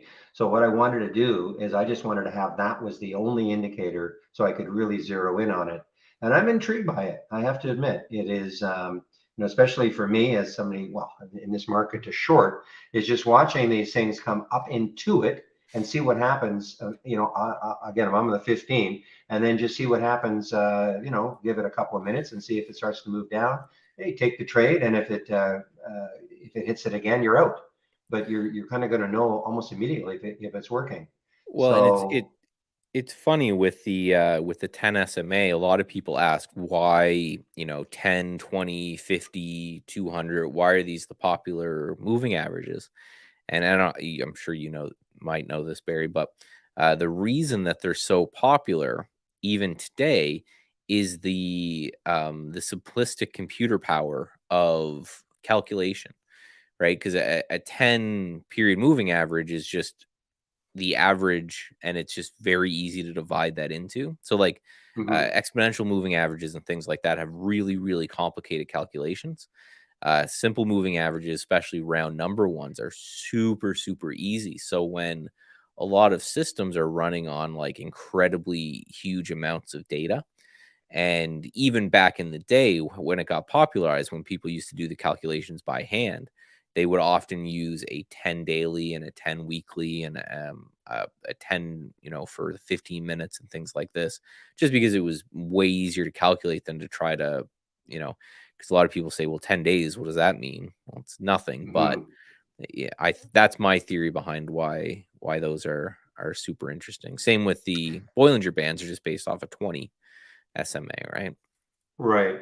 No, actually, I did not know that. I never thought about the whole number, like the 10, 20, 50, 200. 200, I mean, it's been around forever, but that's probably the reason. You're probably right. I mean, you see, when people ask me, what about a 13 SMA? Well, I don't know. I mean, but it's popular, or the EMA. I can't remember if it's a 13 EMA, or I know the 8 EMA is popular, but you're saying that, and I never really thought about it. You're saying that the EMA calculation is way more difficult than Way simple more, moving like average. Okay. by like a factor of 10. Oh, And it's really? funny, Is interesting. yeah, because an EMA, technically speaking, doesn't have a beginning or an end. It just, every period is added to and weighted a little bit differently from another period. So it becomes very, very, very complicated to go back in time and do it. Again, which is why a lot of these things are pretty simple. And if you ever put a 10 SMA and an 8 EMA up on a chart together, you notice that they're about the same. And I think it's the same with the 13 EMA and the 20 SMA. They're going to be Okay. pretty close in most cases. And the only cases where they're going to vary a lot is on big gaps before, things kind of catch up. Right.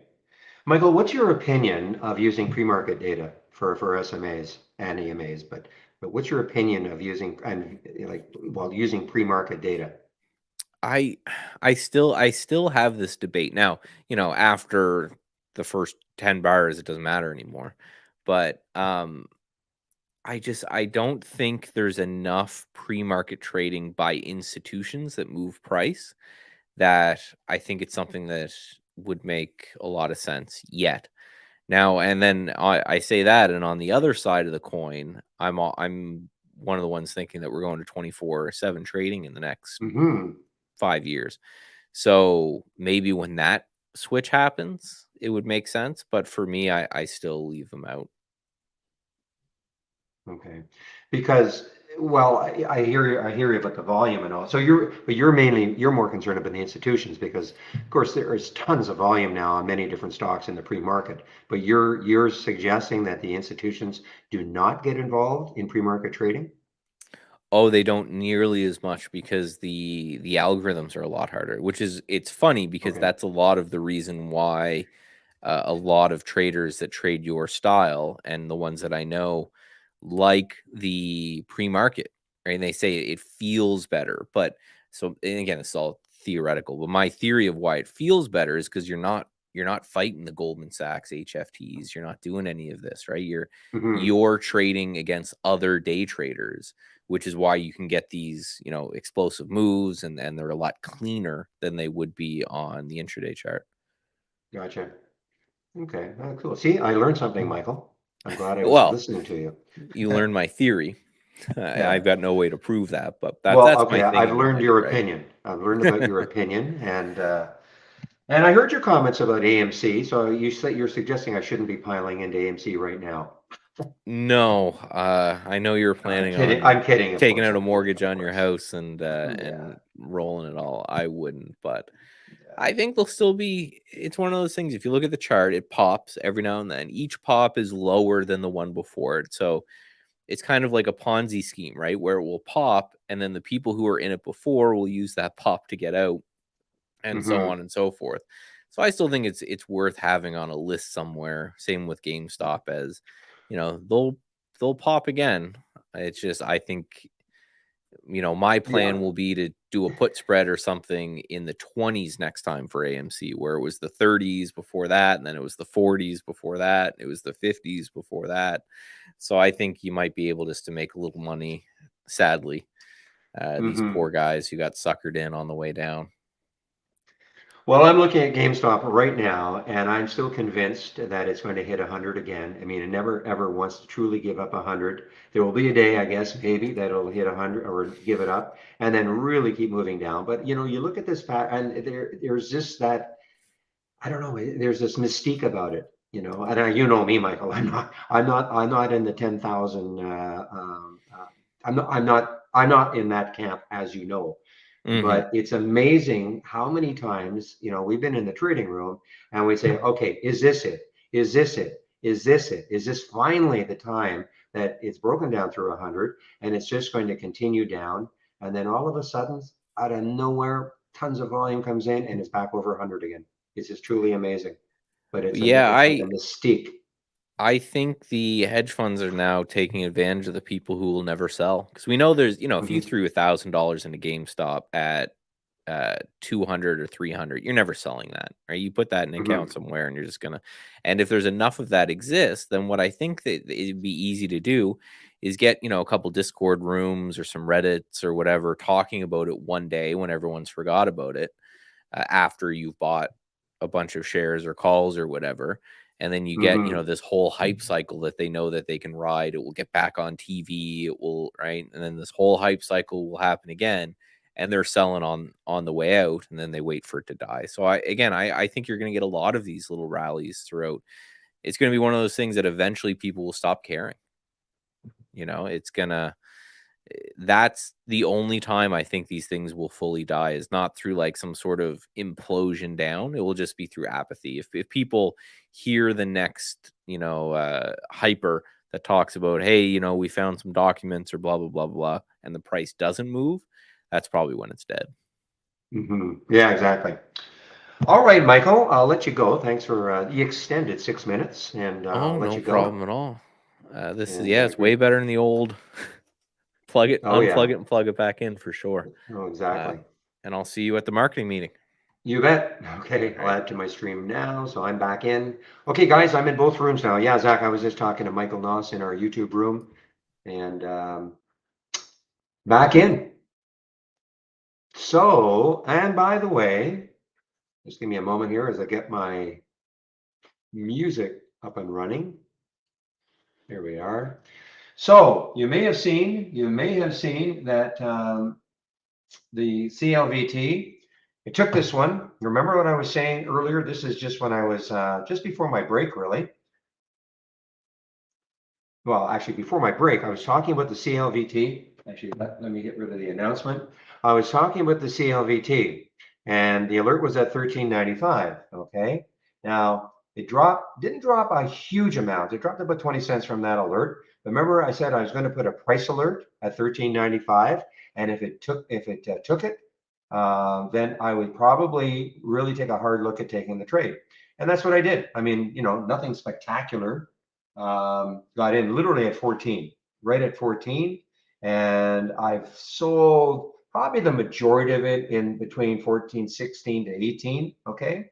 And just waiting to see if it wants to continue higher. But that would be my recommendation if you're trying to play these bounce plays from Zach Scan. I mean, there are other ones that are going to be unbelievably spectacular if you can time it correctly. I get it, but to look at something like this, I mean, who knows? I mean, if the market had really ripped, maybe it would have gone even higher. But to me, it's a sort of a simpler way to figure out. Okay, if I'm going to try these bounce trades, and I don't get too many. In other words, there it was, CLVT. There was the first alert at 13.95. It never alerted again. In other words, it didn't keep alerting on the way down. So all of a sudden you have a final alert at 13. Well, what do you do? Okay, yeah, maybe it bounces from 13, but maybe you would have looked at it at 13.40 or 13.30 or 13.20. My whole point on this is that if it doesn't move too far from the initial alert price, then just put a price alert there. And if it triggers, take a look at it and you can say to yourself, yeah, I'll take it. It's just kind of, I'm not saying it's easy. Nothing is easy, but at least it gives you a bit of a bit of a safer entry, in my opinion, rather than trying to guess as a stock is moving down, down, down. What do I think of? Well, I mean, what do I think of UPST and Pega? Well, I mean, there's not really. I mean, I don't know how to answer questions like that. I mean, it got hammered on earnings. Nothing more to say. Got hammered on earnings. I mean, could it bounce a bit? I guess, but it got absolutely hammered on earnings. It happened after hours. I actually saw this one. I was, if you were in the room, I guess you weren't in the room when I opened at 9 and started talking about this, and I almost took this. I almost took this as a swing short overnight. I just couldn't bring myself to do it. Which would have been awesome because it was, I was going to get in around that 45 mark, 47 mark. Would have been awesome to wake up to 31, but I didn't do it. So I mean, at this point, I mean, could it bounce? I guess so. I mean, it's basing not badly here. So I mean, anything is possible. And as far as the PEG is concerned, well, I mean, again, damaging news. Having to pay out $20 or $20, $22 billion. I mean, it's had a tremendous bounce though too. So when you ask me what do I think of it, I really have no opinion other than what I've read. I mean, I don't know if they're probably. I mean, as I said, they were probably going to contend. Excuse me, the $2 billion that the jury came down or the judge said in the Apion case. Let's see what Apion's doing. APPN. Yeah, I mean, it's still kind of holding there. But I'm sure they're going to contend it. I mean, I don't think they're not going to go, okay, here's your check for $2 billion. So, but other than that, I mean, it's just traders.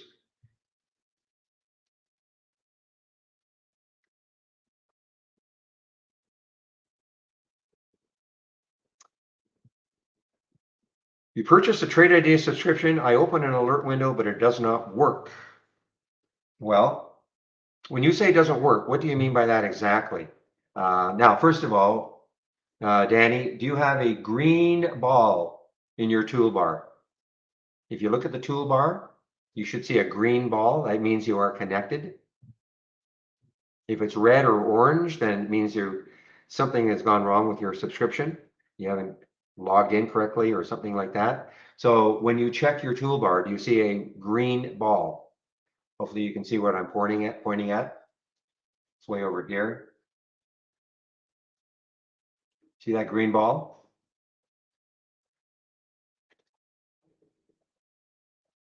There's no demo anymore, TRD.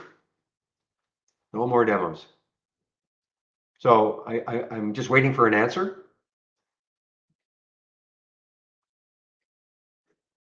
Danny, can you hear me? I need an answer. So I mean, is that a green ball that you see in your toolbar? However, maybe you can't hear me. Can you hear me, Danny?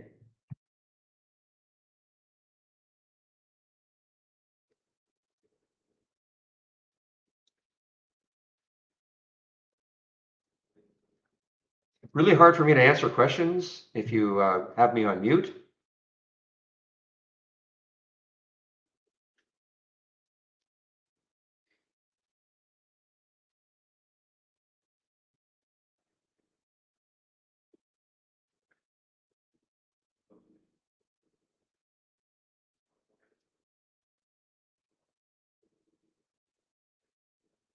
It shouldn't be, there's no delay. There's no delay. We don't have a demo product anymore.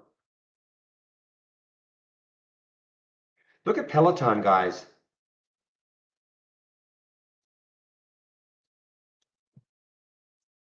Look at Peloton. I am surprised by this one. I mean, this has been strong all day. I mean, obviously it had, the horrible earnings release, but it never really pulled back that much.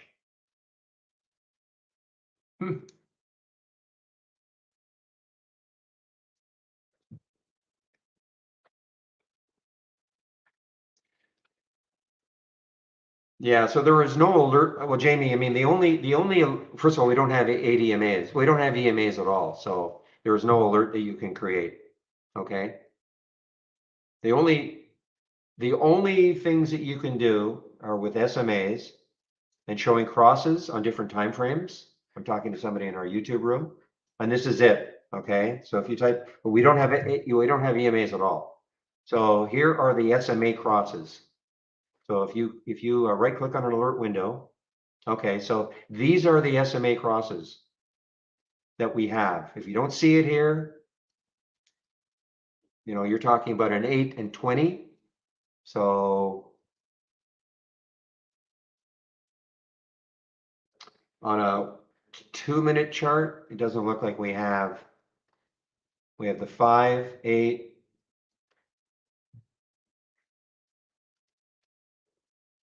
Let me just see. Yeah, so we don't have that. We just have the 5 crossing the 8 on the 2-minute chart, number 1. And these are both SMAs.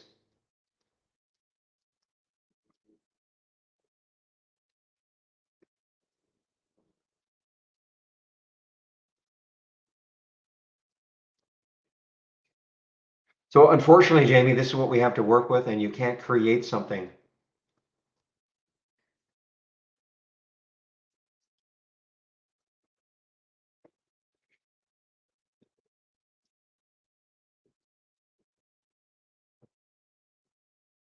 Now, in Michael's Market Explorer stuff, I mean, it's possible. I don't know.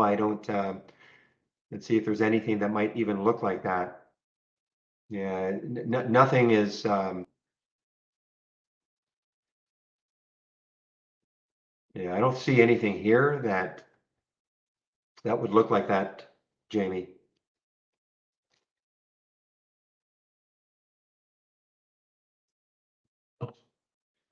I mean, there are definitely limitations to the software. I mean, we don't have every single type of setup. but we try to cover everything. Not everything. I just contradicted myself. We try to cover as much as we can without having people or making people learn a programming language. So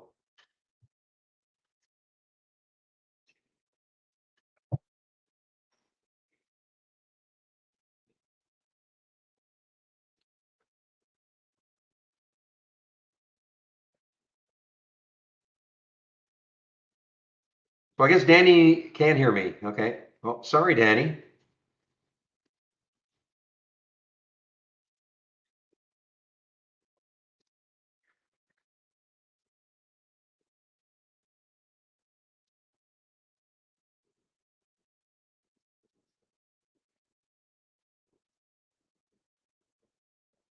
Well, another one, guys. KLR, another one. Earnings play all-time low. KLR. This showed up at 104. The price was 357, starting to drift down. I did not take this one, but another one in the 10-day daily breakdown, making it not just a 10-day daily breakdown, but also an all-time low.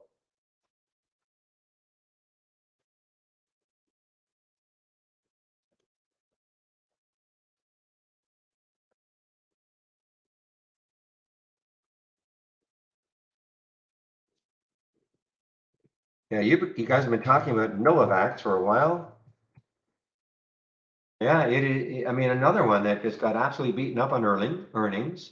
Would it surprise anybody if it went positive? It's only $1.25 away. Wow.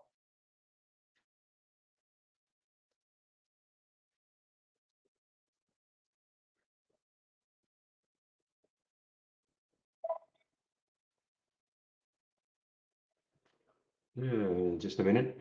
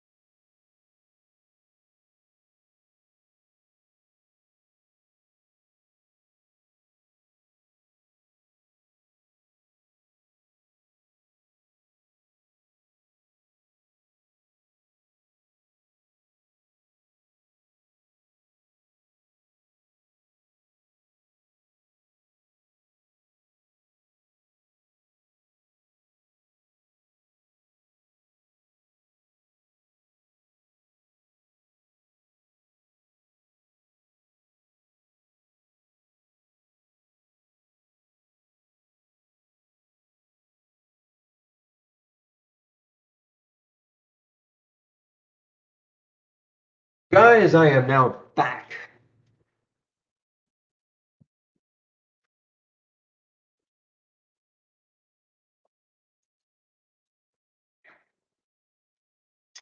Yeah, I did not take this short on the KLR. I was actually thinking about taking the short on the FF, Frank. But it actually kind of popped a little bit here. It showed up in the 10-day, excuse me, the 10-day daily breakdown at 635.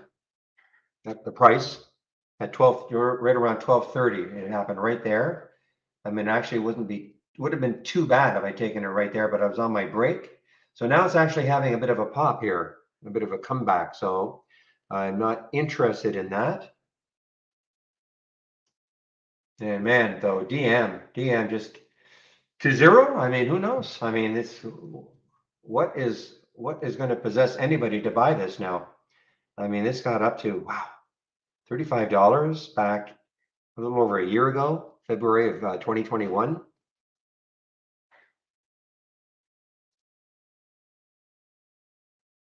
I can't remember if this was a meme stock or not.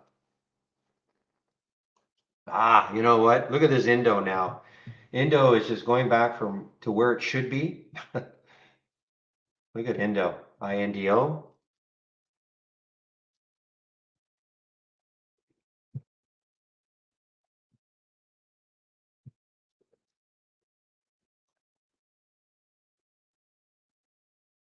This has been a spectacular scan, guys.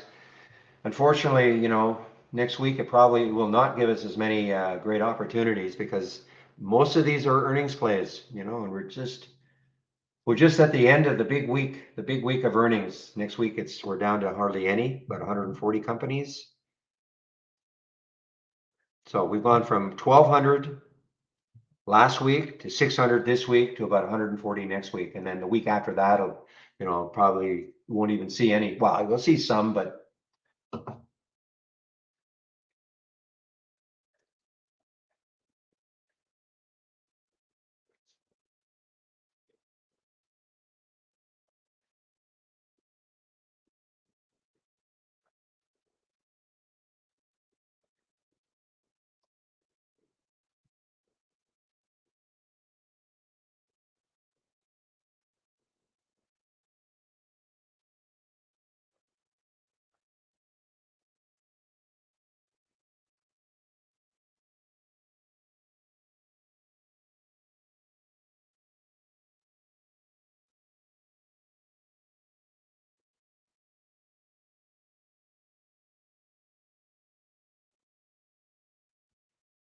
the amazing thing to me is that there are just a ton of shorts available for this DM.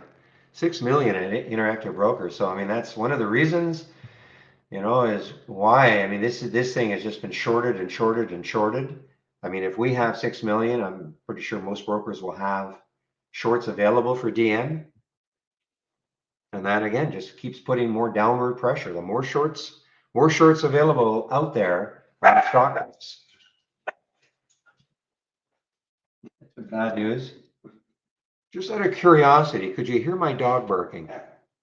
Just trying to test how well this noise canceling is working. Oh, you could hear it. You could hear it. Really? Hmm. Maybe my dog's bark sounds like me. How about the tapping on the desk? Tapping on the desk. So you don't hear the tapping on the desk. Interesting. Okay.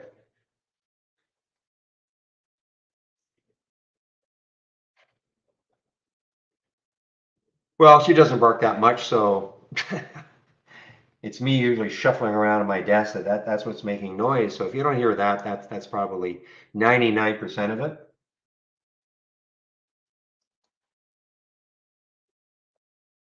Just the first tap. Interesting. Okay. All right, guys, here's one that's starting to move here. Xene, well, it started from 25. Another earnings play, XENE. We're starting to get a few little bounces here, a few little bounces.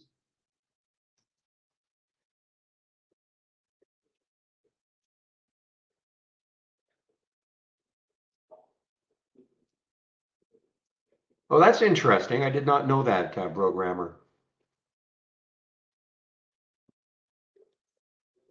I did not know that.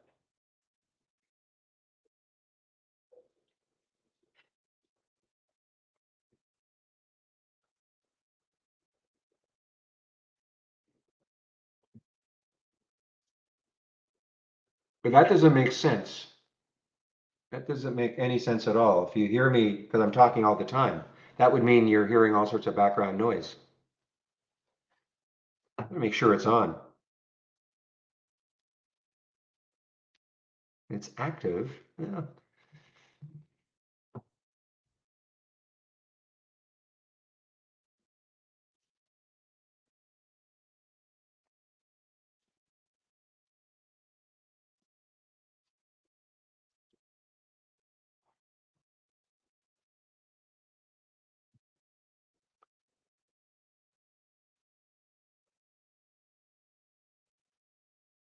Well, I'd be more inclined to maybe look at a short on this one, this XENE. The next high looking left is 27.85. That's actually quite that's a piece away though. Yeah, 27. Well, no, 50 cents away. It was $1.50 away. So, and it's just through the 200 day, 27.05. So it's through the 200 day.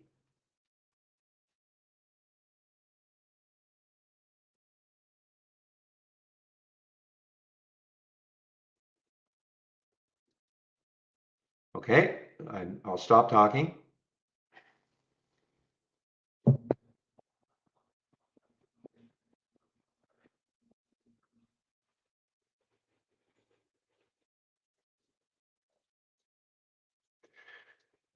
Well, if you didn't hear the tap, I was tapping. She's outside now, so she didn't hear the tap, so she wouldn't be barking. Interesting. Okay, two taps. See, it's funny. Pepe heard two taps. You heard nothing.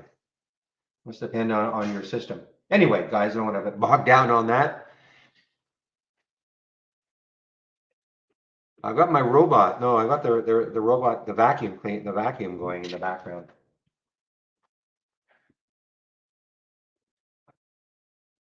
Yeah, look at STEM. You're right. Look at STEM. Look at STEM. I mean, I was playing around with this one in the simulator. All right. I said, let's take this trade. But look at STEM now. I mean, it had a great pre-market move up to 325, pulled all the way back, got negative. Now it's mildly positive.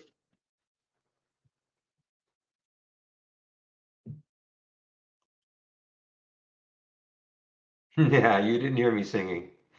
You can't get me on that one, Pepe. Twitter. Okay, let's see what Twitter is saying or doing.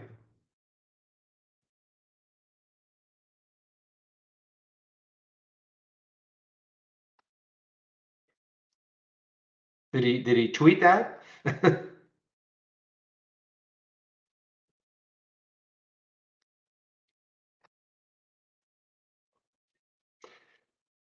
Well, the herd may be short, but I'm telling you, I'm seeing so many bounces. I'm seeing a lot of bounce, not from Zach Scan so much. I'm seeing, well, look at the market, of course, but look at Peloton now. I mean, Peloton is challenging 13, PTON, challenging 13. Oh, I see what you mean, Larry. I see what you mean. So there's some short covering happening, perhaps. Yes, I misinterpreted what you meant.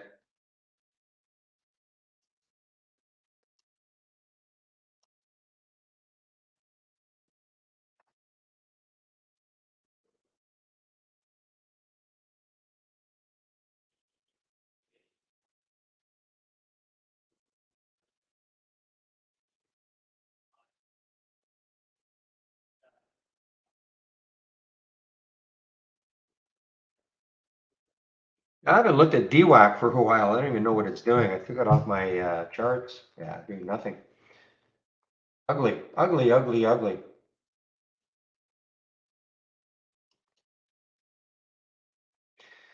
So Aurinia, an earnings play, this has been pretty solid all day long. I mean, had the pop up, had a little pop pre-market on earnings, a nice little move, gave back a little bit, but not much, and it is continuing to move.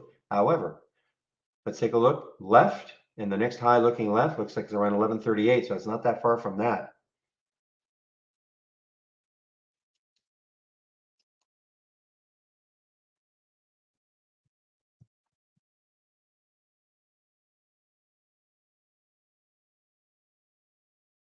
Well, about a dollar ago, I said it wouldn't surprise me if this went positive, and look, it's almost there. Amazing.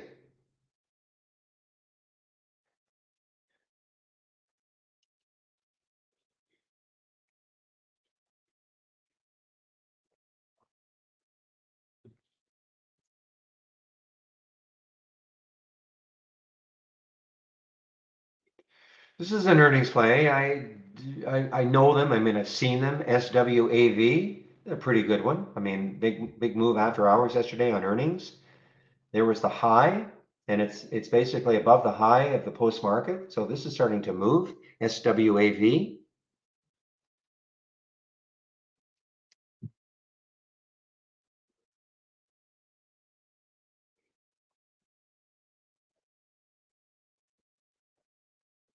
Yeah, this is so for those of you who don't mind playing more expensive ones, and this is not a bad little breakout on the 5.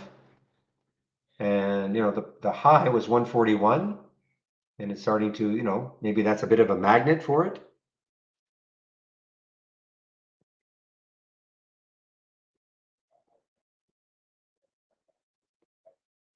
Yeah, don't look now, but AMC is starting to move a little bit. GME, I was talking to Michael in our in the YouTube room, and I was saying, this wouldn't surprise me again if this hits 100. I don't mean today, though it might.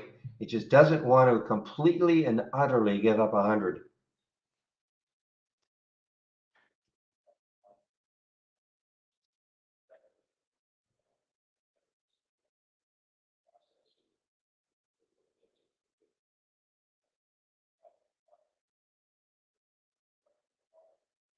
I take it you are short Peloton, JK. It's a hard short today. I mean, you would have thought with all the negativity before earnings, and then earnings confirms it all. I mean, not that we needed any real confirmation, but there wasn't any sort of a glimmer of hope on that earnings release. And yet, again, this would not surprise me if it went positive. Oh, I see. You're upset that you're not in it. There's the 13 break now.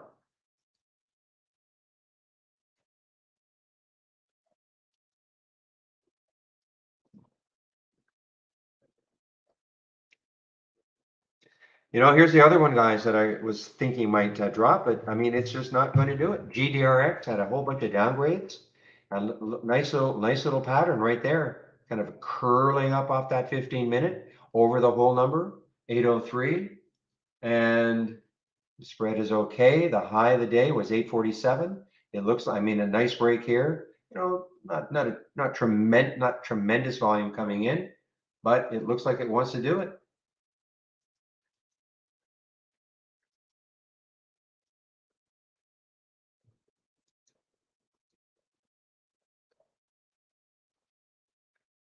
And the market is showing some strength now.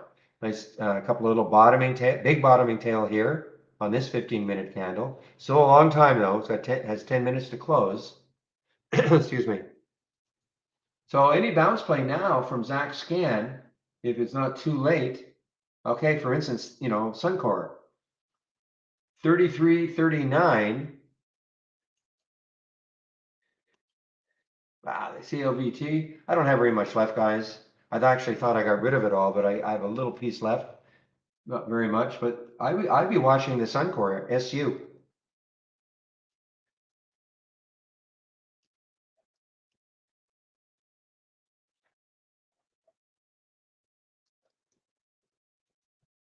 Okay, why? Here was the alert from Zach Scan. The market is moving higher. 33.39. It's not that far away. It didn't put yeah, so 33.39. But it's mainly about what the market is doing right now.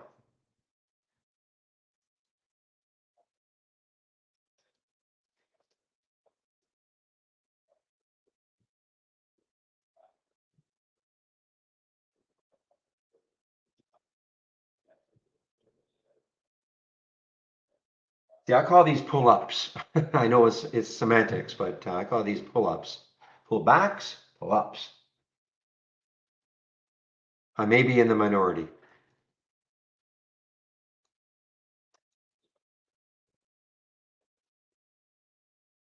Oh man, guys, I know I mentioned this one.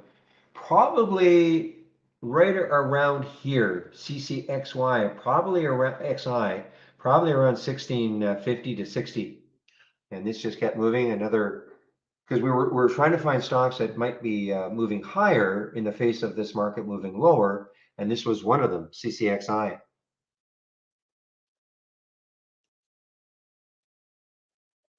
Here's another one that's breaking out a little bit, YMAB, YMAB. Next high looking left is 1019, so may stall there, but boy, if it gets through 1019, the next high, is that right? Yeah, the next high then would be 1125.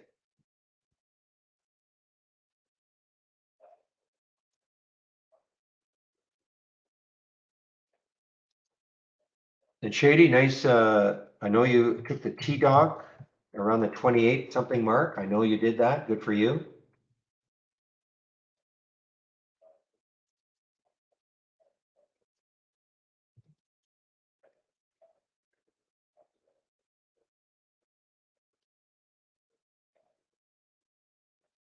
All right, good guys. I mean, keep an eye on Zach's if we get another one.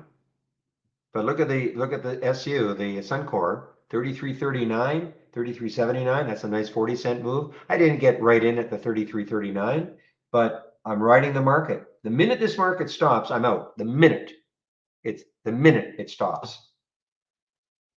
Now we've got that magic 400 on the SPY, but we've actually gone, NAS is now positive.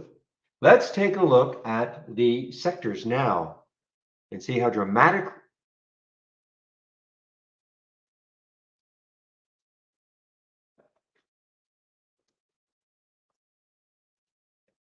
My guess is we're going to see the tech stocks. Yeah, I mean, look.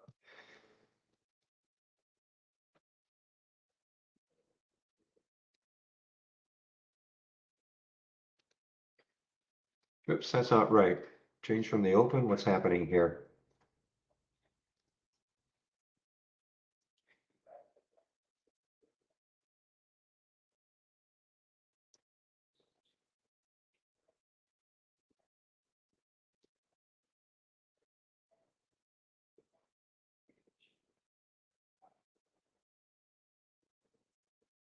There we go. Not sure what happened there. So look at tech. The last time we saw tech, it was down about here. Okay. In other words, only about maybe 10% of them, maybe not even, that might have been zero. I can't remember. We're above the open. Now look what's happening, and that's what's happening. I mean, it's not incredible, but going from maybe 10 to 38% of them now are above the open. Energy has not moved, but and the tech, of course, tied into and look what's happening, tied into Nasdaq, of course, a lot. Communications, the same sort of thing. So you can just kind of see, these are the two sectors to be in right now: communications and technology. For a while.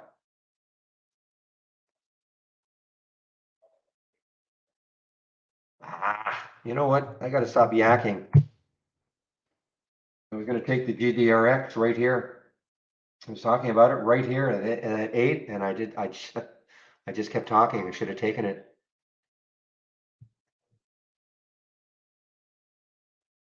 Shoot. Look at this. Well, maybe somebody took it when they heard me talking about it, and with the way the market is moving.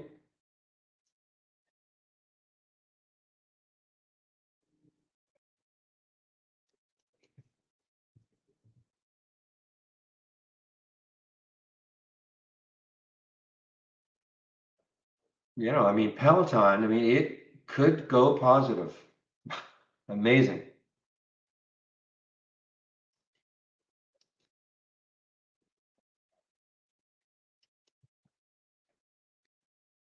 So here's the gap down and reverse for Peloton right here, guys. It's a great little scan, I used to use it a lot. I brought it back maybe 3, 4 months ago, used it for a while. And it's not that I didn't like it. I'm not sure what happened. I think what happens is that when you're out of earning season, you're just not getting, the dynamic moves. It's that simple. So, but I'll certainly have it up and running next week to see what sort of moves we get. But as you can see, most of them are earnings plays.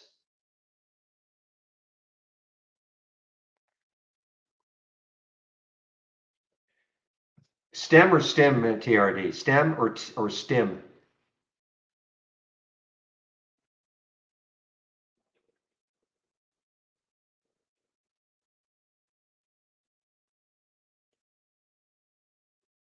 If it's stem, I haven't seen stem for a long, long, long, long time. Oh, good for you. I haven't seen this one in a long time.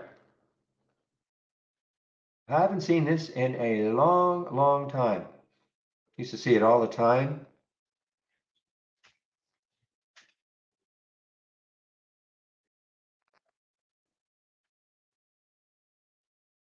I see no news on it.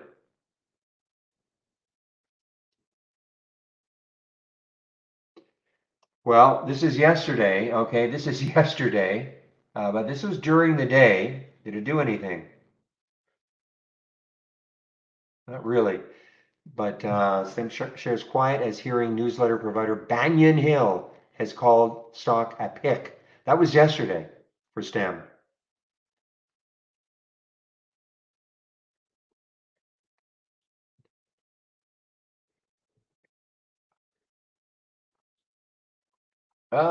All you have to do is let's take a look at the strategy itself. So gap down and reverse. Open the alert window. So first of all, I put a delay of 15 minutes because so much can happen in the first 15. So that's number one. This is just to get rid of ETFs, etc. So the stock had to the open had to be at least 4% below the previous close. The open was at least 50 cents below the previous close, but then it makes a new high. So if all these so you can kind of see what it's looking for. Stock that gap down, but then it's making a new high with that number of shares, of course.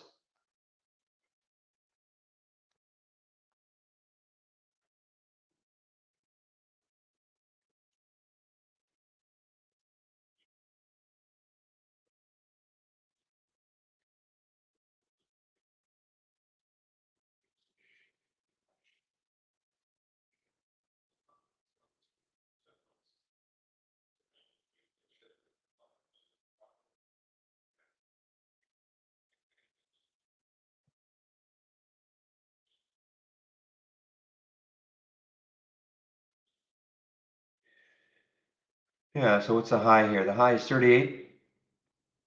38.47 is the high of the day for UPST.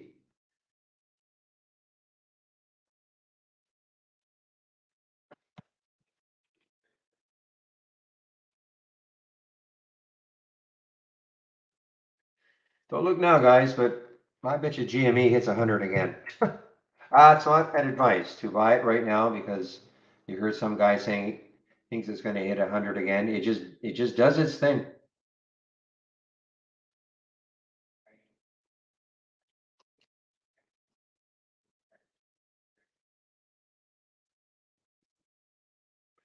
Man, I'm ticked off. I mean, I wanted that GDRX, but hopefully some of you took it.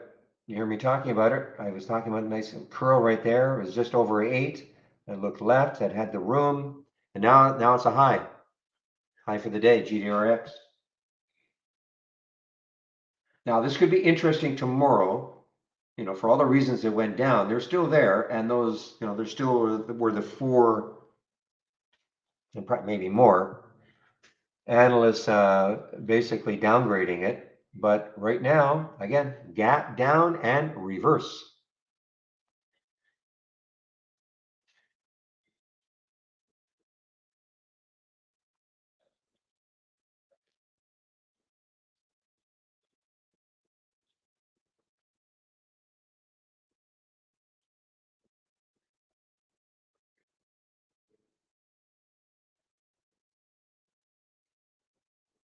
Yeah, can we believe this bottoming tail? I wasn't paying enough attention to the SPY. Was that really a red candle all the way down here and then pop back? I just don't believe it.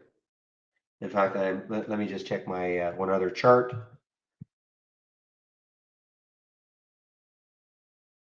No, that didn't happen. Not on my face. So what I have to do is I don't know why that happens with my SPY chart every now and then. When I see that, all I have to do is just type in another symbol and put the SPY back. Now that bottom tail has disappeared. Don't know why it happens.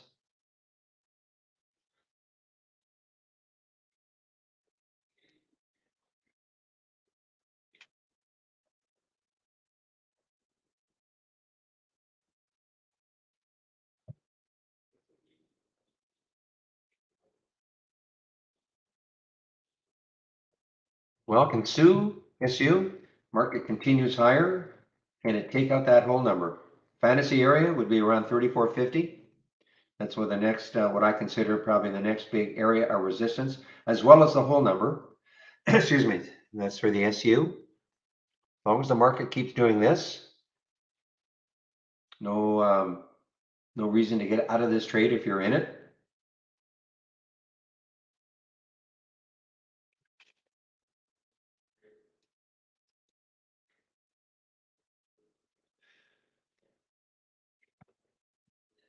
No, here's another one that bounced well. Now, the only problem, I mean, the LFST, the first alert was at 581.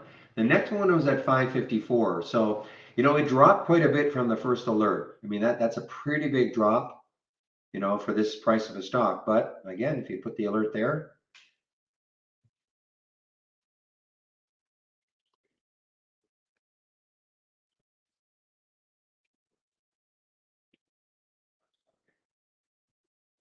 we're shorting the tops. I'm looking at the shorting the tops. Oh, wow, look at this one, AVDX.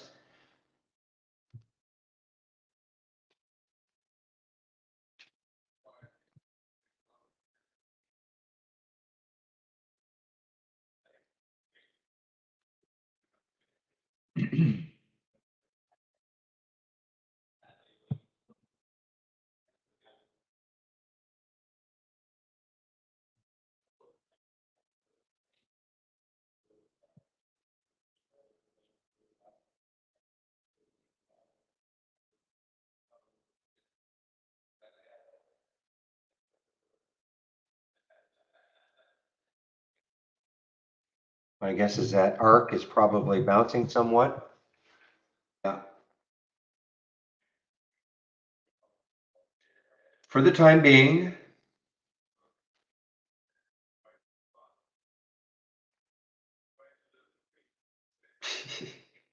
yeah, Peloton, GDRX, a lot of bounce plays, Todd.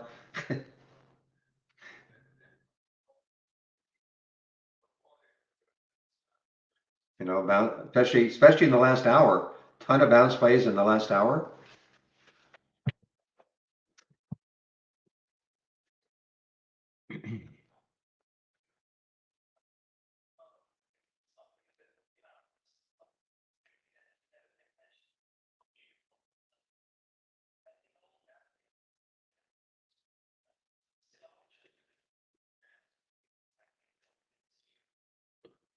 I do remember you're talking about Sky H. Seems like yesterday. Yeah, I mean, it's chopped around, but yeah, I mean, I guess if you draw a trend line like that, and it didn't really break that 10 SMA. I know Steve Gomez is a real fan of that. Ah, GDRX, I mean, where's this going? Could it go positive? Could it literally go positive?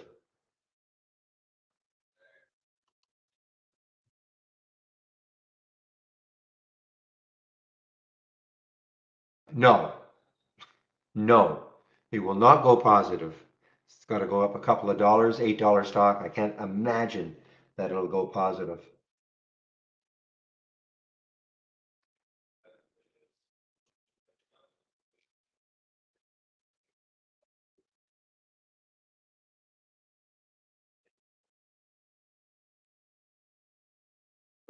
All right, guys, let's see what DCPH can do. I mean, a bit of a chase here. Let's see if it bases a bit. Has a little bit of room. This is a gap up and go. It's not an earnings play. And the next high is 1046, so it's got a little bit of room. And that's the DCPH.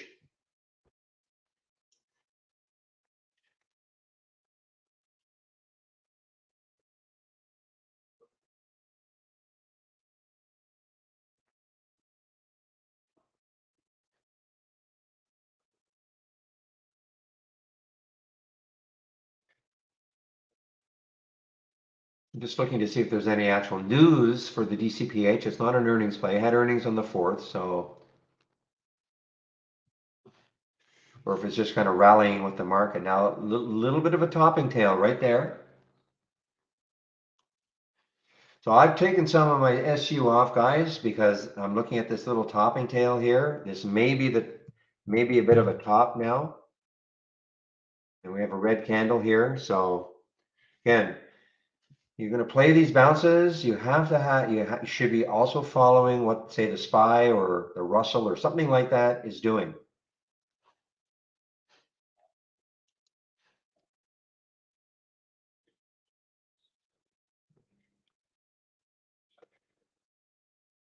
Really just the 200-day, Todd. Yeah, I know where the 200-day moving average is. You know, I'm kind of following. I mean, Steve is getting me a little more interested in that 10 SMA on the 15-minute chart, but that's about it.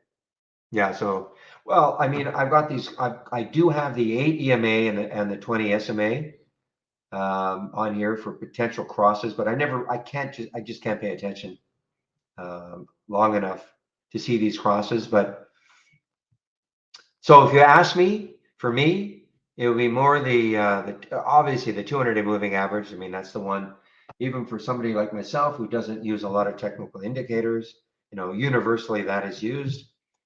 And then I'm looking at this the 10 SMA on the 15-minute chart. That's about it. I'm not a big indicator guy.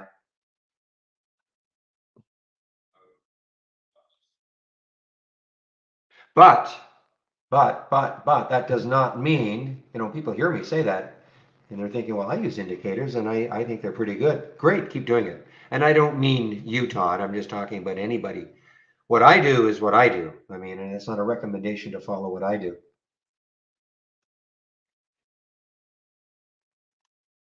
You know, I mean, I know people who swear about the MACD and the RSI and all that. I'm aware of them, though I don't think I've ever used the MACD. But you know, I'm aware of the RSI, but I don't I don't dwell on it. The VWAP, I'm aware of it, and so yes, I'm aware. I mean, I see where it is.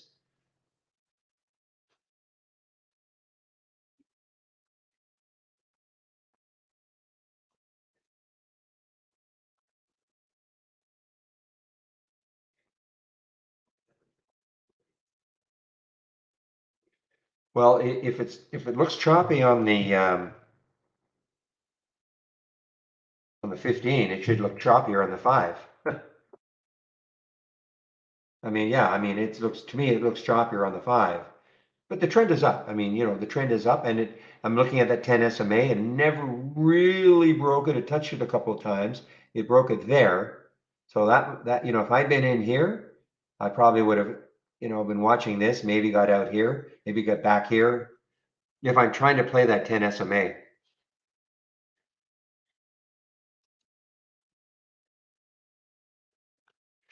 All right, guys, today, wow, it's 1:55 already. So today is Tuesday. Yeah, it's Tuesday. So there is a marketing meeting. So I will be attending that. So I will put myself on mute right now. I'll get the announcement in. You know,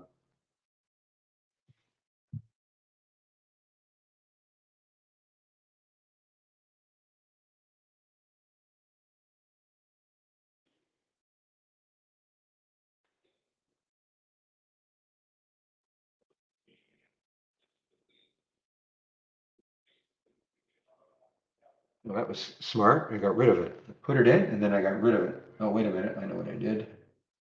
There we go.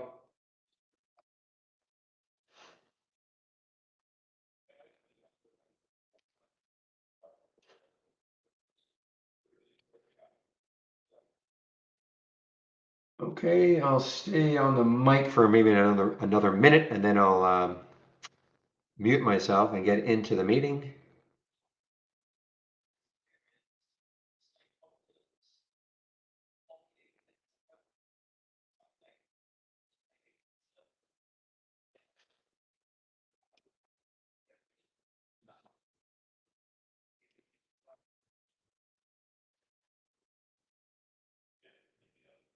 Hmm. Yeah, this was never shortable for me. I mean, this was a really good one yesterday in the face of what happened. This is this BWV, and it had a, obviously choppy. I mean, look at, to me, it's very, very choppy. So when you see chop and you're bound and determined to take a trade like this, you can't take too many shares. Otherwise, you'll get stopped out left and right. So you have to put a wider stop, fewer shares, in order to keep your risk what you want it to be, how much you're willing to lose on the trade if it doesn't work.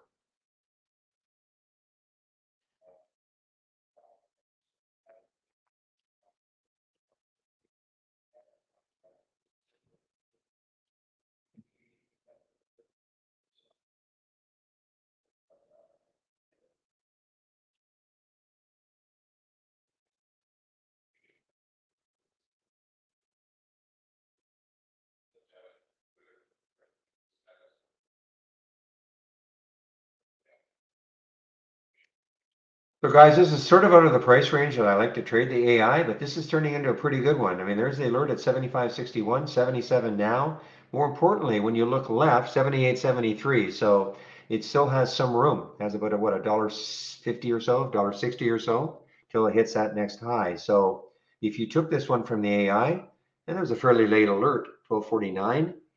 You can see what it was doing, it was consolidating, and then it moved. Not an earnings play either, though. Okay, guys, muting myself now before I forget.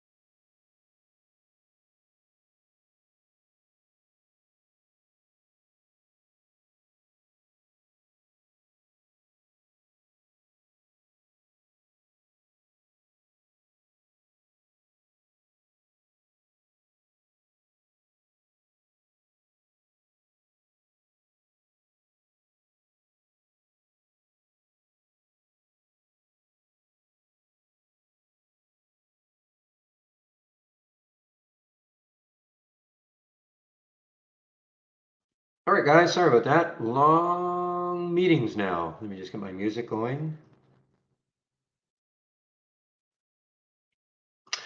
Yeah, so the SU turned out to be a lot better than I thought. I was a little worried. I think I was a little worried around here, but actually SU kept moving. So you asked where I found it.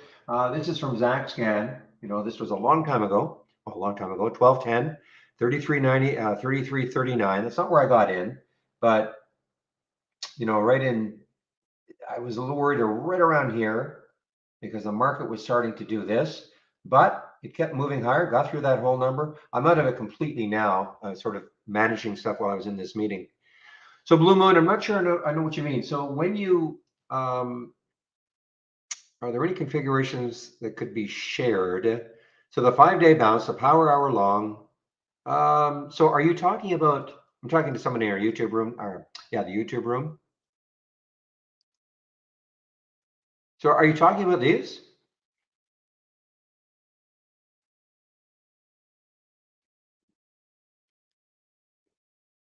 I guess not, because I'm looking here, I don't see, for instance, the AV WAP or the AWAP bounce. I don't see that. Power hour long 5-day bounce. Yeah, so I don't see any of this here. So I'm not sure. Where are you even seeing that from Trade Ideas?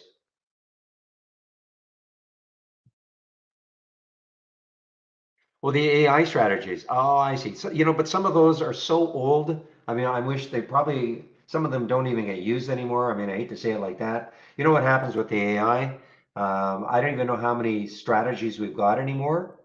Well, I know we used to have about 50 and they go through an optimization procedure overnight. And then the ones that made the cut, making the cut, meaning a certain profit factor and winning percentage, they would be the ones for the next day. But as far as, the 5-day bounce, yeah, I mean, yeah, so I don't even have that. I see now what you mean. If I could bring up, I don't, did it even make the cut today? You're probably talking about ones that didn't make the cut because then you could just click on an alert and you would see what the pattern is. But a 5-day bounce to me is just something that's been down for 5 days and then it bounces, as an example. But yeah, all the alerts and filters, they're proprietary. So I can't bring one up because some of them did not make the cut today, so I can't show you.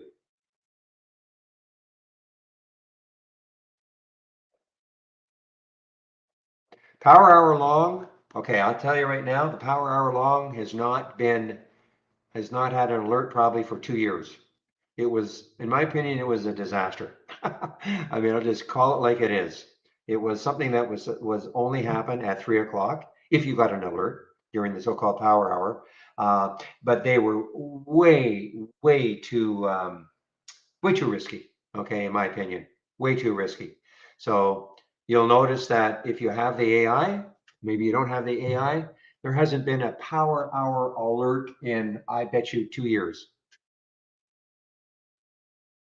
So I don't even know, like the ones that made the cut today, I don't even know. I don't really care about what makes the cut. All I care about is, okay, I take a look. I mean, Colm, you can kind of see, I don't even know what the strategy was for Colm as an example, but you can kind of see what happened. It was just basing a little bit and then it popped. So it looked at this, maybe a little consolidation breakout of some form. It doesn't, I mean, because that's where we got the alert. So there's a pullback and then a little consolidation. So probably like some kind of a consolidation break. But I don't know what strategy that was. See, I don't really care. I mean, I don't really care. I just want to see, what they are, and then I can make a determination whether or not I want to trade it. But that's me. I mean, I do understand some people like to dive into the weeds and see exactly what it's all about. I'm just not that person.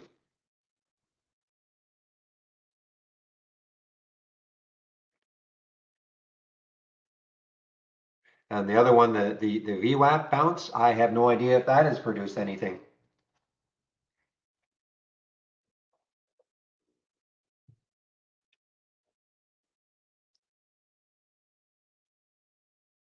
Now, I did take while I was in there, I mean, I'm out of it now. This was more of a, I was hoping it would get down through 9, but I just popped in, just as I was in the marketing meeting, I mentioned that BHC was right at the VWAP, 935, which is right here. And so I actually took this short right about 933 or so. And it got all the way down to 9 before it came up, 906. I was really hoping for a 9 break, just didn't get it. So let's see what happens at the VWAP again. Maybe the VWAP rejects it and maybe it drops again.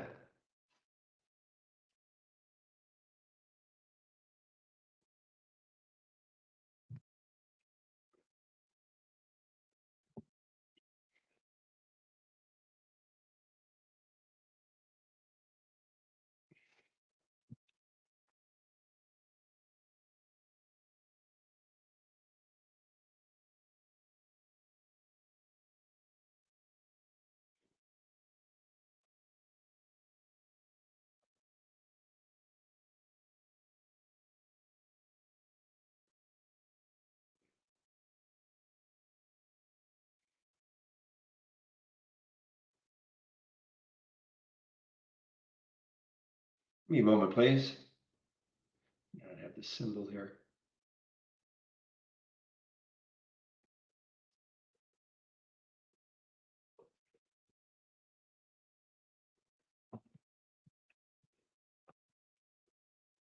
All right, guys, so I'm getting set to get myself off the mic. The room will be open until 3 o'clock. There's nothing in YouTube today. Tuesdays and Thursdays are when Chris does his Zoom stuff. So the YouTube room will close at 3:30 also, as well as the main room. Should put that in here.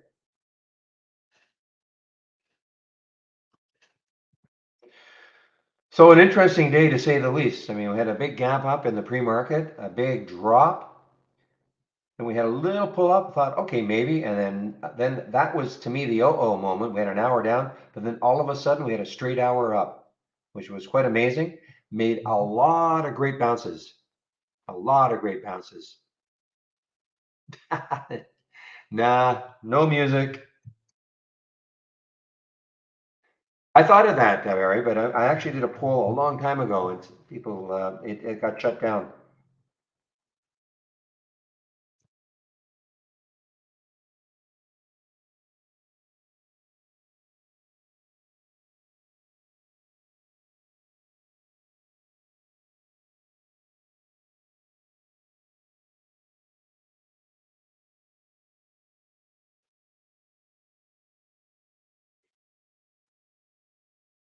Okay, and just one last,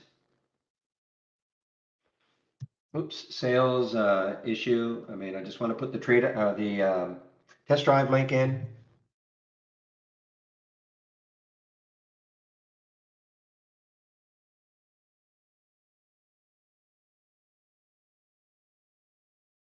All right, so again, there's a test drive link.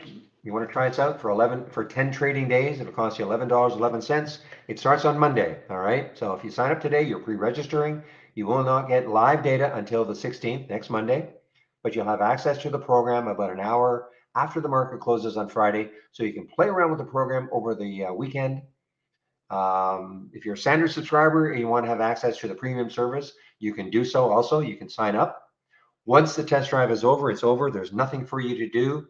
You don't have to unsubscribe from anything. We don't put you into a subscription. Okay? If you're going to do this, then what I would do is this.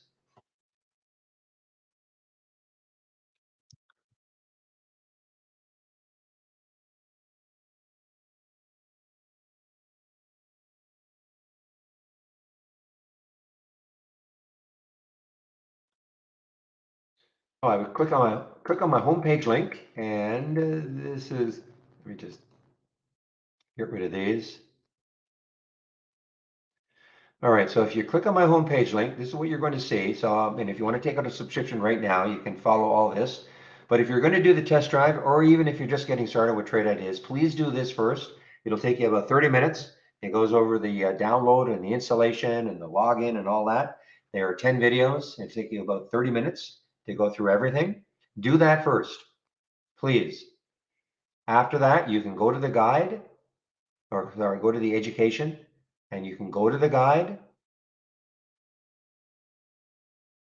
And don't get overwhelmed by everything that's here. You don't have to learn everything.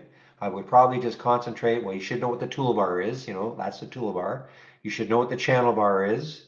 And you click on new and then the dock channel bar. These are the themed based channels. All the scans, everything are created for you.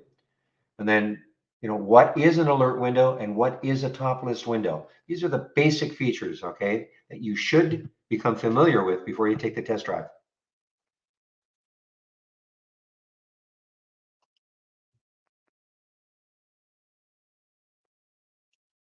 And then my homepage, you can sign up. Yeah, the trade of the week is sent to you free before the market opens every Monday morning.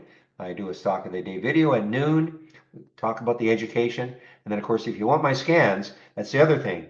About an hour after the market closes on Friday, you can have access to my scans so you can take a look at them. All right.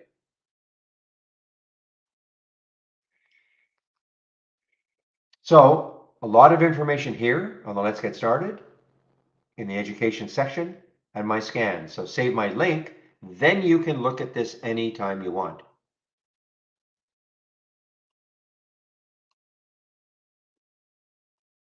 So any last minute questions before I do put myself on mute?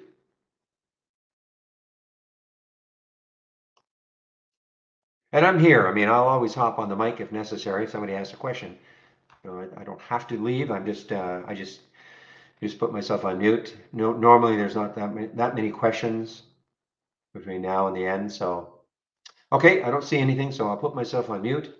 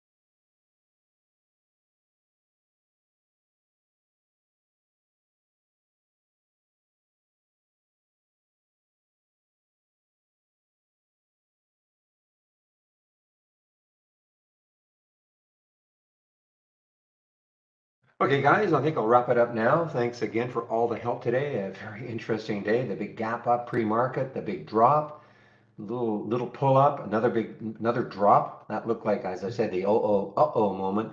Then we had a great rally for about an hour.